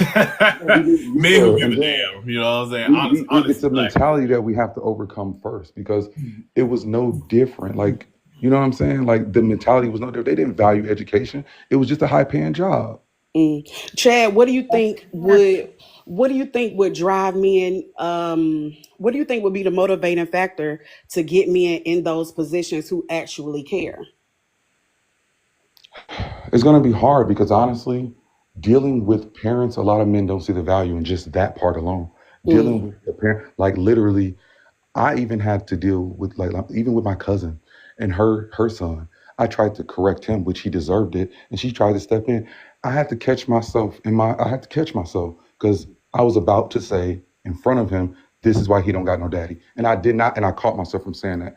But if you have parents that do not allow you to do your job, then a man don't see no. I'm not dealing with you. Fuck them up. Have fun with it. Deal with it. Yeah, I think we yeah. have a culture of not. But that's again. It go back to home. It go back to family planning. It go back to our culture of the man not being there. And so when you finally see like you want mentorship and men that aren't the father of this child to step up, but then the minute he does or they do, you don't like how it's being done. And now you ain't gonna talk to my son like that. You ain't gonna do this to my and if I'm a stand up dude, I'm not gonna argue with you. I'm gonna just let that little nigga go and be whatever the fuck he gonna be Exactly. because You I'm fuck not 'em up. daddy. So again, it starts like everything we've talked about for this live. It starts with home. If if you're not gonna make sure that boy has a father, then you need to make sure he has men in his life and you don't impede on these men being men. And I think a lot of women don't understand the what goes into like a man shaping a boy into be a man. And it's gonna look like even Tony talked about it when her husband was yanking her son up. Hell, my wife do the same shit when I'm over there yanking their ass up and doing shit and giving them structure and shit. She be over there trying to save them. No, step the fuck back. Let me do what I gotta do. It ain't gonna look pretty. You might not understand it, but this is what they need. So step the fuck back and let me do that. Now, if Tony, my wife, are doing that to their husbands, what do you think these women are gonna do when they see a teacher, a man, or a counselor, or some shit at school doing that to their sons? So, but it goes back to our culture. It goes back to our homes and what we're doing in our homes. It's a reflection of what they go out into the world and do. You're gonna have to teach a kid to be kind, to be considerate, to care about people, to want and to to go into a respect position. and to respect Exactly. authority. Exactly. Because Yes, you can tell respect him what you want authority. to tell him, So but it respect. It's respect authority because they have to learn that the world ain't about what the fuck you want to do. You're gonna have to do some shit that you don't want to fucking do. Your mama ain't gonna save you. Ain't nobody gonna just you. You're not gonna be able to just kick and scream and complain your way out of this. You gonna do what the fuck. I don't give a fuck how you feel about it. This is what you gonna do. And they don't understand that. So then they go out into the world and thinking that they could show up to interviews in shorts and shit, and people should just accept me for who I am. That's not the world, motherfucker. I don't give a fuck about how you feel. I don't give a fuck about that. Talking about some, oh, it shouldn't matter what you wear to an interview as long as you do it. Shut the fuck up. So you mean to tell me you want your brain surgeon to come out sagging with some golds in his mouth with tattoos on his face? So what the Presentation. fuck you mean? Nah, that's respectability politics, bro. You know, they learn new words and terminologies and they just throw that shit around like we just Exactly. But if they brain surgeon come out looking like some thug on the street, that what he wears is gonna fucking matter, ain't it? So they need to shut the fuck up. It's almost as if professionalism is a dead art. No, it's the white man. You want to be close to white proximity. No, niggas we got decorum too. You never caught my granny out here slacking in these streets. But you And could put a that's my lot. thing about it too. Is like you can be professional and still very much be black. I feel like I don't understand why people make those two things seem like they just so different. Right. Because they've never been in proximity with white or black professionals, bro. They're trashy. I'm sorry, I didn't mean to say that, but like they don't to associate anything of upper echelon with whiteness and lower tier shit with blackness, that speaks to you as an individual. That tells me how low you think of your race. Because at the end of the day, we always been shaw. My family, we ain't never been no low shit. You know what I'm saying? Like that ain't never been. I don't give a fuck from the hood and everything. But motherfucker, we knew how to fucking act. Was not going nowhere looking no fucking crazy. The shit was gonna be clean. So for when I hear these new age black people talk about this ghetto shit is what it means to be black, no motherfucker, anything a black person does is the black experience. I don't know what the fuck y'all talking about. That's your experience. I got shit to do with being black. Facts. Moms had me like that in when I was a little kid going to Sunday school, or even if I had to have a suit, she had me dressing presentable You in know the what I'm space. saying, bro? Like just being presentable, being sharp, being squared away as a black person is you trying to be white, you in white proximity. No, nigga, I don't want to be dusty and dingy and dirty. I I Bro, have should look walk at out the standards. house I looking have like a bag of standards. ass. But since when also that did goes black back people into not the shit dress? that's wrong. We the whole race that defined dressing. Look at every picture of black people in the past. They look the fuck good. Now we were to compare those pictures to these sweatpants, pajama pants wearing, house shoes wearing out in public, motherfuckers. Don't leave out the bonnets. Don't leave out the Yeah, bonnets. exactly. It's like y'all don't even realize that we look at the past and we look at them and we like, damn, these black people look good. Now what they gonna say about y'all in 20, 30 years? Y'all look fucking a mess. Standards, Like bro. I, when I look at pictures of old black people, when I'm looking at black people from the 50s, I feel good. I'm like, damn, they sharp. Damn, they look good. But now, no. Shit, I I'm even the gonna make sure 90s. I got some church clothes. I'm telling you, make sure I got some slacks, a tie, a jacket, something. You're not finna go around looking any kind of way because you should not want to be perceived any kind of way. But But look, if hey, you maybe doing I'm. anything of value, you gonna have these things anyway. Like Mm. you gonna present yourself a certain way. You gonna have certain things in your closet for people to know that is like I was having this discussion the other day about face tattoos with my homie, and I was like, bro, when I see somebody with face tattoos, automatically assume you're not talking to nobody important, so you're not doing nothing important. These are the type of assumptions that people make based off how you dress, the things you do, like the way you act, like all that type of stuff.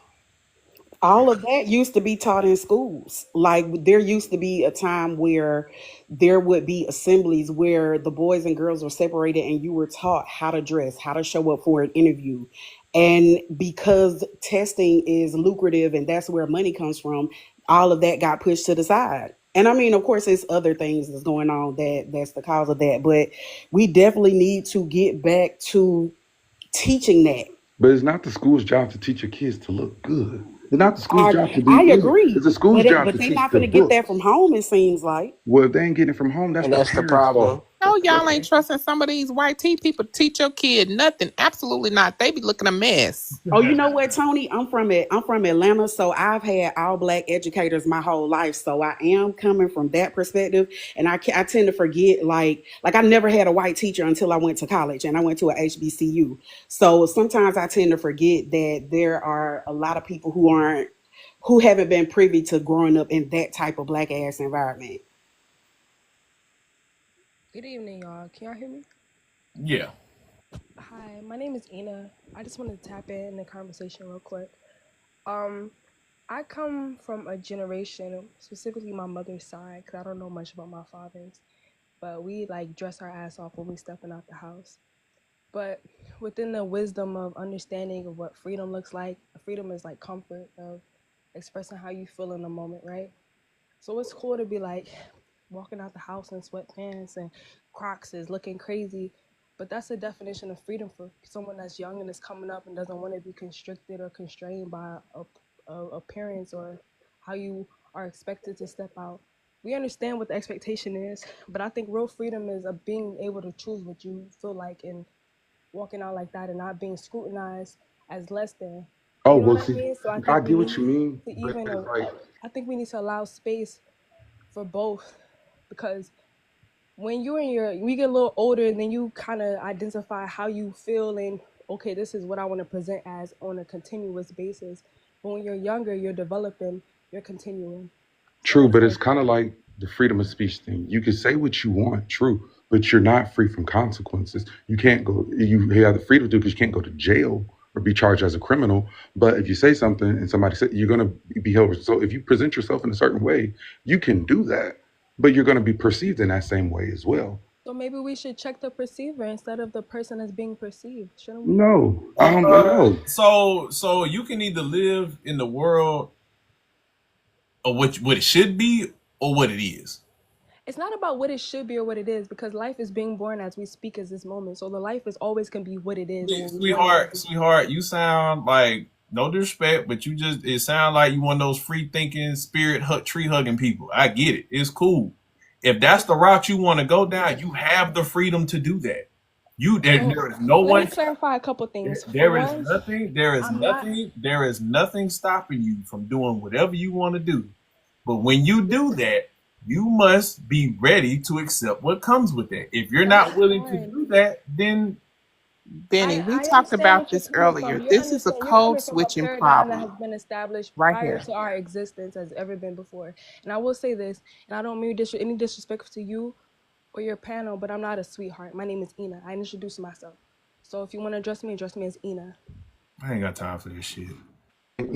At the same time, black people have always been respectability politics. Since when have black people not been respectability politics? You Uh, had to look. You couldn't. You couldn't go anywhere looking crazy. Look, man, I We don't have set the time. standards, and that's Again, what I'm trying to understand. Why don't we realize that we set the standard? We Like, always have. I don't. where do y'all think Marilyn Monroe wanted to dress like she dressed? We set the standard for dress. We set the standard for look. Why? How did we come to these bubble skirts with our tails hanging out and all of our stuff showing? I don't know. And Crocs are not good shoes to be wearing. I almost died dressed in like a student. Look, man, I'm gonna tell y'all this. Almost died dressing like a student. She's the equivalent of those dudes, right? That's like, oh, I should be able to have my hair like this and my tattoos and my You know what? You right. You should, but you can't. So you can either live in the real world and you can get on this program. See, again, that goes with the people who just they gotta fight against the grain. They gotta be dismissive against authority. Like you're not free. Like you think you're being so free because you just because you want to dress how you want to dress, like as if perception is not reality. Like let's be real. Like let's live in the real world. Well, maybe we should change the perceivers, nigga. What? That's crazy. That's Too human much nature. work. Like that's not gonna That's happen. Is look, impossible. But that's the thing. You want to be able to do what you want to do, but you don't want to accept and you don't want to be responsible for the consequences that come with your actions. Ain't nobody telling you can't wear your hair. I mean, I got dreads, and I'm pretty sure this shit keeps me out of certain job fields. Well, guess what? I'm cool with that. But you best believe if they say, nigga, you better cut their hair for that $100,000 to $200,000 job, best believe these bitches will get cut off and put in a baggie. And then the minute I get that job, 2 months later, you gonna see me walking down the hallway with these bitches attached back on. Cause I got the job already. Like that's the problem. Motherfuckers don't want to do what they gotta do. They want to fight so hard against the grain. You think you Malcolm fucking X, and you just free and just getting the shit done. Like meanwhile, you stagnant. Again, I told y'all earlier, I've had this mentality before. I'm gonna be the big bad black man and fight against the grain and like dog. You do nothing but make your life harder. You can play the game and still be a real nigga, bruh. At the That's end, possible. they don't get it, Benny. They don't get it that there's no reward for living life hard. When you decide to live life and you say, I want to play on expert level difficulty, extreme hardness, there's no prize for doing that. All You right, just are just bro. gonna have a hard life, If you motherfucker. can play the game, smile in them white folk faces. He cheating, then turn around the minute you walk up. Man, I can't And do stand what you want to do as soon as you God, Get like, your leave. money. but Get your money. it's like you want to be able to do what you want to do, and everybody's supposed to conform to what you want to do. That's not how the world works. You know, if that's the case, the fact that I'm not a sweetheart. I like see that you can already tell what type of difficult ass woman that is, and nobody wants what we saw. What was we talking about earlier? Being a likable person. Did she sound like she was a likable person? Fuck no. Absolutely not. But then she's gonna be the victim, and everything that she goes through is gonna be because she's black. No, it's not. You just a bitch. Right, just a fucking bitch, and you come in here like you just wanted to come prove a point, and it wasn't even proven. Like No, Said you was girl, cutting understand off that. her understanding. That's what she said in there the was nothing comment. to understand. She just wants to do what she wants to do, but she wants to be perceived as if the people who actually put in effort, like they care. She wants to be perceived like them, but look like them. You don't get the best of both worlds. That's what I mean. They have no perception of what's real anymore. You don't get to do what the fuck you want to do. How many times we got to tell y'all young motherfuckers this? This is the real world. You gonna have to do. You got to deal with shit. If you want to look like a fucking bum that don't shower, you are going to be treated like one. It's nobody's job to think otherwise. If you want Someone in to the look, comments just said that there's something like assimilation. If you think black elegance is assimilating, then I don't know what to tell you. If you think me wearing a suit, if you're trying to be a white person, or anything that's nice That's or what I'm clean or saying. That's looks like good, saying it talking doesn't mean I'm proper is trying to trying be to be white. white. Exactly. Why? Yeah. Because I know how Why? to say big words, I'm a white person. No, you're just ignorant. That Ignorance is just not black people. that just shows you the pigeonhole that they put us in. So we're not allowed to dress nice. We're not allowed to have decorum. We're not allowed to carry ourselves in a professional manner. We're not Or allowed use to 3 syllable words. Don't say a big word around a nigga now. like. Witchcraft. Why do we personify filth, slop, degeneracy? Like just bullshit. Why is that? Why does that have to be our persona? It's not our It why do get culture. they? glorified. Who fights so hard to be at the bottom? Why do y'all race to the bottom? Why do you That's fight the so thing. hard? It's like look at when people don't even can't do a cost benefit analysis. Is you Mm. wearing whatever you want? You can live. You can do whatever you want to. Look, but guarantee now if her gynecologist come out looking like a fucking thug nigga on the corner, she gonna have something to say. She can write a whole guy. What the She can fuck? write a whole Google review. Man, I just Nigga want to What? tad see y'all. crazy. Exactly. Not the gynecologist. And What? I Like just so saw petty. somebody in the comments saying that professionalism is um, thinking. All This right, is go my ahead, thing sir. about professionalism. Do y'all understand how smoothly things run when people act in a professional way? There tends Come to be on, less talk about it. chaos when people are professional. So to think that it is a white standard is crazy. So black people are not all chaos. Some people live very peaceful lives, and professionalism plays into that. Professionalism isn't exclusive to a race. No, it's not. Thank you. Agreed. Yeah. But But you got a lot of us. assimilation, though, that's different. But He you the one got who a made the lot of comment. us. You got a lot of us that don't that like T Will said operate in fucking chaos. They gotta prove a fucking point. They walk in a room and they gotta just disrupt everything, be against the grain, argue with everybody. They don't like structure. They don't like respect. They don't. They don't. And they make it their personality to go against the social norm and be difficult for no fucking reason. Okay, so I hear you, and I'm hearing the entire panel, and I might be the oldest person in it, but What do you say about immutable things? Like, for instance, I'm about 6'4", 300 pounds. So when I walk into a room, I immediately disrupt the order by just being a very large black person, no matter how I'm dressed. And I think I speak very well too. I'm pretty eloquent when I talk, but it doesn't matter. So if I was to walk in a suit, speaking the way that I speak, and I still disrupt decorum, then how does that have to do with the way that I'm dressed? Well, For a fact. this is How my do you know thing. for a This is fact? the way I look Because you at. feel that way. Yeah, like this is Sure. the way I look at stuff like that. You may stand out more, but I don't think you bring chaos. Yes, you bring attention, but now you have the platform to really show what you have to Oh, do. You 6 foot, you black, you can speak eloquently, and you got on the suit. You are going to be somebody who's going to get recognized. Use that to your here, advantage. Don't just look at that let me as ask But you I'm this. coming into but the room I causing don't Let want to me chaos. ask know. you I this. want to know So for so factually. what How do is you know that you're chaos then? disrupting? How do you know factually that you're disrupting the room? That's what I want to know. You said that you're disrupting. Oh, oh, How do you know for a fact? believe me, when you walk into a room and you disrupt the room or you have an energy, you can see the eyes, you can see the conversations ending. You can see where the energy is flowing. It's not difficult if you're paying attention. Okay, so what is because a lot of it's not necessarily factual basis based on or perception is based on how you feel sometimes. And if that you already feel that way about yourself, then it's going to be perceived that way. You know what I'm saying?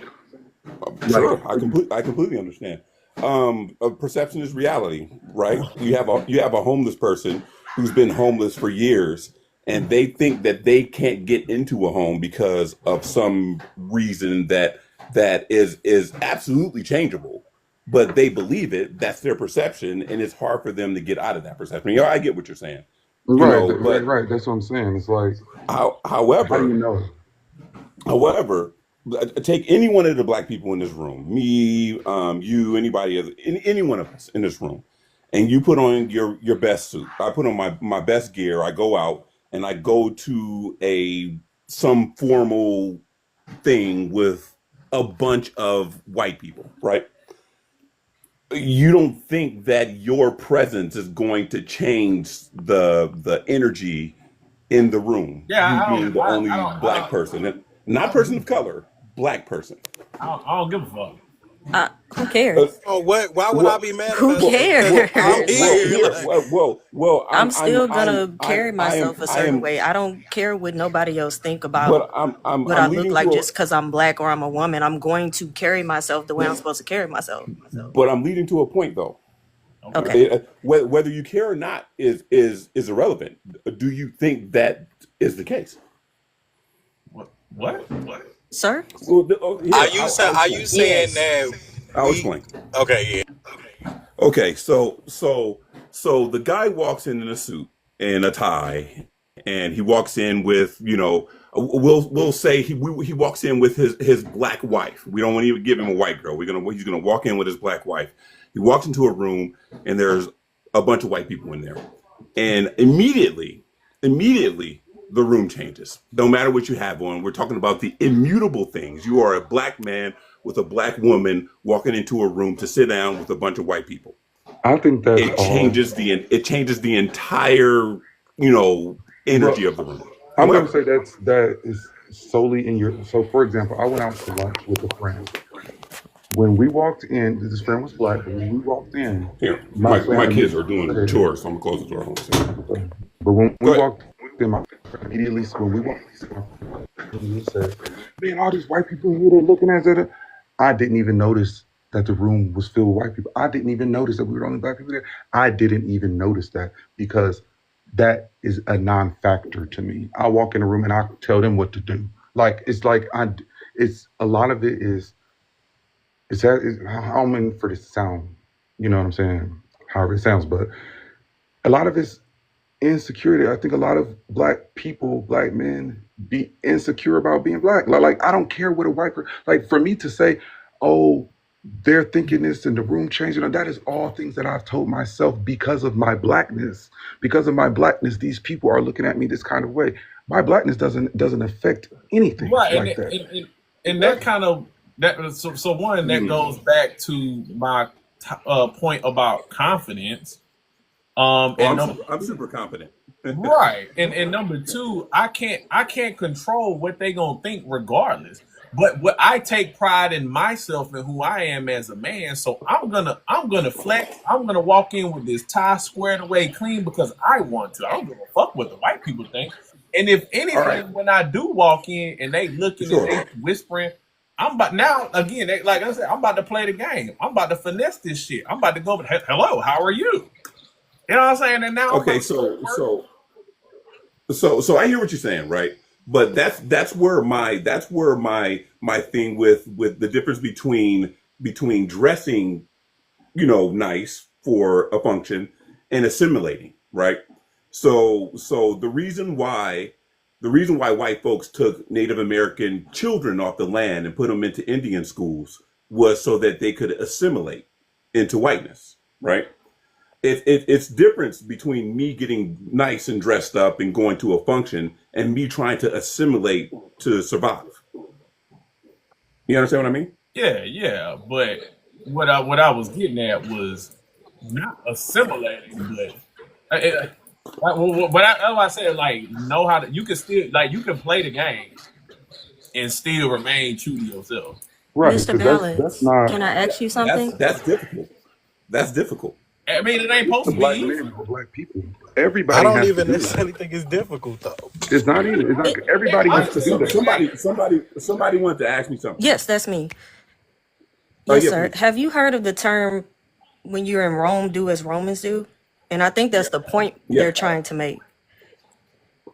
Mm. Regardless of where you are, I mean, we're black. We know how we've been treated in history and all over the world. But regardless of Oh yeah. what people think, just show up and do what you're supposed to do. Play Yeah, the game instead of being a victim to it. That's the whole point of this panel. Everybody keeps making excuses, but what if they see us as? I don't care what a white person is doing or what they see me as. I'm gonna do what Sure, I sure. need to do to get through life. It just irritates me when we always compare ourselves to white people. We're taking away the energy we could be putting into our community. Right, and So then that's here's why I the Usually thing. if ask I you, And most decide of the when to you're white Can in I people, can I Rome, do rebuttal as Romans to Miss do. Jasmine? If but you most go into a formal event, because that's what they were talking about. No. I was listening. But I heard what you Yes, said, sir. and then I would counter with this. So we as black people, once upon a time, we tried to do that, Yes, right? sir. And what did they do? They came and they burned down our cities, right? Because they They were they bombed our allowed to. cities. They are not because allowed to do that they were anymore. retaliating for messing with white women. Start there. They That's were I allowed, don't know if the that's law I allowed don't know if them that's to no, do true. that. that's the truth. But They and aren't then it's allowed like, to do that anymore. but So then it's what's like, the excuse but Okay. now? why do you care? It's like So y'all be so looking at it like they're white, it's like they have something just because they're white. They're poor. well But I care well what a poor white got to well, say. well it's no one's going to go into a black neighborhood and burn it down, Not right? anymore, But no. it's economic terrorism. It's redlining. It's putting expressways in the middle of a town to separate us from opportunity. It's moving businesses out of the area so we don't have places to hold on, hold work. on, hold on, I'm hold on, I'm right I'm there. from Hold on, real quick though. That's sure. why we're having this like look at the conversation we're having right now. Like the topic, Hmm. not right now between us, but the topic was black men aren't going to college, right? So Yeah, yes, it's historically low. right, and so we don't even believe in going to college as a collective, so we can have the opportunities that we are afforded. So is the system still holding us back, or we're not taking advantage of, aka playing the game to get We're not ahead and taking get where we advantage. need Exactly. to We're be? aiding in our own Okay, disenfranchisement. We're not okay, taking advantage. okay. So We're I not would taking I would ask this: why aren't more black men going to college then? What's the That's what reason? we've been trying to figure out. Exactly. I would say that we're not taking advantage, and I think that we also have to talk about socially within like the black community how sometimes it's not seen as cool to be smart. Right, and that's the Oh yeah, problem, and that's what oh yeah. that's the root problem we came to was it starts at home. We have a cultural problem and we have a home problem. I would say And until we fix home, Mm. then our boys will be left behind. And If I could, I think the system only takes advantage of the boys we let slip through the cracks. Exactly. And I was also going to if Hello, thank you. I agree with preach. you. I agree with you. I think that's kind of an oversimplification, though. I think there's way more, right? I think that the home is definitely where it starts, right? That you being a Is it? parent and But being it a good starts parent at and the then it involves parent is where it starts. home and it But there's trickles, way more. snowballs into. I'm sorry, I didn't hear you, man. What did you say?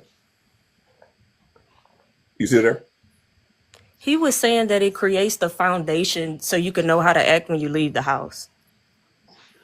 Oh, okay. Well, yeah, And I mean, absolutely. it shouldn't be a That's fact true. that But then just when our because someone children leaves leave the the home, house and they go into the neighborhood and they have to interact with other people and create understanding and a life for themselves, it yeah, man. This question is loaded. There's way more to, and I am college educated. I went to college. You know, yeah, yeah. That's I think hard. the issue is we don't have yeah. reinforcements on all fronts. So we can sit there and say it's home, we can say it's school, we can say it's church, but to Benny's point, it's like the men are slipping through the cracks somewhere. So even if you didn't get it at home, there should have been like, I think someone mentioned earlier, there should have been like a black male teacher, Some type of mentor, mentor, somebody for them to look up to. somebody. Even if you don't put your You're kids like in a safety school, net. put them in some type of Oh, volunteer community. but again, you can't have community if you don't have family. We don't have family. Very true. Right. So When I how do meant you get like community? community, I meant like not like Well, no, I'm saying, but if our households are not intact, we can't skip the foundation and then be like, well, they slipped through the cracks because the school should be here and then mentors should be here. But you don't get community. You don't get community if you don't have family. And we don't have family because our foundations are fucked. right. And I I'm don't gonna know if say it was as Miss Tony someone, that said it earlier. I think she made the point that if you don't discipline your kids at home and then a teacher tries to discipline them, they're Right. not going to Like take them seriously. how is a So how it should start at home. how are we expecting random Mm. men to step in and and do something that the father was not there to do? Again, if women will impede on their sons being disciplined by their fathers, how the fuck are we gonna expect random men to then step in and discipline that boy when you don't even let his own father do it? They're All not right. going One to to take them step serious. into Here. and when we're Check talking this out. about like Check this out. Because education, that's why I I was have saying a. about like reinforcements like in the community. Because I know like I grew up in a single parent household, but I know the fact that like my mom had me in like Kumon or she had me with the church. She had me doing other things that I was able to be around other people. That's That's what because she was doing it. She was laying that foundation for you. But Okay, You again, can't so reinforce something that wasn't enforced in the first hold on, place. Devin. here, Hold can on. I just address something just real quick? Just real quick. I have a very interesting perspective on this particular subject because I was a single father for a long time. I'm a very active father. As a matter of fact, me and my children just got finished working out. Like we work out twice a week together. We're I am the apparent parent. I am always there, right? However, however, I know that I am a single man against and the entire world when they go outside of this house. So if my children get some sound advice from another man and they bring it home to me and they ask me if that's okay or they want to know my feedback on said shit, I'll tell them that this is good advice or it's bullshit, right? I know without a shadow of a doubt that I'm not going to be the only man that has a say with my children. I'm very demonstrative. I'm a very big voice. I know that I care. My voice carries. I'm very strong, but when they leave the house, and they're not in my view, they're not in my vision, they're going to have other influences and I have to be okay with that, and I can't speak from the female perspective because I'm not a woman. you know. But from a man who was a single father for a very long time, I can't say that, you But know. what I'm speaking to is the difference between what you just described yourself doing and what a lot of women do. You don't impede on other men disciplining or stepping in or interjecting. If they have the right, no, I don't. No, Right, right. And what I'm saying, no, what I wouldn't. happens with a lot of the women is they impede on the father doing it. Mm. Like they're not gonna allow a random man to do it. That's what I'm saying. And Miss Tony spoke to that earlier, and a lot of the other educators that I brought spoke to that. Is Miss Tony a teacher? Yes. I like to hear her view on the situation. I don't even know if she's still. I know she's on mute. My husband is in the bed, and I don't want to disturb him while he's Oh, I'm sorry. sleeping. Oh, That's fine. My I'm bad. listening. yeah. I know I'm very I'll loud. put it So. down in. But yeah, so if earlier she was talking, I had my friend who's also Miss Tony's in elementary school. My partner was in high school, Sure. and they spoke to when they try to discipline a lot of the boys. The mothers come raising hell and defend the boys. Right. And make excuses for them. So if they're like, and that's kind of what we spoke to about the absence of black male teachers. So number one, if we're not going to college to become educated to become a teacher, and then number two, they're impeding upon a man stepping in and providing discipline and structure to their child, then there's no incentive of me being there.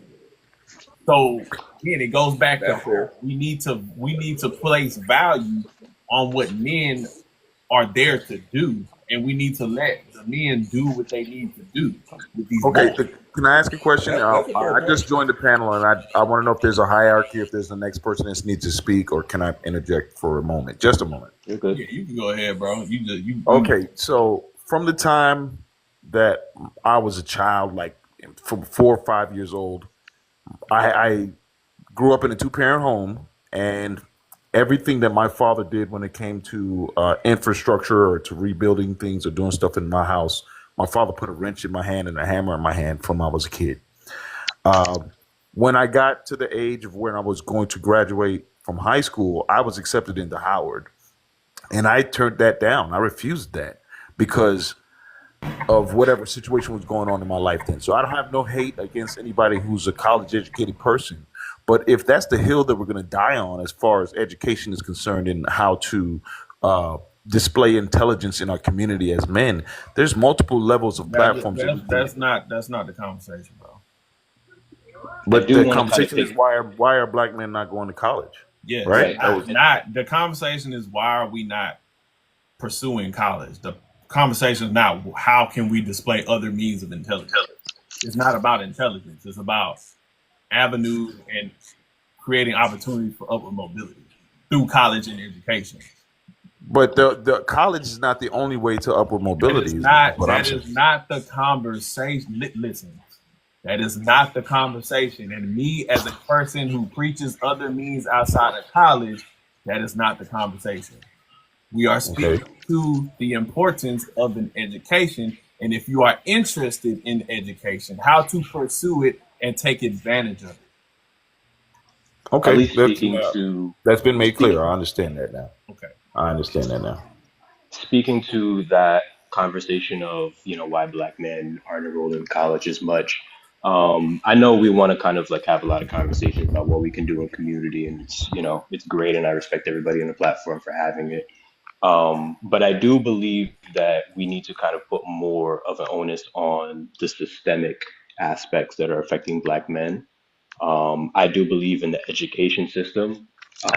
We do have a lot of instances where, there, even if a household individually is motivating a black boy or trying to push him to do better in school, there's a lot of things that can happen in the school system from the time that he's a very young child that can kind of dissuade him from being as engaged in schools, whether that's, being I don't want to say overly policed, but we get punished quicker, by teachers as we go, through these different programs.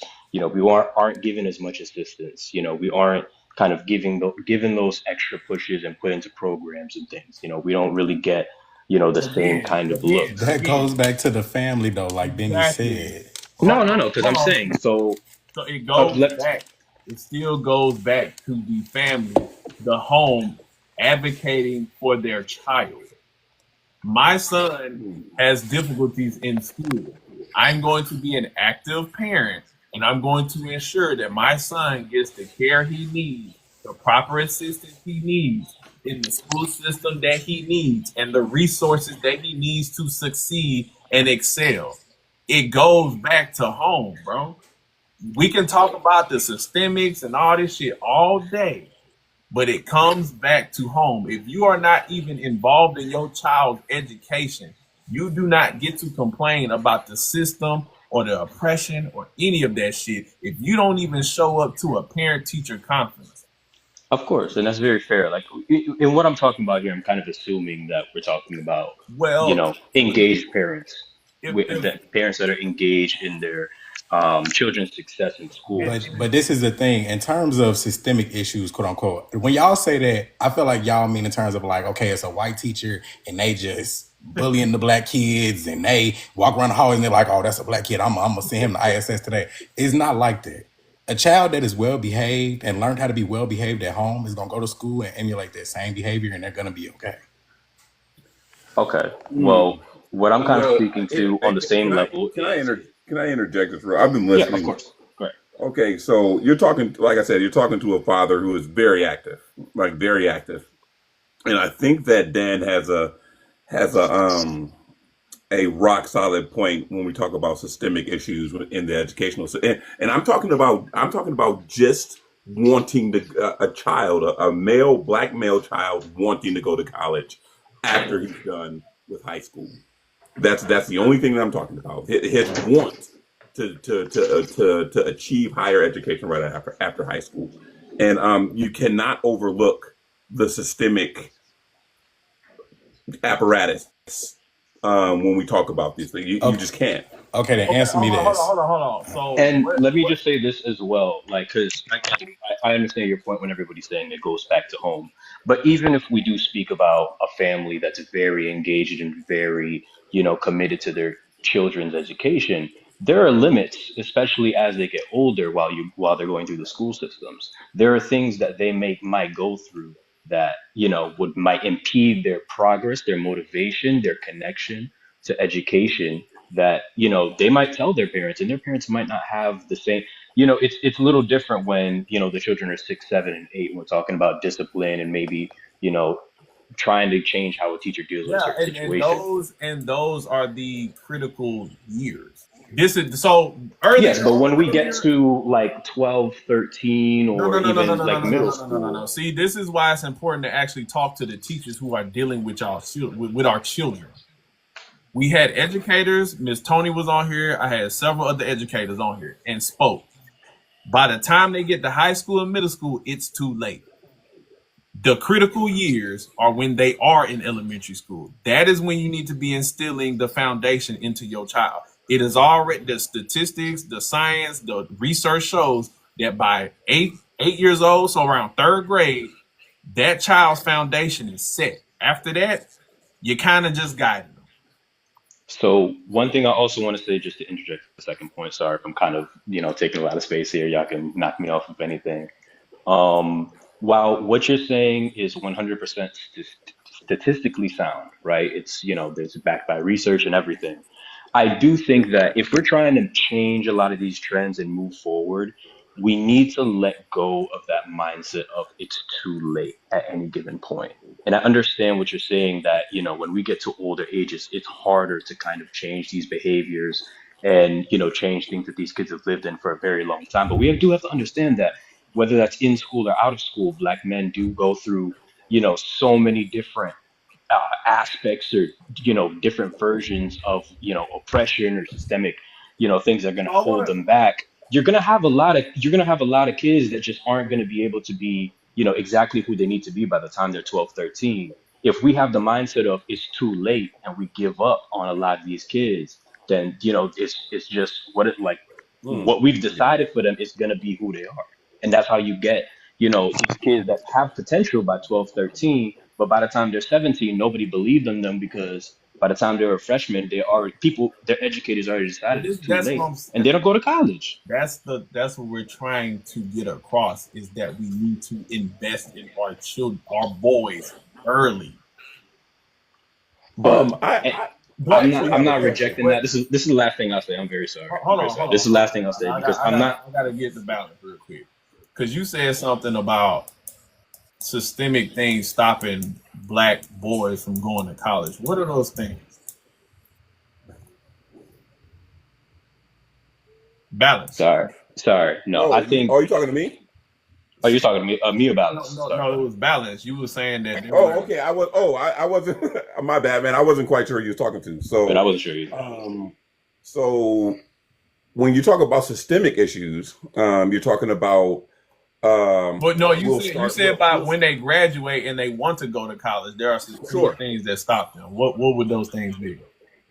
Okay, so we can go with just the simple fact of the matter is that when you sign up for your FAFSA and are looking for student loans, a lot of times you have to take out more loans to make sure that you can get the classes and get everything out of the way early, and you accumulate debt. That's not systemic to keep black men. No, it absolutely is Yes, because it is. Yeah, I agree. because if you don't have money to pay for these things, like I came from a very poor neighborhood, There are poor But black. this is my mother did No, balance. the no, no, best. no, no, no. There are poor black women going to college and taking out student debt. That's the thing. That's the thing. They are making the choice to take out this debt But to go to college, this is the thing, balance though. That it's gonna right? pay itself back. That's why you go to college. Yes, you got to take. I had to take out student loans for me to go to Right, and college. But this is like, why we're having this conversation so we can put our But black boys on game onto college degrees that have high return of investment and well, not bullshit degrees. The only thing I will this is say is that this is education the is thing though. extreme. Sorry about this. Let me say this one thing. No, Sorry about this. no, go Um, ahead, man. there's a very high value on education. Me myself, I'm college educated. I'm going after a master's and MBA right now, so I understand the value of education. Nice. At the same time, when we're talking about black boys that are coming from neighborhoods where, like Balance said, they don't have the same level of, economic stability and they have a certain level of responsibility, there might be some kind of responsibility put on black boys at a certain age that isn't exactly on the women. For some of them, they definitely do have a lot of responsibility within their own families, but there's an expectation to at least help provide or assist the family where, for them going to work and picking up, a couple extra dollars to help the house out is going to be a lot more valuable for their situation and their family than picking up six-figure debt. I Again, understand the value of education, Mm. that's a but it's problem. That's a problem. their And situation. that's a problem that goes But it's back their to home. situation that they can't control. They That's can't the control. reality. They can't control it. That's not They can't. Black boys can't control that is being in not so his poor that is households. No, not they his can't. that is not his responsibility to take care of his mother or their fuck up. But that's the situation economically that black boys find themselves in because of the history of this country and the present state of this country and what it He's has done to black he's right. families. and we understand that. But at what point do I you say I want better for myself? So you're willing to sacrifice your entire life for somebody who brought you into a world that they were not prepared to have you in? I'm So not. That's now a you question have to that you need to be sacrifice your asking the life for entire them? black community, man. I'll let Balance kind of go off this guy. I did take his spot. No, I can absolutely answer this, right? So we all know a lot of cats don't leave the hood. That's just something that happens. You have some of the most talented people. You have some of the brightest people who just never leave the hood, and there's a reason for that. It's called conditioning. They've been conditioned not to leave this, 12 to 13 square block area That because they goes believe that back they to can't. my point of It's investing into our boys.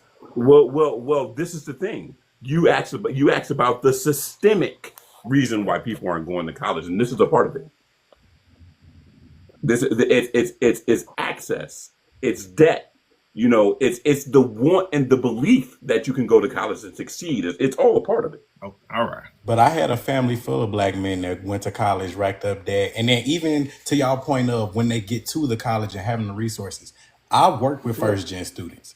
We've been able to provide them the resources for them to be able to go to college, even debt free, by showing them what scholarships they can Exactly. they are And this available to is get. what this exactly, Okay. T Will, and this is what I'm trying to talk about. But all y'all niggas want to do is talk about why we can't do it when there are But you're solutions. talking No, no, about no, no, the no, no, no, no, exception no, to no, the no, no, rule, no. not We are There trying. is no, this is most people. I'm telling you, there are a lot of first gen students that still make it happen.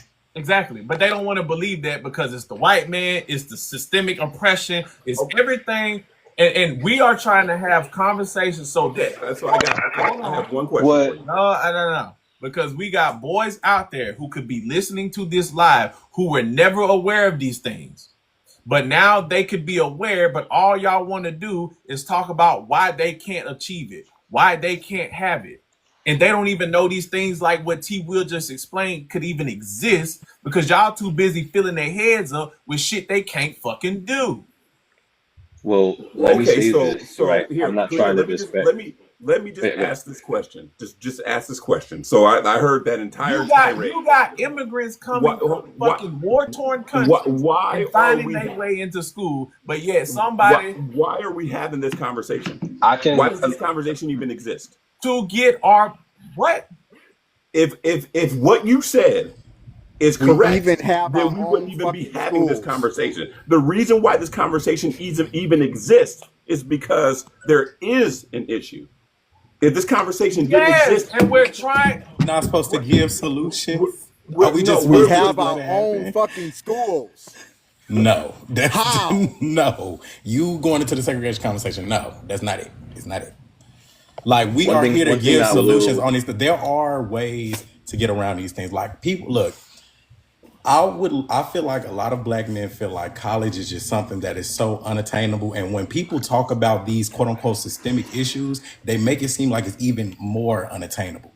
We're trying to provide resources. Like I just said, I worked with first gen students. There are so many resources that a school will give you. You have to do research on the school and they will give you the resources that you need for you to finish. They I'm just want you trying to to figure out finish. how these very same black little girls that grow up right next to these niggas find a way. But we got all these excuses for these niggas that can't do it.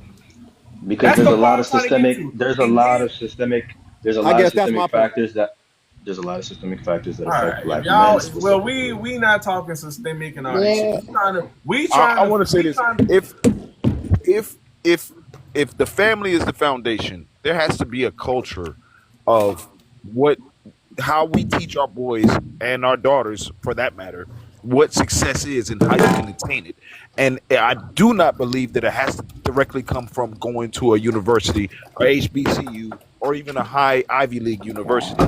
There are other ways to pursue, as far as an intelligent person is concerned. Not the conversation, bro. Okay, can I switch gears here? I want to go back to Benny's point when he brought up that if there are actually young boys in here listening and want to know how to be successful in college and what they should be doing, one, they should be pursuing a high earning career field. Number two, they shouldn't just be going to class worried about getting grades, but they actually need to work to mentor and network with their professors, making sure they're getting internships Yes. and making sure that they're making those correct connections in school. I'm someone who went to college for free because my parents did a 529. I come from a two-parent household, so I have zero debt. And I actually did not pursue a degree in a high-earning field, but I career pivoted. I feel like a lot of people that bring up, that they did go to school and make the excuse that college wasn't a good ROI is simply because they don't know how to actually pivot if they aren't doing well with their current degree right now.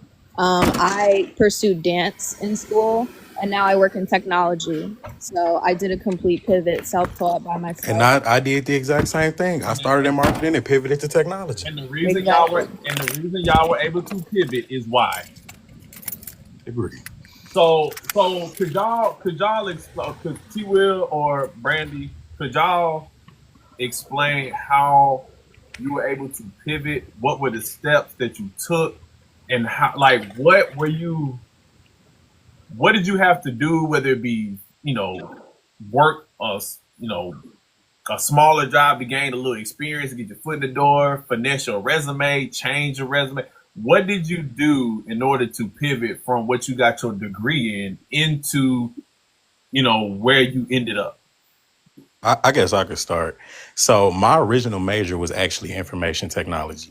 Then towards my senior year, actually it was database management. Database management took me out. So I ended up switching over to marketing. Now, when I graduated, I actually worked for a marketing firm for 3 months.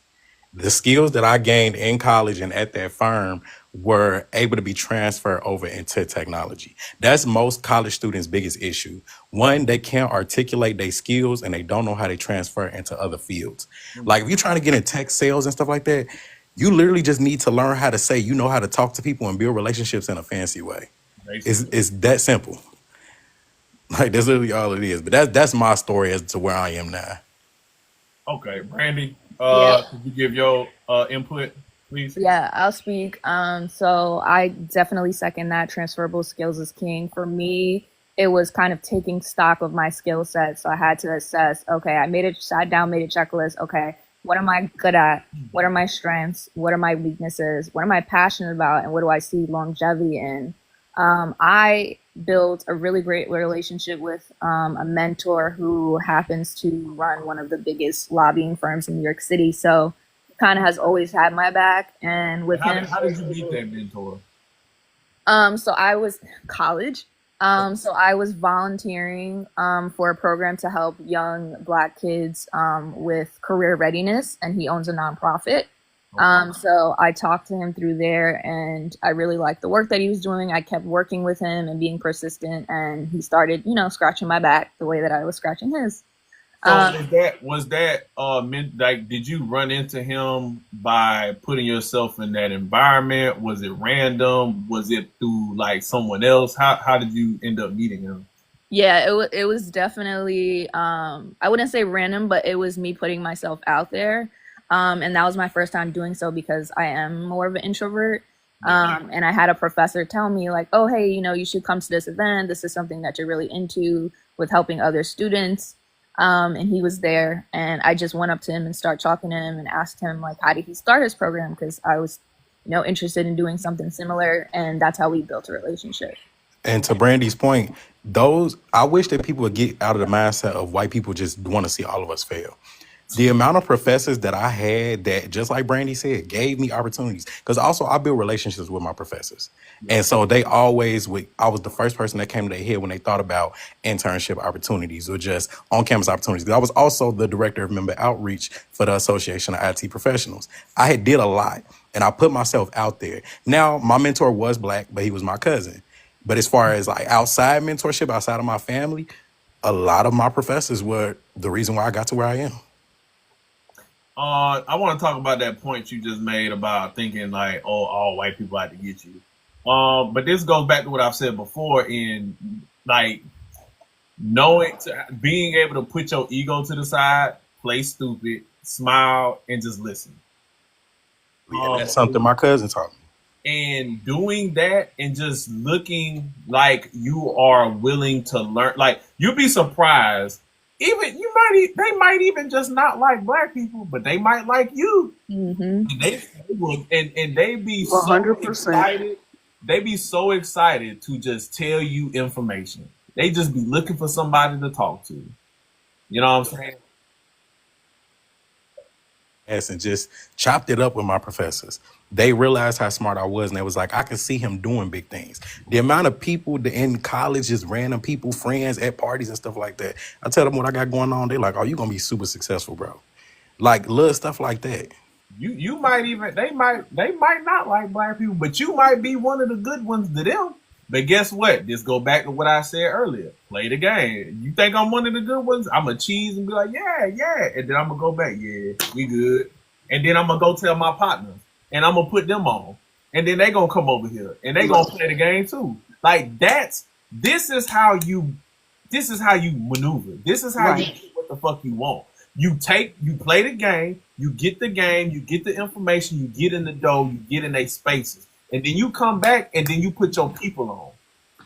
And the thing That about that college has is they been make it my seem like it's so hard. experience. It's not hard. College That is has been Yeah. everything you said. I'm a college graduate as well, and went to a predominantly white university as well, a big one. Yeah. And what you're saying is 100%. A lot of what we're talking about today is proximity. If nobody can see you, how are you going to get the the opportunities to actually move up? So exactly. going to school is, I get that there's other ways to do it, and if you want to take that way, fine. But in lieu of what we're talking about here, the point of life is survive, thrive, excel, right? So you got to put yourself in the best possible situation. And you're right. It's how you play the game. Even I was the first person in my family that actually went to college. So when I go to college, this is my first time. I'm figuring it out. You know what I did? I sit back and watch how those who are thriving maneuver. Once I figured that out, it was a wrap. It's a game changer. It totally changed how I studied, who I studied with. Um, You it's align yourself with all this stuff. yes. And y'all can call that, this thing about assimilation. No matter what environment you're in, the point is to excel in it.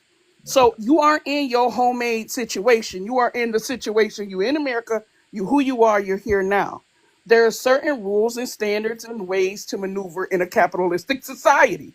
Right. Now, you can go off and create your own society. Good luck. You probably won't make it. But if you're going to stay in the society, it does no good to be in it. Don't follow none of the rules and then say you're going to change it. No, you're not. You're Right. probably not going to change the whole system. If you want to get on the side of surviving and thriving, I'm still me. Ain't nothing white about me. But do I know how to play the game? Damn, Skippy, and I'm winning. That's And just how it Yeah, is. Peasy like, well, that sounds good, but how many people doing that? Nigga, we doing it right most now. of them, We, you talking this? We right right, here. but Right here. we're literally doing it right now on this panel. But this is what I'm saying. Y'all don't be listening to learn or to better. Y'all always want to find a reason to argue, find a reason to doubt yourself, find a reason to say why I can't do something. We're putting y'all on game right now. You know what You I'm saying? had two dudes who had already been to college, were being successful, telling other black people how you can't do it. That don't Right. even make common Mind sense. That's you, what I didn't understand. mind you, they got their degrees and they telling y'all, oh, it ain't the only way. Like, what? I'm trying to put you on game. I don't care if Push what come you to want to shove. do is we're trying to give game. Ain't nobody shooting nobody down. That's the This is thing. about upliftment. And that's the thing. People are doing it. They just not, you just not around them people. Exactly. Right. You ain't That's the around them problem. people. Because me, all my circle of people, me and all my partners, we do this. This is Yep. see, but y'all ain't even around successful people. So y'all don't think this shit is even happening. Get out of the struggle and you might see it. This You this could be whole thing. one person away from literally that's how it happened for me. You one person can introduce you and open up so many. So and if you're talking about how to get through dealing with a white society, listen, they go by referrals and vouchers. If you don't have nobody white, I'm gonna tell you this right now, it's going to be more difficult for you because you're not even going to be introduced. You're not going to you ain't getting introduced to the plug at all. The Right. business plug, the contractor plug, pick a plug. You're not going to be buying. Exactly. Is there anyone that is in accounting in the live right now? Accounting was too hard for me. Yeah, I'm not. I'm in sales. No, I don't like those kind of numbers. that's Yeah, I just fine. like to talk to the people. I Mind know you, accountants. we are talking about grown. They are grown ass people in these comments, right? And it's just it's just you would think that the men would come in and Right. say, "Damn, maybe I can learn something from him. Maybe I can absorb something in. But see, this is what I mean by the ones who ain't trying, fuck them. Right. Fuck them. Right. Because they don't want it. That's why they not in college, because they don't want it. We talking about grown people here, not the kids, the grown ones, right? They don't want it. They don't want the solution. They just want somebody to give them an excuse. We are literally telling Brandy, and I asked the questions on purpose the way I did.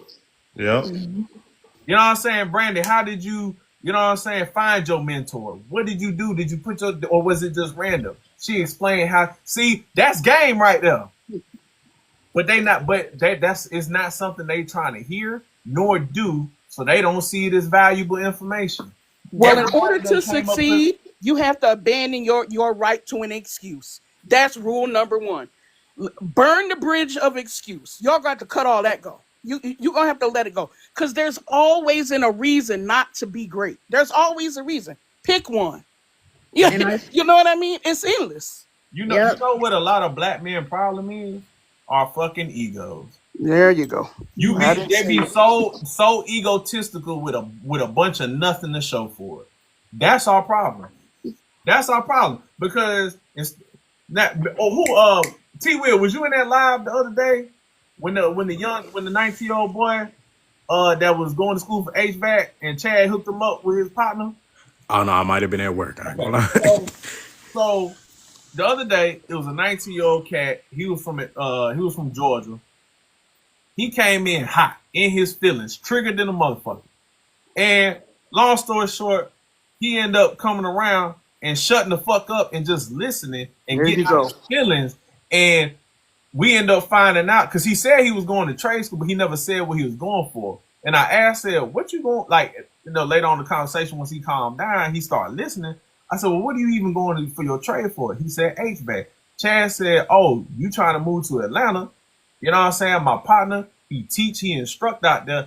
I can put you in contact with him. But the whole time we was trying to explain to him before he shut the fuck up, like, if you wouldn't have shut up and just listen and There put you your go. ego to the side, you would have lost out on the opportunity. Yep. And I Which is think, why that speaks to your point earlier, where you were talking about you gotta let. I think why that ends up happening is, if a man, listen, I'm not a man. If you have a son, or boys need to be taught under men so they know how to respect authority and learn how to shut up and listen. Right. Shut the mm, fuck up. It's too Exactly. many. And women need to get out of that. Like, when my brother is disciplining my nephew, I don't have a say. You get what I'm saying? He knows what it takes, to operate as a man in this world, right? Let that be that. The checks and balances are built between men that women, I don't think, if you're not taught on this stuff, you don't really understand it. Like, look at this. There's 134 people in here. There are college educated people in here that done pivoted careers, all types of things. If you're not in this chat reading comments and trying to reach out to people, there are people that done said they in finance, business, and all type of shit. If you're not in these lives taking advantage of this shit, you cannot, like, this, right? Like, this is social media. This is how we network now in 2025. Start taking advantage of this shit. Look at that. People in the chat. Reach out to Brandy. Reach out to people like, hell, Malachi, the little boy, the little young cat we just talking about, the HVAC. He ended up reaching out to me. I gave him my number. He said, bro, I just want a mentor. I'm just doing that shit for the free ski, because he just, like, he's trying. He wants the shit. mm-hmm. And that's what I'm saying. There are people out here willing to fucking help, willing to fucking do, but y'all can't put y'all egos to the side, shut the fuck up, and admit that you need some help and you don't know.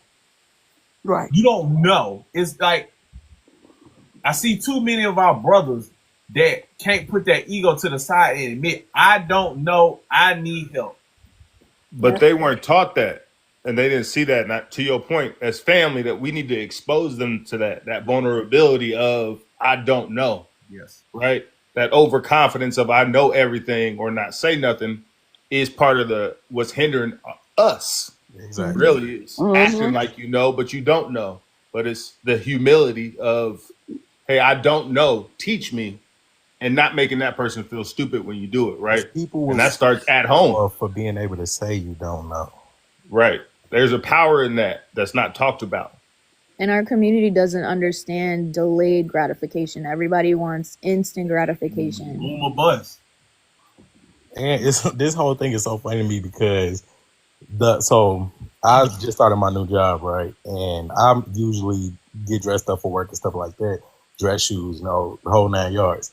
So today, my boss, he was like, you can wear sneakers in.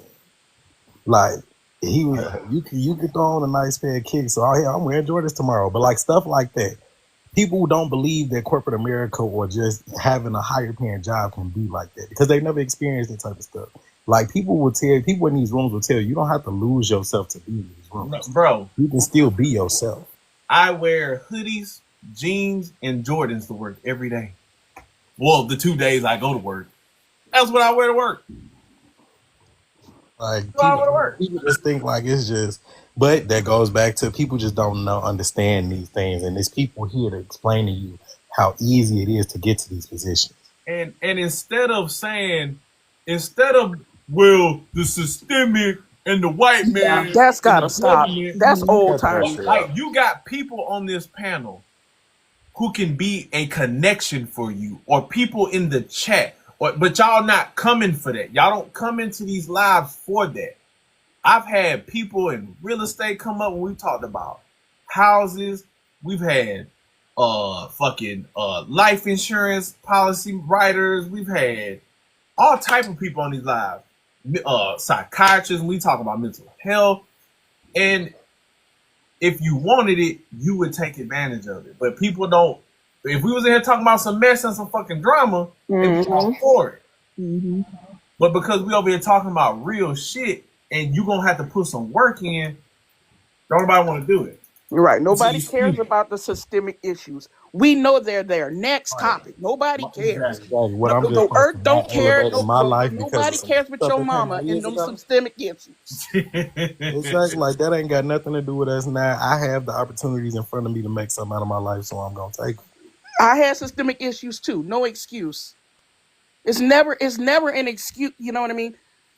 You burn those bridges and stop listening to folk who always got a lot of excuses to give you, but they ain't never giving you no gain and trying to put some bread in your pocket. So if you're not trying to put bread in my pocket, I don't want to listen to you about what didn't happen and why I can't make it. That I can't eat off that. I can't live off that. I can't buy nothing off that. It's not making sense. Mm-hmm. Anybody an electrician? Know anybody an electrician? I mean, I don't know. You might have to be a little more specific where you at and shit like that. But I mean, if you, I mean, I'm not too keen on the trades and stuff, so I can't. There's probably some group you can Google, no matter where you're at. Google African American Black Electrician Society. There's always a way. If you want it, it is there. People got to stop acting like they don't Google everything else. You Google, like, right? You can Google it. Stop like that. Yeah. You Google sports. You Google what happened in the Diddy. Right. If you can Google your ass to put in that parlay, you can Google how to find electrician apprenticeship. Oh, there are people, just like you said, because somebody kind of reached out, you took them in. I mean, I do it for girls myself. There are people out there, so we can't run around and always say, well, ain't nobody doing this. There are people doing that. We got to stop saying that. Tonight is proof. Tonight in this whole chat has been proof that if you want to be something, you can be it. Ain't nobody said it was going to be easy. Nobody said that. Never going to be easy. To that point, you was talking about it earlier about the pivot. I graduated with a city planning degree, and I've been in sales since I graduated. But college, in addition to giving you more opportunity in different spaces, allows you to create relationships and connections. There you go. That go vast beyond what you can put a dollar amount on. And that's another benefit to learn how to navigate in these spaces and really have the key to survival, which I think is adaptability, right? You got to be able to step in different spaces and be able to adapt, not lose yourself, but thrive in those spaces. And that's the part that we need to glorify, which is, I know some people say code switching, some people say you being fake. There's different parts of you that can be presented in different spaces.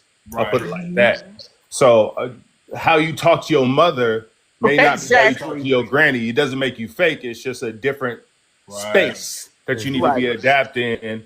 And we need to highlight and practice that. Because like I said, I'm in sales. So I've learned how to use my mouth in every environment to benefit me, which is having conversation and connecting with people. I know some people like that sleazy, whatever, but truthfully, sales is everywhere, right? What you gotta Let me AI ask is you not this: taking that do over. you So feel sleazy when you cashing checks and sleeping in no, the house? but I'm also I not don't. lying to nobody, right? Sleazy, you gotta be sleazy if you lying and if you're not selling something beneficial. But if you're selling something that benefits somebody, You know what's sleazy? Hating on other people that made it. Why don't we normalize that in our community? Uh-oh. the hate's easier. The That's hate the is real easier. sleaze. But no, The I'm in real sales. sleaze is I'm in hating on sales those that are too. It's doing it. like when it come to pitching a product to a client, I feel like it's nothing sleazy about it. Like, I'm asking you questions? Do you Right. have problems? My product can solve it. That's it. Do I you get my need this? commission. If it don't, I don't need to talk to you anyway. And Exactly. and don't be afraid. Again, you hearing people that pivoted in their careers and shit. Hell, I ain't pivot all the way to a new career, but it was more so like a different it was a different part of supply chain, right? So I was on the purchasing side as far as like buying contracts, the money part. I hate that shit. Too many audits. I'm tired of dealing with people money and counting every fucking cent. I didn't want to do it no more. So I moved to the asset management side, which is property accountability, counting shit, traveling, fucking keeping track of shit. The most I got to do is update a spreadsheet. That's it. As far as like, computer and shit, but most like, and that's why I talked about supply chain before, because it's such a broad career field with so many different avenues, and every sector needs supply chain. And if you don't want to be in the office, you can be on the embark or the loading or the shipping and receiving or warehousing side. If you want to be in the office, you can be on the purchasing. You want to be a buyer, a contract writer. So pivot. So pivoting. So we're mentioning good points. Pivoting and adaptability is what we're talking about. Yeah. That is a direct contradiction to this thing that's in our culture called I'm a real in. And in order to do that, I'm going to stand and be me till I die. Well, when you die broke and your whole line die with you, that stuff don't work. We got to get that stuff out of our speech and out of our culture. There is not. Listen, the Egyptians had to, adapt. You gotta change. There's nothing wrong with changing, and everything can't be if you change, you becoming the white man. We do enough. I don't want to hear that no more. Like I'm glad. I love listening to you in particular because when people start coming on with that, you automatically just write it off like, nah, we're not doing Because that. I'm We're tired of not hearing doing it. that. Because I'm tired of, like, think about it, right? We were talking about pouring in and investing into our young boys, right? Right. And then these motherfuckers get on here and all they talking about is why they can't do something. Even though they're beat the odds. And it's like y'all are literally doing what we're trying to stop, like, happening. Because it's all like you're giving them a reason to not want, like, again, are we talking about the systemic issues and the roadblocks as means to make our people aware so they know how to maneuver? Or are we talking about the systemic issues and the roadblocks as means to why we can't achieve and be defeated and as an excuse? Mm-hmm. 9 times out of 10, they're using it as a fucking excuse. Right. Those were 2 men that had college education. And instead of telling the young boys how they did it and succeeded, Right. They'd rather get on here and talk about, well, it was so hard as a black man because the white man, and that's why I asked him. I said, well, the dude, whatever the fuck his name was, they had the turtle picture. I'm like, you said there's systemic issues when black men graduate that's stopping them from getting to college. What are those? Nigga said, well, the debt. I said, that's not a systemic issue strictly that impacts black men. That affects broke That people impacts in everybody. general. Everybody who's White, broke, Indian. right? Everybody who needs student aid is impacted by that. That's why you get a career path or a degree plan that pays the debt. You know what I'm saying? Like my See friend. here, somebody says here, racism is an obstacle. It just okay, yeah, it is. So how is it that that's an obstacle for anybody? Like, right? I, how other people get over it? Why is that not the next question? Well, how is it other people are on the other side of this obstacle? Oh well, they must be over there assimilate. That's why. Well, I'm But gonna be like assimilating in silk. my friend, right? And I brag about my partner all the time. My friend Jeremy, he's a pharmacist, and he paid him and his wife together. Well, worked hard. Well, she held down the house while he was working extra jobs at Walgreens and his main job, and picking up extra shifts at Walmart pharmacy. So he paid $300,000 of student debt in, was it 1.5 years? That's Wow. awesome. No, right at almost 2 years. Almost $300,000. It was like $280,000 of student debt in almost 2 years, right? Now, when I say them motherfuckers stay gone, well, she pregnant. Exactly. She pregnant now, but for the time period, so it was about like almost a year and a half, 2 years. Well, it was about a year where, after he paid. When I say them motherfuckers, she stayed buying a bag. They stay on a trip. Mm-hmm. She's in pharmaceutical sales. He's a pharmacist. They just paid off his debt, living their best life. Now, they was like, well, he had $300,000 student debt, and he was able to work in a job field where he paid it off in a year and a half. And mind you, they still live their life. They live in Northern Virginia. Now, Fairfax ain't cheap to live in. That's one of the most expensive counties. Exactly. So you do the numbers on how much I lived and worked in DC for 12 years. That's one of the most expensive counties. Do the numbers on what that man make in order to pay that amount of debt off in a year, almost 2 years. Pharmacy sales ain't a bad gig either. No, pharmaceutical sales is. I got a friend doing that. She touching paper. His She wife done it any amount of time. She touching real paper. His wife, and mind you, they paid for a wedding, a destination wedding in Cancun while he was doing this. Also. Yeah, they both eating good. Oh yeah, yeah. But she touching money though. Pharmacy sales, ladies too, specifically. Oh yeah, sales. they clean up. You can communicate. That's something you should consider. He went to Howard. His name Jeremy McLemore. And my beef with debt might know general, as like the whole conversation of why you shouldn't pursue college, is there's so many options. Like you don't necessarily have to go in debt, and this is where financial literacy plays a part. I had a financial course in college, and I was the only student in my class of like 40 people that raised their hands whose parents did a 529 for college, and that's why I was debt free. Everyone else had loans. 529s, workforce development programs. Your son can dribble a fucking ball so damn much, get a fucking scholarship, use that, and still pursue your education as well. There's so many options. Yes, and there's so many options to offset the cost. You see how small the world really is. So Flight literally know my partner, and I grew up with Jeremy. That's like my brother. The nigga he got a key to my mom and daddy house, and I don't. Like that's how close me and Jeremy is. So you seen his wedding. You seen Rachel. It is what it is.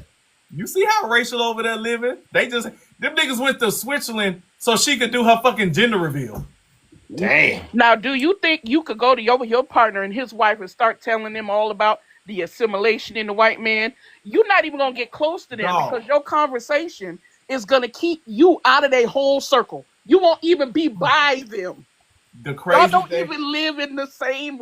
Now I will say, Rachel comes from money. Her parents are they do good over. They're the bougie Okay. blacks. Now my partner, like Jeremy, come from humble grounds, man. Like his mama worked at the post office with my daddy.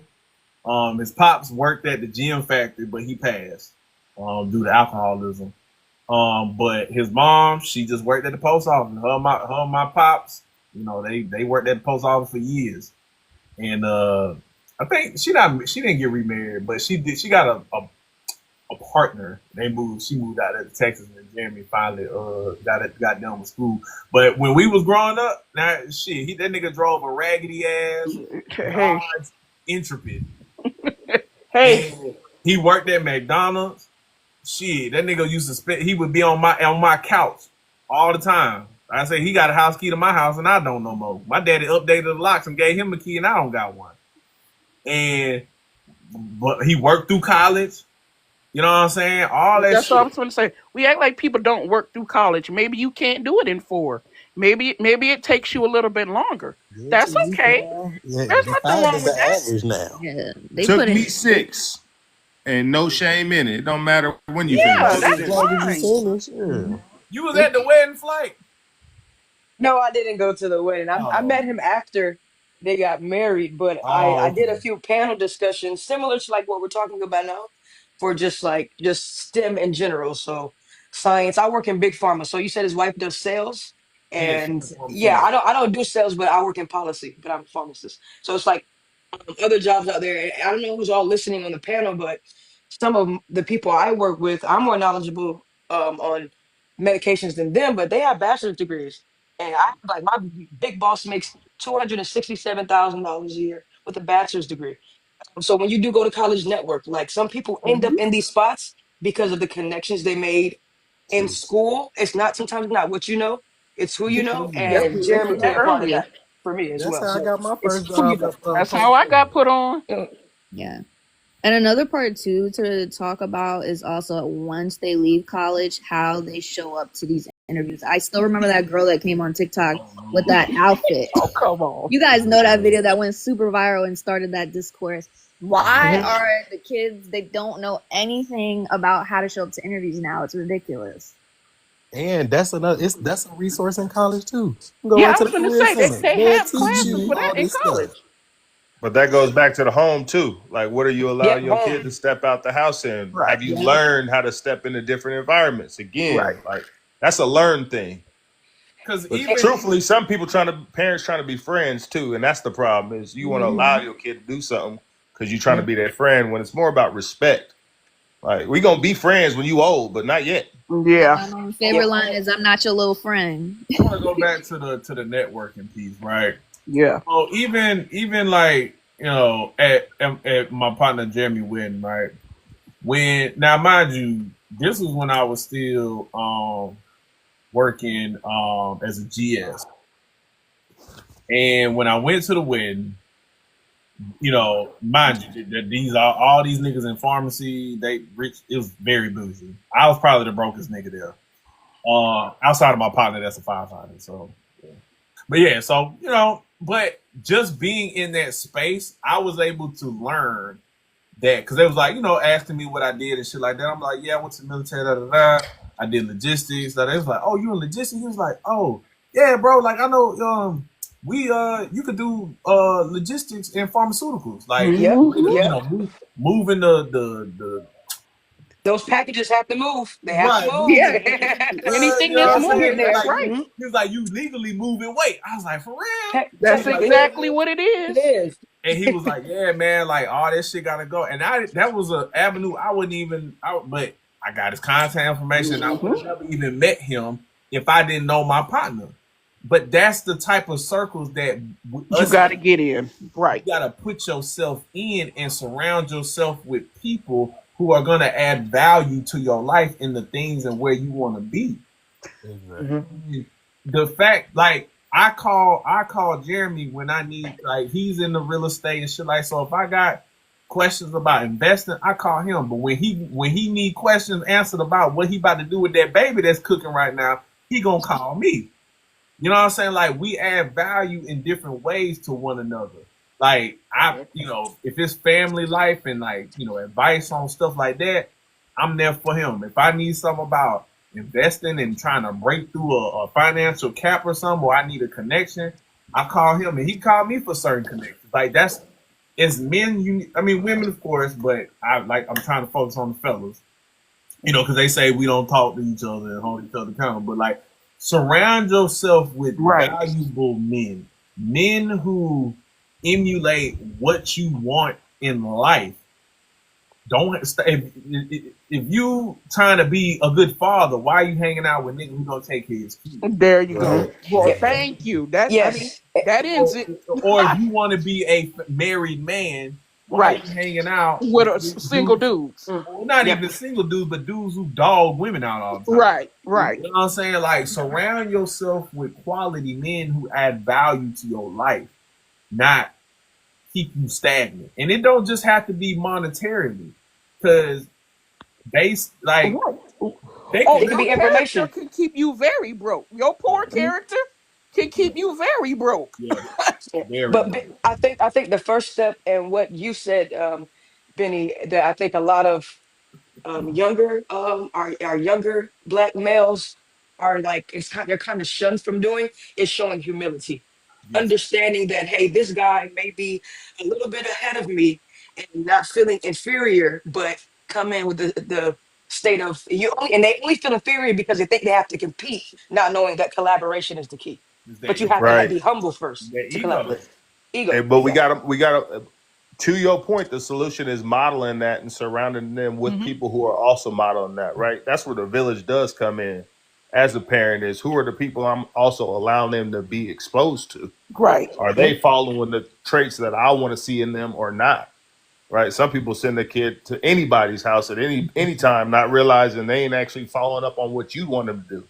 I think we got to teach our boys how to be like. Well, like in general, but for them, we need to instill into them how to be a likable person, not a kiss ass, but be a Just a likable likable person. Right. to be like. It's in like your presence brings a spark, brings a fire, brings an energy to the room. I call it the Fresh Prince method. And you can Right. gauge these things. Just look at your friend group. How Yep. often do they invite you to things? How often do they include you in things? They care about your opinion. Stuff like that. Yeah. What do they invite you to? But some of that comes from being well rounded. And So when you have, I oh, go completely ahead. forgot about this. But this weekend, oh no, you good. No, I was saying that some. But this weekend, if you're in Plano, there is going to be a Young Black Executives networking event. If you would like the link to sign up, anybody in it live, you just DM me and Where I'll where What is area? it? send you the link and stuff. Okay, It's so going to if be in you in Plano, Texas, Texas. in the Plano area, Dallas, that area ish, hit them up. Hit them up. Reach out. I have a question for the men in here. How do we, I guess, get some of our youth to be more well rounded? If it's not sports or entertainment, because I feel like a lot of the seems like a little bit of everybody did something different when they were younger, but like some of those transferable skills start in adolescence. Yes. So like, how do we get them well rounded? It doesn't have to be something boring. I don't care if it's theater. I don't care what it is, but like, how do we kind of say, yeah, you can play a sport, but you should do this? Like, I play sports, but I play instruments as well. Like, how do we kind of cultivate that? So when they go to these networking events, some men might not have anything to talk about or to contribute to the conversation because they haven't had said experiences. I think it depends on the age, but at a younger age, some stuff you got to force your kids to experience. Number one, outside of their comfort zone, but that's also from a parent perspective. What are you comfortable with? Did you just like sports and music? Right, that's your exposure, and you're limited to that. Mhm. But I think it's going into these. I thought like the YMCA was good for me, Boys and Girls Club, and always had different stuff to expose you to. I had learned about badminton at like 8 years old and was like, oh, I didn't even know this was something you could do. Granted, that's a sport, but just different exposure to different things. But that's again where who the parent or who's in their village, right? I know at my church, my pastor was in Taekwondo. He taught classes. That's something different to expose yourself to. You meet different people, you learn discipline, etc. So I think it's more of that. It's like, who are your friends? What do they do? And hopefully they're elevating themselves, and maybe you can surround them with their kids, etc., to where they see different things like this. Just like this live, right? This is just an extension of those villages that have people speaking life into you, but it's who you choose to surround yourself with. And as far as like building my own, like building my own awareness of things, I took the boring route. I read a lot as a kid. I was on a debate team, stuff like that. The way I spoke got me into a lot of rooms, so that made me a lot more well-rounded. And then eventually, college is what was like the bow on the present. I was learning all these different things, experiencing all these different people, and that just made me. I wanted to be Fresh Prince, to be honest. I saw that he went in every room and he was himself, but he changed the room in his way. But he thrived in every environment, right? But I think people need to see that to consider that. And that's why I wasn't trying to hear what that balance nigga talking about. Like, well, the white people look at me when I walk in the room. Who cares? Shit, I'm 6'5". Right. I mean, I ain't 6'5". I'm 6'1". You know, but they looking. I'm you know what I'm saying? Dude, you know what I'm saying? Yeah. To your point, though, you use that to your benefit. You know you have their eye. Listen, Now you just for what I use it for. How you doing? What's up? My name's Anthony. Connection, right? And that's how I see it. Yeah, like even with me when I was in my marketing classes, so I went to Texas Tech. When it came to marketing, there were a few black guys. They were African though, and then mostly it was like blonde women, like blonde white women. So a lot of the times I was the only black kid in the class. I saw that as an advantage because one, I sat right in the front of that class every day. I made sure I asked questions. People knew I was there. I answered questions. To me, that was an advantage because I already stand out. So now I want to stand out for a good way, in a good way. And then people that's a good point. That's why I couldn't understand what he was talking about, because to me, I'm gonna be honest with you, a lot of times I have to get white people away from me sometimes. I'm being realistic. I'll tell you, no, you like them. The same way I'm talking to y'all, I'm telling you, I really don't change that much. This is it. And a lot of authenticity is so attractive because everybody's so damn fake. Authenticity is so attractive to people. You'll draw people to you. And it ain't got to be because you black. It could be something good in you. And you want to know the funny thing about when you are an authentic Negro around a room full of white people, they'll respect you a lot more than you. They really do. Right. Because they see through this shit. They know you just out here. And they'll joke along and play with you, but they know, oh, he'll sell out. He'll cool. Right. But like, y'all see my videos about white people. But white people love me. That's the crazy thing. I'm the same way. And y'all see how I talk about them? But it's I know how to conduct myself. I'm still a likable person. Just right. You know what I'm saying? But it's you got to be comfortable with yourself. And like I said earlier, it's not like I've always been this. I've been the guy, the big strong Negro that's gonna go against the grain because fuck the white man. I don't need nothing. I've been there, and it made my military career a lot harder than what it should have been. Right. I got left out of a lot of opportunities that I could have had if I would have just got out of my own way and put that ego to the side. If I would have learned some soft skills and became a more less egotistical, you know what I'm saying, less prideful, and learn how to, like, they used to tell me, man, you gotta play my staff sergeants and shit, you gotta play the game. I'm like, fuck that, I'm gonna be myself. And I lost out on promotions, awards, even the promotions and advancements that I did get, I had to fight tooth and nail and extra hard against it. Had people scheming against me, and now I can sit back and say, "Oh, it was the black. I was black." But what was my part? Now, were some of the instances because they was like, "Yeah, it's because you black," but I gave them a reason, and I was black. You know what I'm saying? It's like, had I just chilled the fuck out, it wouldn't have been as hard. I lost out on training, lost out on fucking getting my red tab, going to black belt instructors course, all type of shit. because I wanted to be against the grain and be a real ass nigga. Right. And it's Right. like that's why I'm trying to talk to these young fellas, man, because you can still remain your authentic self and still adapt to the environment That you in. Yeah. right without losing yourself. To Right, your Exactly. like point, but like to me, that's the that's problem why I with like this. to hear y'all Oh, talk because y'all don't come off corny. Ain't nothing about you corny. You get what I'm saying? I think what happens sometimes is we want to put them in front of these black men that done they may have over assimilate or whatever, Right. but they don't seem tangible. You seem like if there was any kind of dude living any kind of life, he could come to you and just sit down and talk, not feel judged and be able to receive what you have to say. You know, people need to be exposed to different types of what real nigga looks like. Because a right. real Yep. nigga is taking care of his kids, active in his life, Right. working hard. You know what I mean? Showing the examples. That's what a real nigga is. But that's another conversation. Yeah, I mean, but some on this app say I'm condescending and I talk down and wag my finger at black people, but it's just like I don't got time. Like I Well, said that's the before, joy of this being your page, and guess what they can do? They It's need to called leave. accountability. It's called accountability.